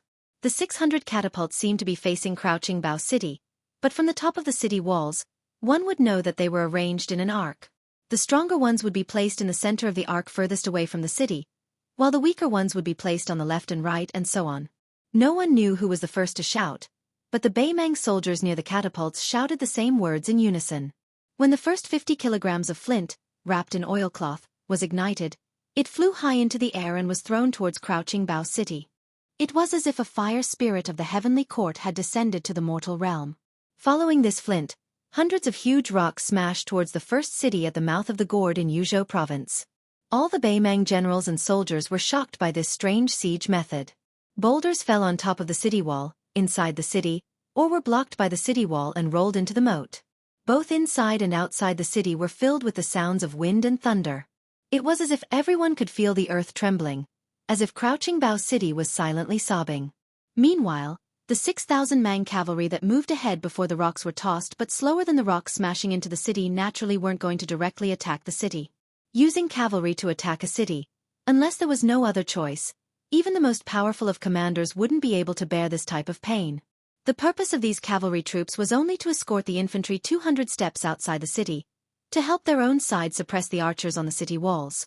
After the cavalry troops on the two wings that had opened up some distance with the infantry, after firing a rain of arrows at the top of the city walls, they no longer continued forward, instead quickly moving diagonally outwards to make room for the cavalry troops behind them. That was why the two cavalry troops were like a flood meeting a reef, but they didn't risk their lives to collide with it, instead scattering to the left and right on their own. When one of the robust cavalry commanders turned around, he gave the city wall a look. On top of the city wall, as one of Yang Yuanzhan's personal commanders, he knew about the existence of the 600 catapult carts. Moreover, he knew about the power of the catapult carts even earlier than normal commanders. Originally, in his opinion, there was no need for the two cavalry troops to protect Crouching Bao City. Under the concentrated bombardment of several hundred boulders, Crouching Bao City's defenders would be scared to the point where they couldn't even raise their heads, allowing the infantry outside the city to push all the way out of the moat. However, during the charge, casualties continuously appeared in front of and behind him. The ballistae on the city walls fired out waves after waves of arrows, among which, two cavalry troops were actually directly penetrated by a giant ballista bolt. The two cavalry corpses were nailed to the ground just like that by the ballista bolts. If one were to say that Bailiang had long heard of the sharpness of the ballista bolts, then the fact that Crouching Bao City's arrows were still raining down in an orderly manner while the boulders were exploding made this commander feel very conflicted. He had personally seen two Yuzhou soldiers being smashed by boulders, yet the nearby archers on the city walls still shot out arrows that were above standard. The commander curled his lips. Were these Yuzhou people really not afraid of death? There was a pile of rotten meat right next to their feet. Under the cover of the boulders and the two flanks of Beimang, the ballista bolts from Crouching Bao City were increasingly concentrated on the attacking infantry of the Beimang army. More and more infantry were pierced through by the ballista bolts, and there were even some unlucky ones who were shot in the chest by a single bolt.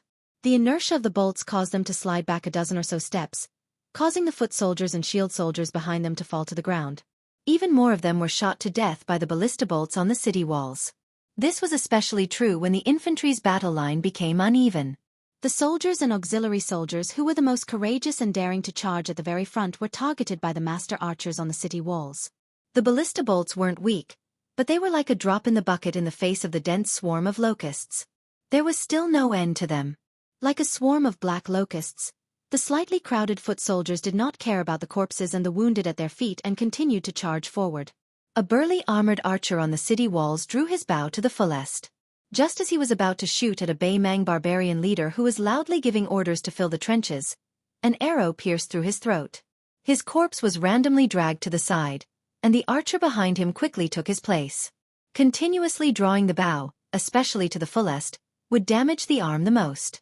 In the Yuzhou army, there were strict military orders regarding the distance between the enemy and the angle of drawing the bow, and when to use the crossbow was deeply ingrained in everyone's hearts. Crossbows followed by crossbows were the unshakable laws of Bailiang. Among them, crossbows first were ballistas, waist crossbows, and pedal crossbows. As one of the 3 cities at the mouth of the gourd in Yuzhou, Sleeping Bao City didn't have as many ballistas as Liangbei's Huta City. However, it wasn't that great General Yan Wenluan didn't have enough ballistas. It was just that the size of Sleeping Bao City limited the number of ballistas. However, in the previous exchange of fire, the Baimang army still suffered heavy casualties. At a glance, there were more than 100 enemy soldiers killed by the ballista bolts. 2 of the Baimang generals who were holding the line were even shot to death by the ballista bolts due to carelessness. Presumably, these 2 Kiliarchs who were already extremely far away from the city walls would die with everlasting regret. After all, their craftsmen from the Southern Dynasty always said that their ballista bolts didn't lose to Bailiang in terms of range and strength. However, when they actually arrived on the battlefield, they discovered that this wasn't the case at all. Under the cover of the rain of arrows from the cavalry on the 2 wings, and even before the Baimang had fired their own ballistas, Sleeping Bao City's ballistas and waist crossbows had already been fired from the top of the city walls. If it weren't for the giant rocks from the catapults suppressing the rain of arrows from the top of the city walls to a certain extent, the soldiers of the Central Army would probably have died near the moat. Dismounting and sieging a city was something Northern Mang's warriors were the worst at to begin with.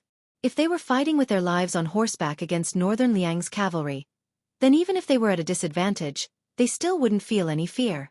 However, without a horse to ride on, this really was a vexing matter. Fortunately, the soldiers in charge of attacking the city this time were all soldiers from the various border towns of the Southern Dynasty.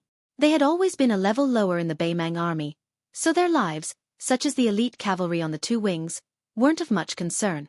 A bearded Baimang general waved his hand, and the 600 catapults began to move forward, preparing for the second volley of rocks.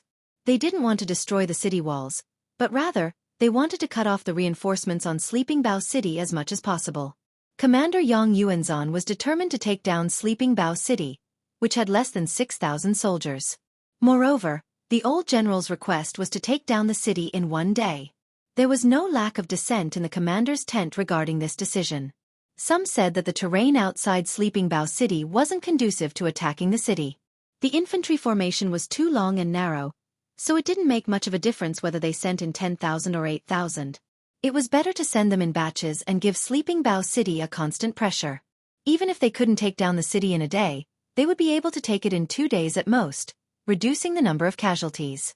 It was the son of the Zhong family, Zhong Tan, who was advancing with the catapults. In front of them were many self-made ballistas from the Southern Dynasty, as well as many scaling ladders and battering logs. There were also many siege towers that had yet to be manned by archers. Zhong Tan raised his hand to cover his forehead. Finally, Sleeping Bao City had no choice but to use light crossbows. Zhong Tan heard the constant stream of reports from the roaming cavalry. All he could hear was cold numbers, how many had died, and how many had been injured. In just an hour, more than 100 cavalry and more than 1,000 infantry had died, and this was before they had even scaled the city walls. They were all dead. All of them had died outside the moats. The furthest they had died was at the foot of Sleeping Bao City's walls. However, Zhong Tan, who could be considered one of the top sons of generals in Baimang, was surprised even by himself. He didn't feel too much emotion. Instead, he began to think of many interesting things, such as when he heard his father, Great General Zhong Shentong, talk about the early spring and autumn war. During the chaotic war between the 9 kingdoms, it was said that Liang had mobilized 60,000 cavalry to attack a majestic city of Dongyue to the south. After 3 days of fierce fighting, they returned without any success. Afterwards, the entire country of Dongyue celebrated, worshipping the general who had defended the country with only 10,000 men as a god. The Dongyue emperor even issued an imperial edict to bestow upon him the title of Grand Tutor. Many years later, the people of Dongyue finally realized that the soul-stirring defeat and victory of 70,000 men had only lost less than 600 men after 3 days of fighting. Chapter 1381. Zhong Tan sighed softly and gazed at the Yuzhou city in the distance. It could be said that it was the old master of Crouching Bao City, who had stripped off the clothes and faces of the 8 kingdoms of spring and autumn step by step. He had turned the warm and affectionate war into a bloody tragedy from beginning to end. The number of deaths in battle grew higher and higher. From thousands to tens of thousands, then tens of thousands, until the Battle of West Rampart where people died every day and soldiers poured in every day. If it was said that Su Xiao had taught the 8 kingdoms of spring and autumn what cavalry warfare was, then could it be said that after Su Xiao's death, he would teach Beimang what it meant to defend a city in the Central Plains? Zhong Tan narrowed his eyes. His infantry had finally begun to scale the city walls. The city walls of Crouching Bao City were like moths and ants. On top of the city walls, rolling stones, smashing logs, and scalding oil rained down. Ladders after ladders were toppled by long hooks. One by one, Beimang soldiers who were scaling the city walls were shot down by a rain of arrows. After they fell, the unfortunate ones who hadn't died yet were trampled to death by the rest of the siege army. The Yuzhou archers and light crossbowmen who were blocking the Beimang soldiers from scaling the city walls were also shot down by the archers on the siege towers that were almost as tall as the city walls. They fell back one after another. In this kind of concentrated shooting, those who were skilled in martial arts and those who weren't were all going to die. The few master archers on top of the city walls who still had strength in their arms were targeted by the archers in the siege towers. They were all shot down like hedgehogs full of arrows. Beimang's siege methods were unscrupulous. When the battle was at a stalemate, they took advantage of every opening and aimed the ballistae at the empty spots on the city walls. They shot out stepping arrows that were no different from large javelins and nailed them into the back of the city walls in a row, helping the Beimang soldiers scale the city walls. As for the Beimang soldiers who climbed up like agile monkeys, they were all brave soldiers that Zhong Tan had carefully selected. As Zhong Tan listened to the frontline military intelligence from the messenger cavalry, he unhurriedly passed down orders one after another to bring them back to the front line. Although this was a deadly siege with a huge price to pay, the siege method wasn't rigid and inflexible. Just like when the defenders changed their guard, Zhong Tan would also order the Chili Arch who had lost soldiers to cross the line to withdraw. As for the exact number of the line, in Zhong Tan's mind, he temporarily set it at 100 casualties at the beginning of the siege. Once the 20 Kiliarchs and their 20,000 soldiers had experienced the first wave of siege, the second wave would increase the number to 150. If they didn't cross the line, even if they were surnamed Yelu or Murong, they would still have to brace themselves and continue. If they crossed the line, no matter how much they wanted to fight to the death, they would have to obediently withdraw. Zhong Tan didn't care how those Kiliarchs and Centurions didn't understand. In fact, he didn't need them to understand at all. After all, he had already asked the Commander-in-Chief Yang Yuanzhan for the right to execute the generals in the front line. Whoever didn't agree with him could use their heads to disobey the military order. Zhong Tan subconsciously reached out his hand to stroke the soft mane on the back of his warhorse. This kind of command method of haggling over every detail as one's own arm was taught to the world by that white-robed general. However, most of the generals who imitated him only scratched the surface but not the essence. Firstly, they couldn't be as familiar with the fighting strength and tenacity of each commandant of the famous academies as that white-robed general. Secondly, the battlefield was constantly changing. If they deliberately pursued perfection in details, it was easy to pick up sesame seeds and throw away watermelons. What's more, the commander-in-chief would be as tired as a dog before the victory was decided. Not to mention the commander-in-chief himself, even the bannermen and messengers would have broken their arms and legs. Zhong Tan believed that he had learned more than scratched the surface, but he hadn't grasped the essence. However, Zhong Tan wasn't in a hurry. He still had to fight Luanhe and Shaoguang City at the mouth of Yuzhou province. Furthermore, these two cities were bigger and had more guards. Zhong Tan's sitting posture was as steady as a rock. Occasionally, he would ask his maidservant Lu Daoxiang for a jug of water to moisten his throat. Otherwise, his throat would have long been smoking. The 20 Kiliarchs of the Middle Corps had all seen the scenery of the city wall at close range. Among them, 2 of them had almost succeeded in standing on the city wall. One of them was stabbed by 7 or 8 iron spears and smashed into a pile of corpses. After getting up, he saw 7 or 8 arrows inserted into the corpses not far from his feet. If he were to smash into these corpses, even if he didn't get pierced through, he definitely wouldn't be able to attack Luanhe City. Another one had just stood on the city wall and had even used his saber to chop off several spear heads. Just as he was about to step in, he was shot in the ribs by a stray arrow at a tricky angle. As he staggered and fell, he was viciously hooked by a flying hook called an iron hook. When the soldiers of Yuzhou province pulled him up, the chilly arch whose back had hit the city wall hurriedly raised his arm and chopped randomly. Only then did he manage to chop off the iron chain.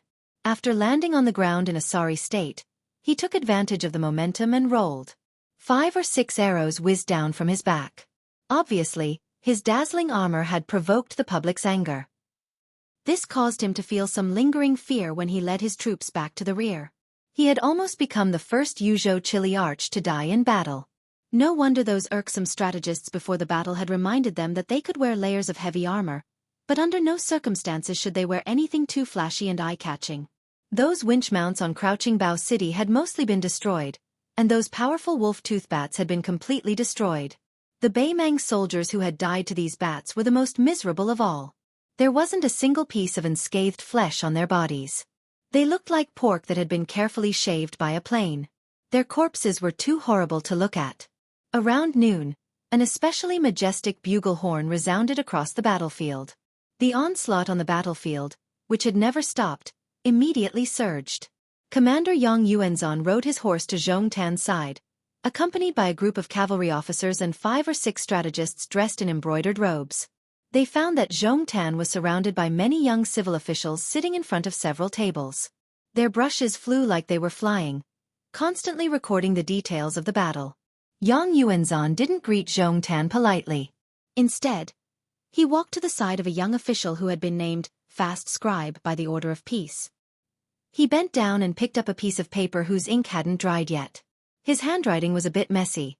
After Crouching Bao City's wooden bats, there are several types of clay and brick bats. Their power is slightly weaker. They destroyed 3 of our army's battering rams with a hardwood iron head. They are more than a chi long and shaped like wolf teeth.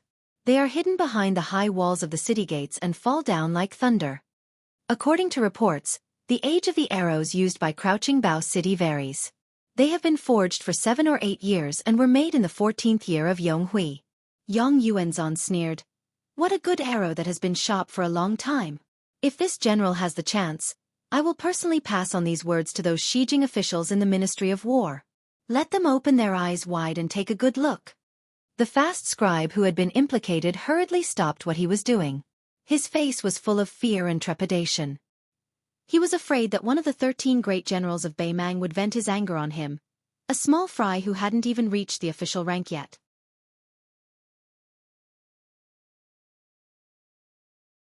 Chapter 1382. Zhong Tan pointed at Crouching Bao City with his horsewhip. Of course, this city can't become Xianxia City, which sat on the fishing platform of the Central Plains for more than a decade. But even if Luanhe and Xiaoguang can't become Xianxia City, what about Yuzhou? Is our Beimang really not going to accept a single soldier? Even if Xianxia City doesn't appear in Yuzhou, what about Liangzhou, which has the most stable defensive line? Are we really going to wipe out Bailiang's 2 million households before we stop? Yang Yuanzhan laughed coldly. Haven't you noticed what kind of people are in charge of the stronghold to the north of Crouching Bao City? How old are the commanders and deputies of Crouching Bao City? After pondering for a bit, Zhong Tan was somewhat enlightened.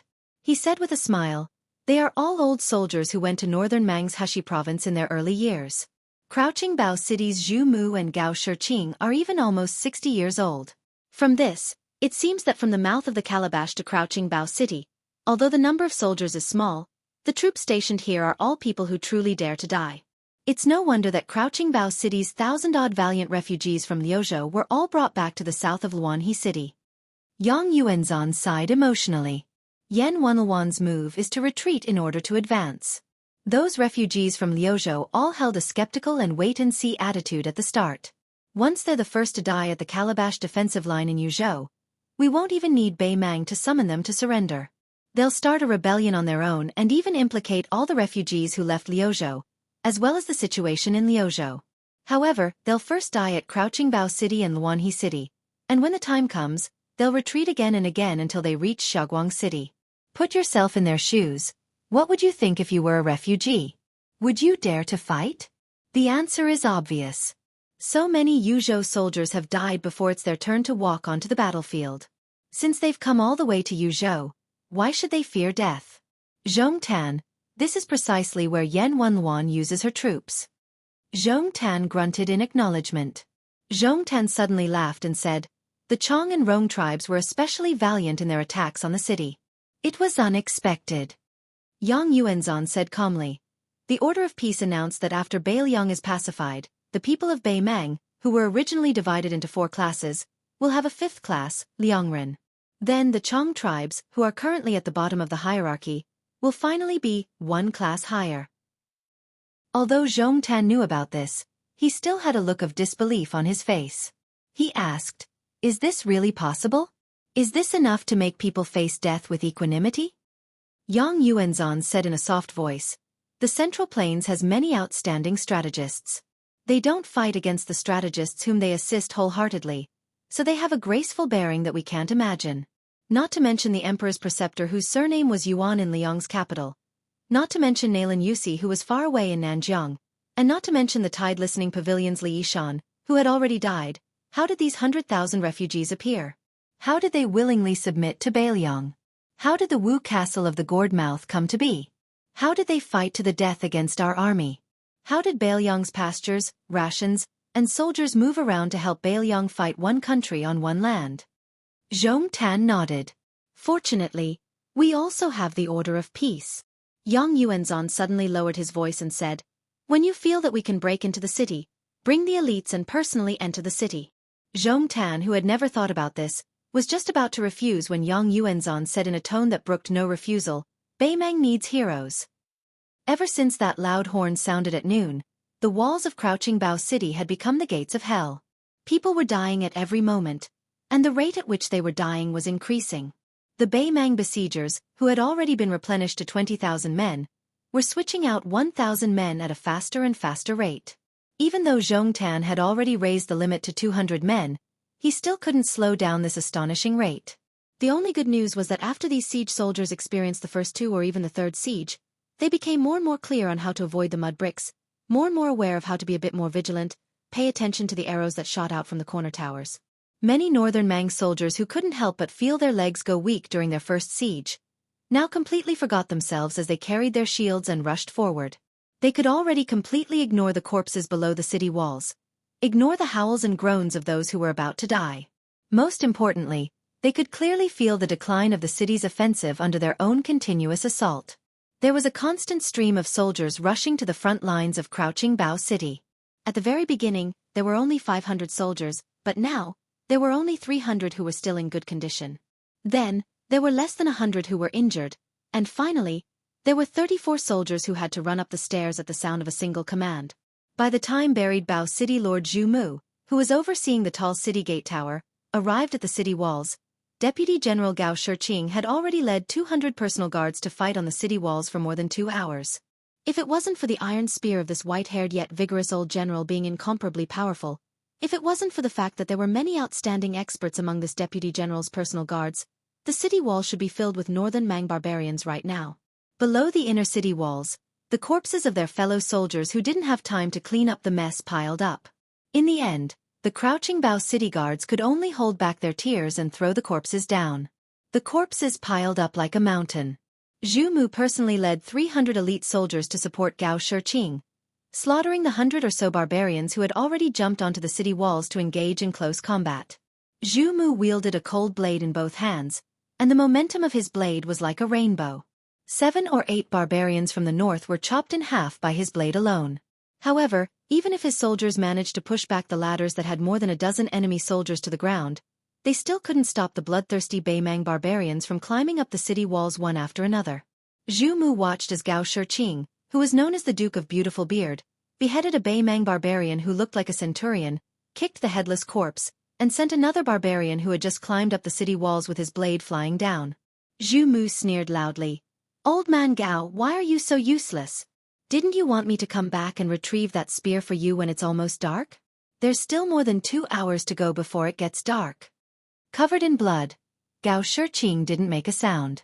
He stabbed a barbarian to death with his spear, then swept his spear across and swept away another barbarian who had jumped down from the top of the city walls.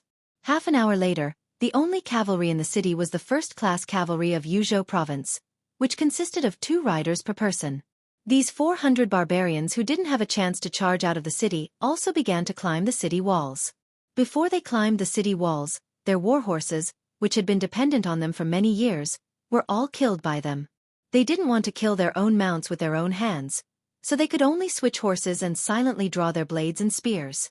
In the dusk, the setting sun was as red as blood. The main general, Zhu Mu, and the deputy general, Gao Shiqing, stood back to back. Zhu Mu, whose armor was in tatters, gasped for breath. His chest had been heavily injured by a blade, and his vision blurred. He shook his head fiercely and asked with difficulty, Old man Gao, I, Zhu Mu, am only willing to die in Crouching Bao City because of the group of disappointing wastrels in my family. They all fled Yuzhou and went to Jiangnan. These past few months, I've been looked down upon by a bunch of old fellows. They almost look at me like I'm a Beimang barbarian. That's why I'm willing to die in Crouching Bao City. So what are you after? Didn't you scold me back then? Why did you take the initiative to switch places with Li Qianfu's nephew? Are you tired of living? Gao Shiqing reached out and pulled out an arrow from his waist. It had broken through his armor but didn't penetrate his bones. He spat out a mouthful of blood. My entire family stayed in Yuzhou. I'm not as greedy as your son and grandson. I live with a clear conscience. Even if I die in the future, I die with a clear conscience. Gao Shiqing doesn't owe anyone anything in this life. In the 2nd year of Yonghui, you saved my life in Beimang's Tangerine province. This time, I'm here to accompany you. Let's call it even. When we're underground, don't call me brother. I, Gao Shiqing, can't afford to lose face when I see the great general. The top of Crouching Bao City's walls were filled with shouts of, kill all the Bailiang bastards. When a group of soldiers far more valiant than the Beimang soldiers who had attacked the city climbed up the walls, Zhu Mu's hands were first chopped off, then his head. Gao Shiqing's back was against the city wall. 5 or 6 iron spears pierced through his body. The old general died while holding a spear. In the night, one of the vanguard general's personal guards stood on top of the city wall and blew the last horn on the battlefield. Regardless of whether it was friend or foe, the nearly 20,000 dead people inside and outside Crouching Bao City were destined not to hear this sound. Zhong Tan, who had contributed